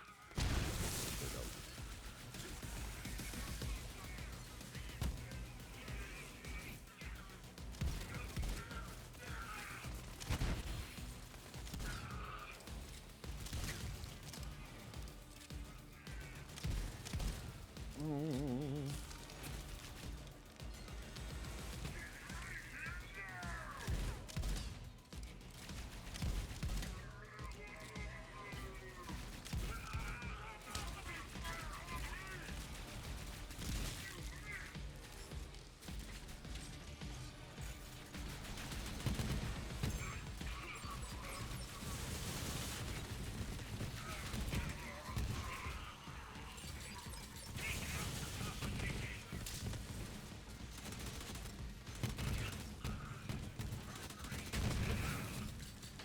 Hate being crowded so much. Yeah, being slowed down kind of sucks. Right? nice one. This way. Hold on. Did you hear that? Hear what? I didn't hear anything.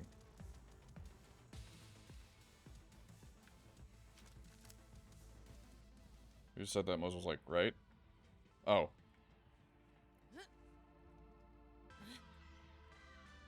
Someone used that claptrap to jumpstart a generator. What could he have that would produce that kind of power? A library of every dubstep song in the entire universe? But they told me there was only one! The Wop Wop one!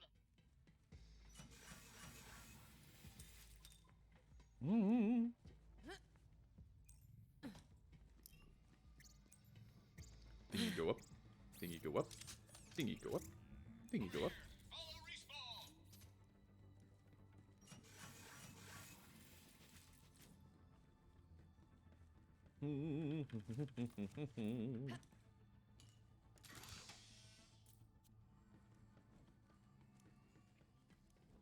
Oh, what's this?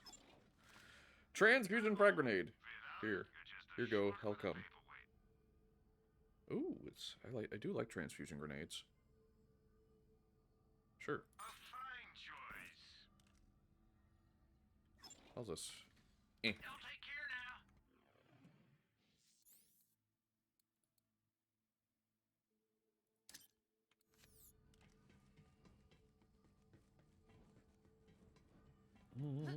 God damn it. Kagawa set up a firewall. We've got to destroy the servers. This way. I'll open the door. You needed a doctor when you got my vending machines and their scary needles. Yes. Actually, I'll stay here.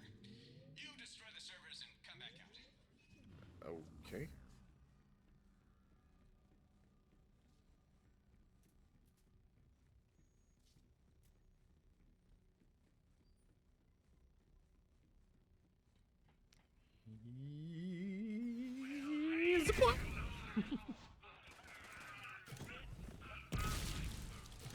Next! That's not corrosive.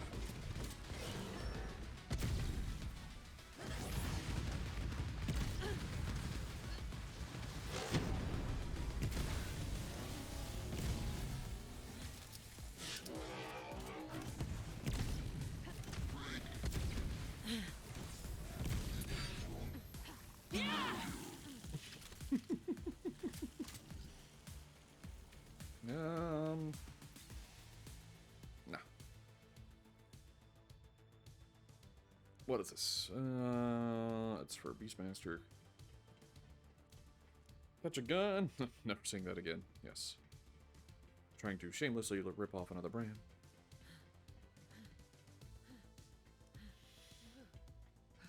Hope they get to a stopping point by the end of stream time. Let's see.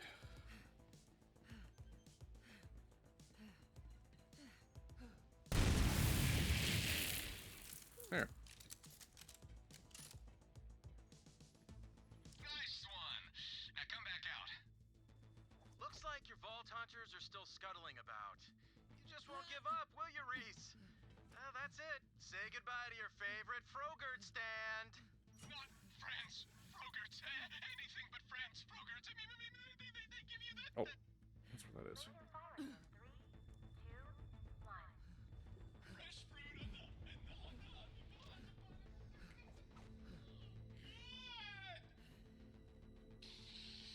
That's it.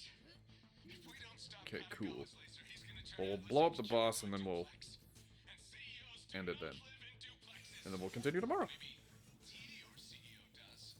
I mean, those guns are garbage with the trigger, right? Burn! I'm still sad about it. So here's the plan. We storm the control room, take the Vault key fragment, and shut down the laser. Cool? Cool. High fives. I can't do that. Mobbing first, then boss. Why didn't I pick a death sphere? This pleasure sphere. Why not just kill this thing? useless. Oh, tell you what. I'll play some music to get you in the killing mood. Please don't. Sick.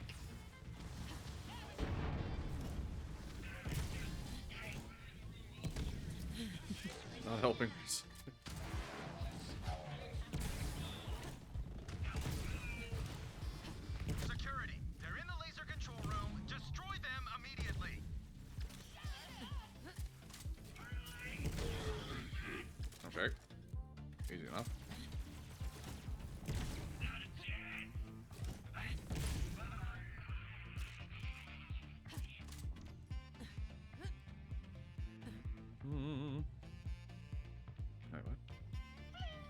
Oh, I have to kill everything. Tango spotted.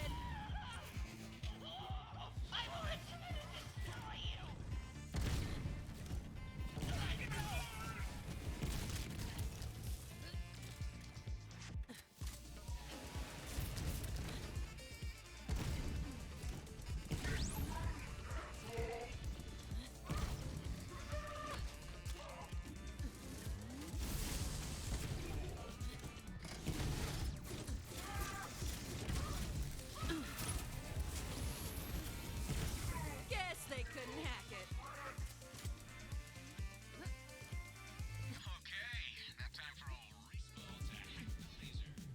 Before we shut it down, let's break a few of Katagawa's toys, huh? Starting with his stupid pleasure yacht, the Zanara. I've almost got a lock on the Zanara. Defend me while I finish the hack. More depending. Reese, listen. Real talk.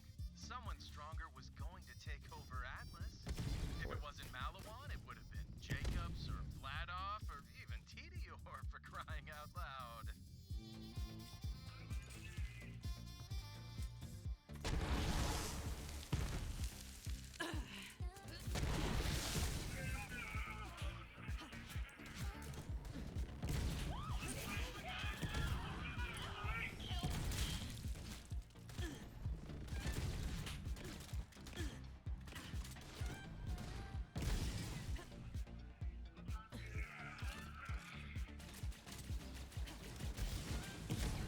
Uh-oh. That's not good. Damn elemental effects.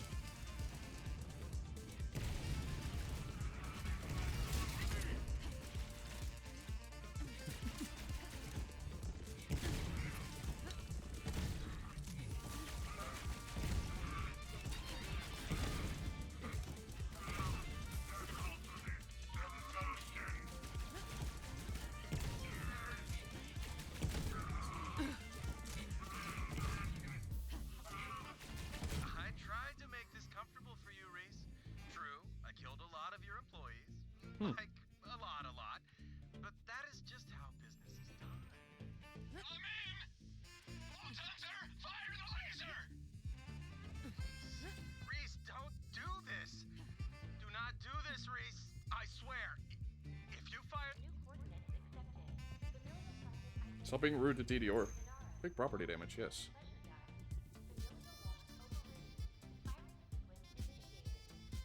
Override firing sequence immediately!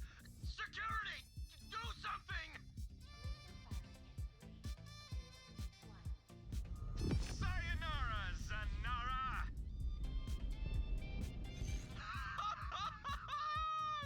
Shit! Oh, that was amazing! Eat my big bowl, Katagawa!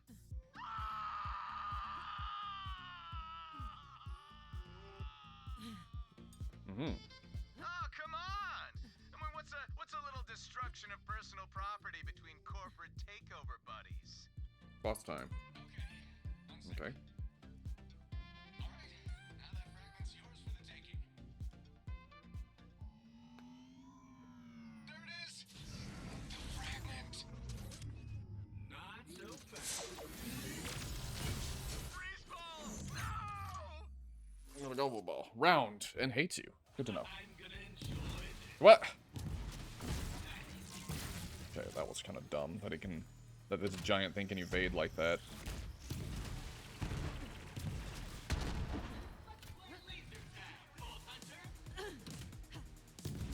my goodness.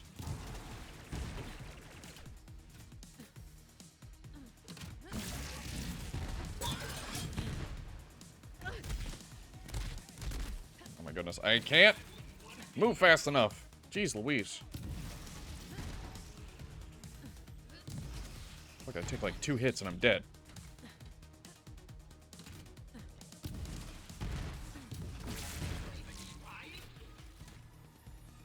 I don't know what he's doing. Oh, I'm out of ammo.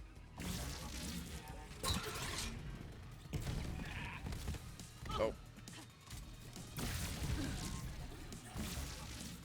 Me. Health. Nope. Okay, I guess not.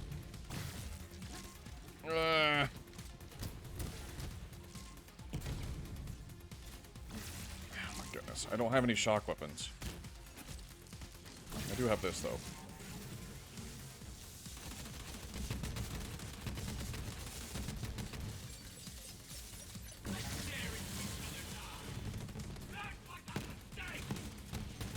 There we go. Yes, it's finally over. You did it!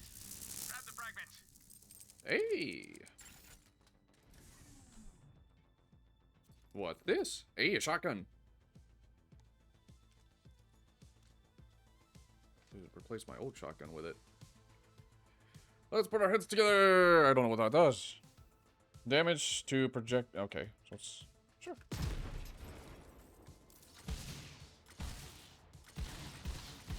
It has like a somewhat vertical firing pattern.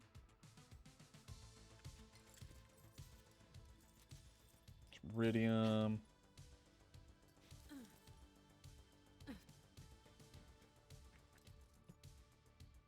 Nice save, Reese. Thanks, but let's just take a moment to remember the fallen. Rest in peace, Respawn. Rest in peace. You know, it's close to being called a rice ball. Key, bring it to me aboard Sanctuary. Okay. We'll return to Sanctuary, and that is where we're going to end it today. Good timing, too. Good timing, too.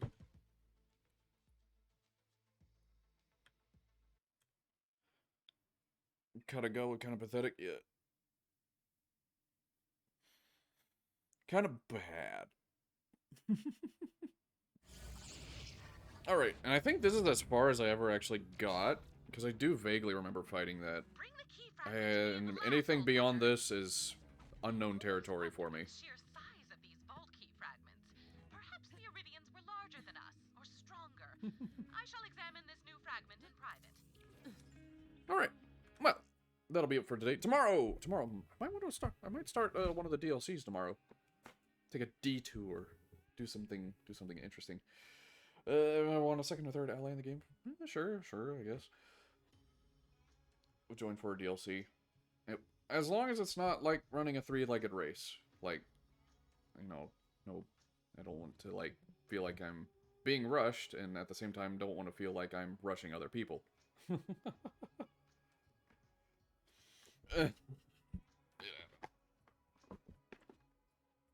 I just follow, do my own thing.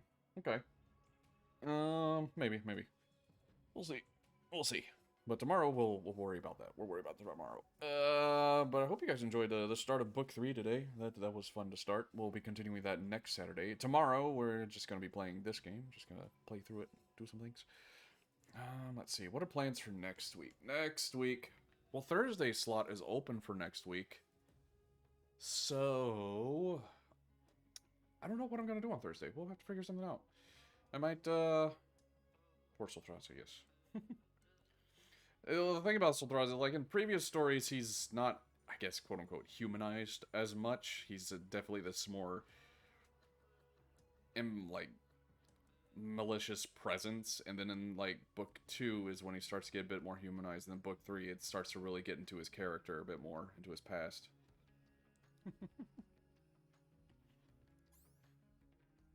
Because I was been shaping his arc over the course of 3 books. You done cock it. Yes. Oh, apparently the document is still open. Let's see here. Who am I going to raid out to? Let's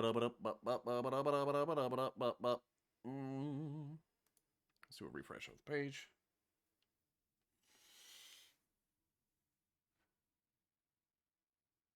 What is this? Bzzzt? What is bzzzt? It's literally what the thing is called. Interesting. Okay, I'm gonna raid you into someone playing bzzzt. I don't know what it looks like. Some sort of 2D platformer. Yes.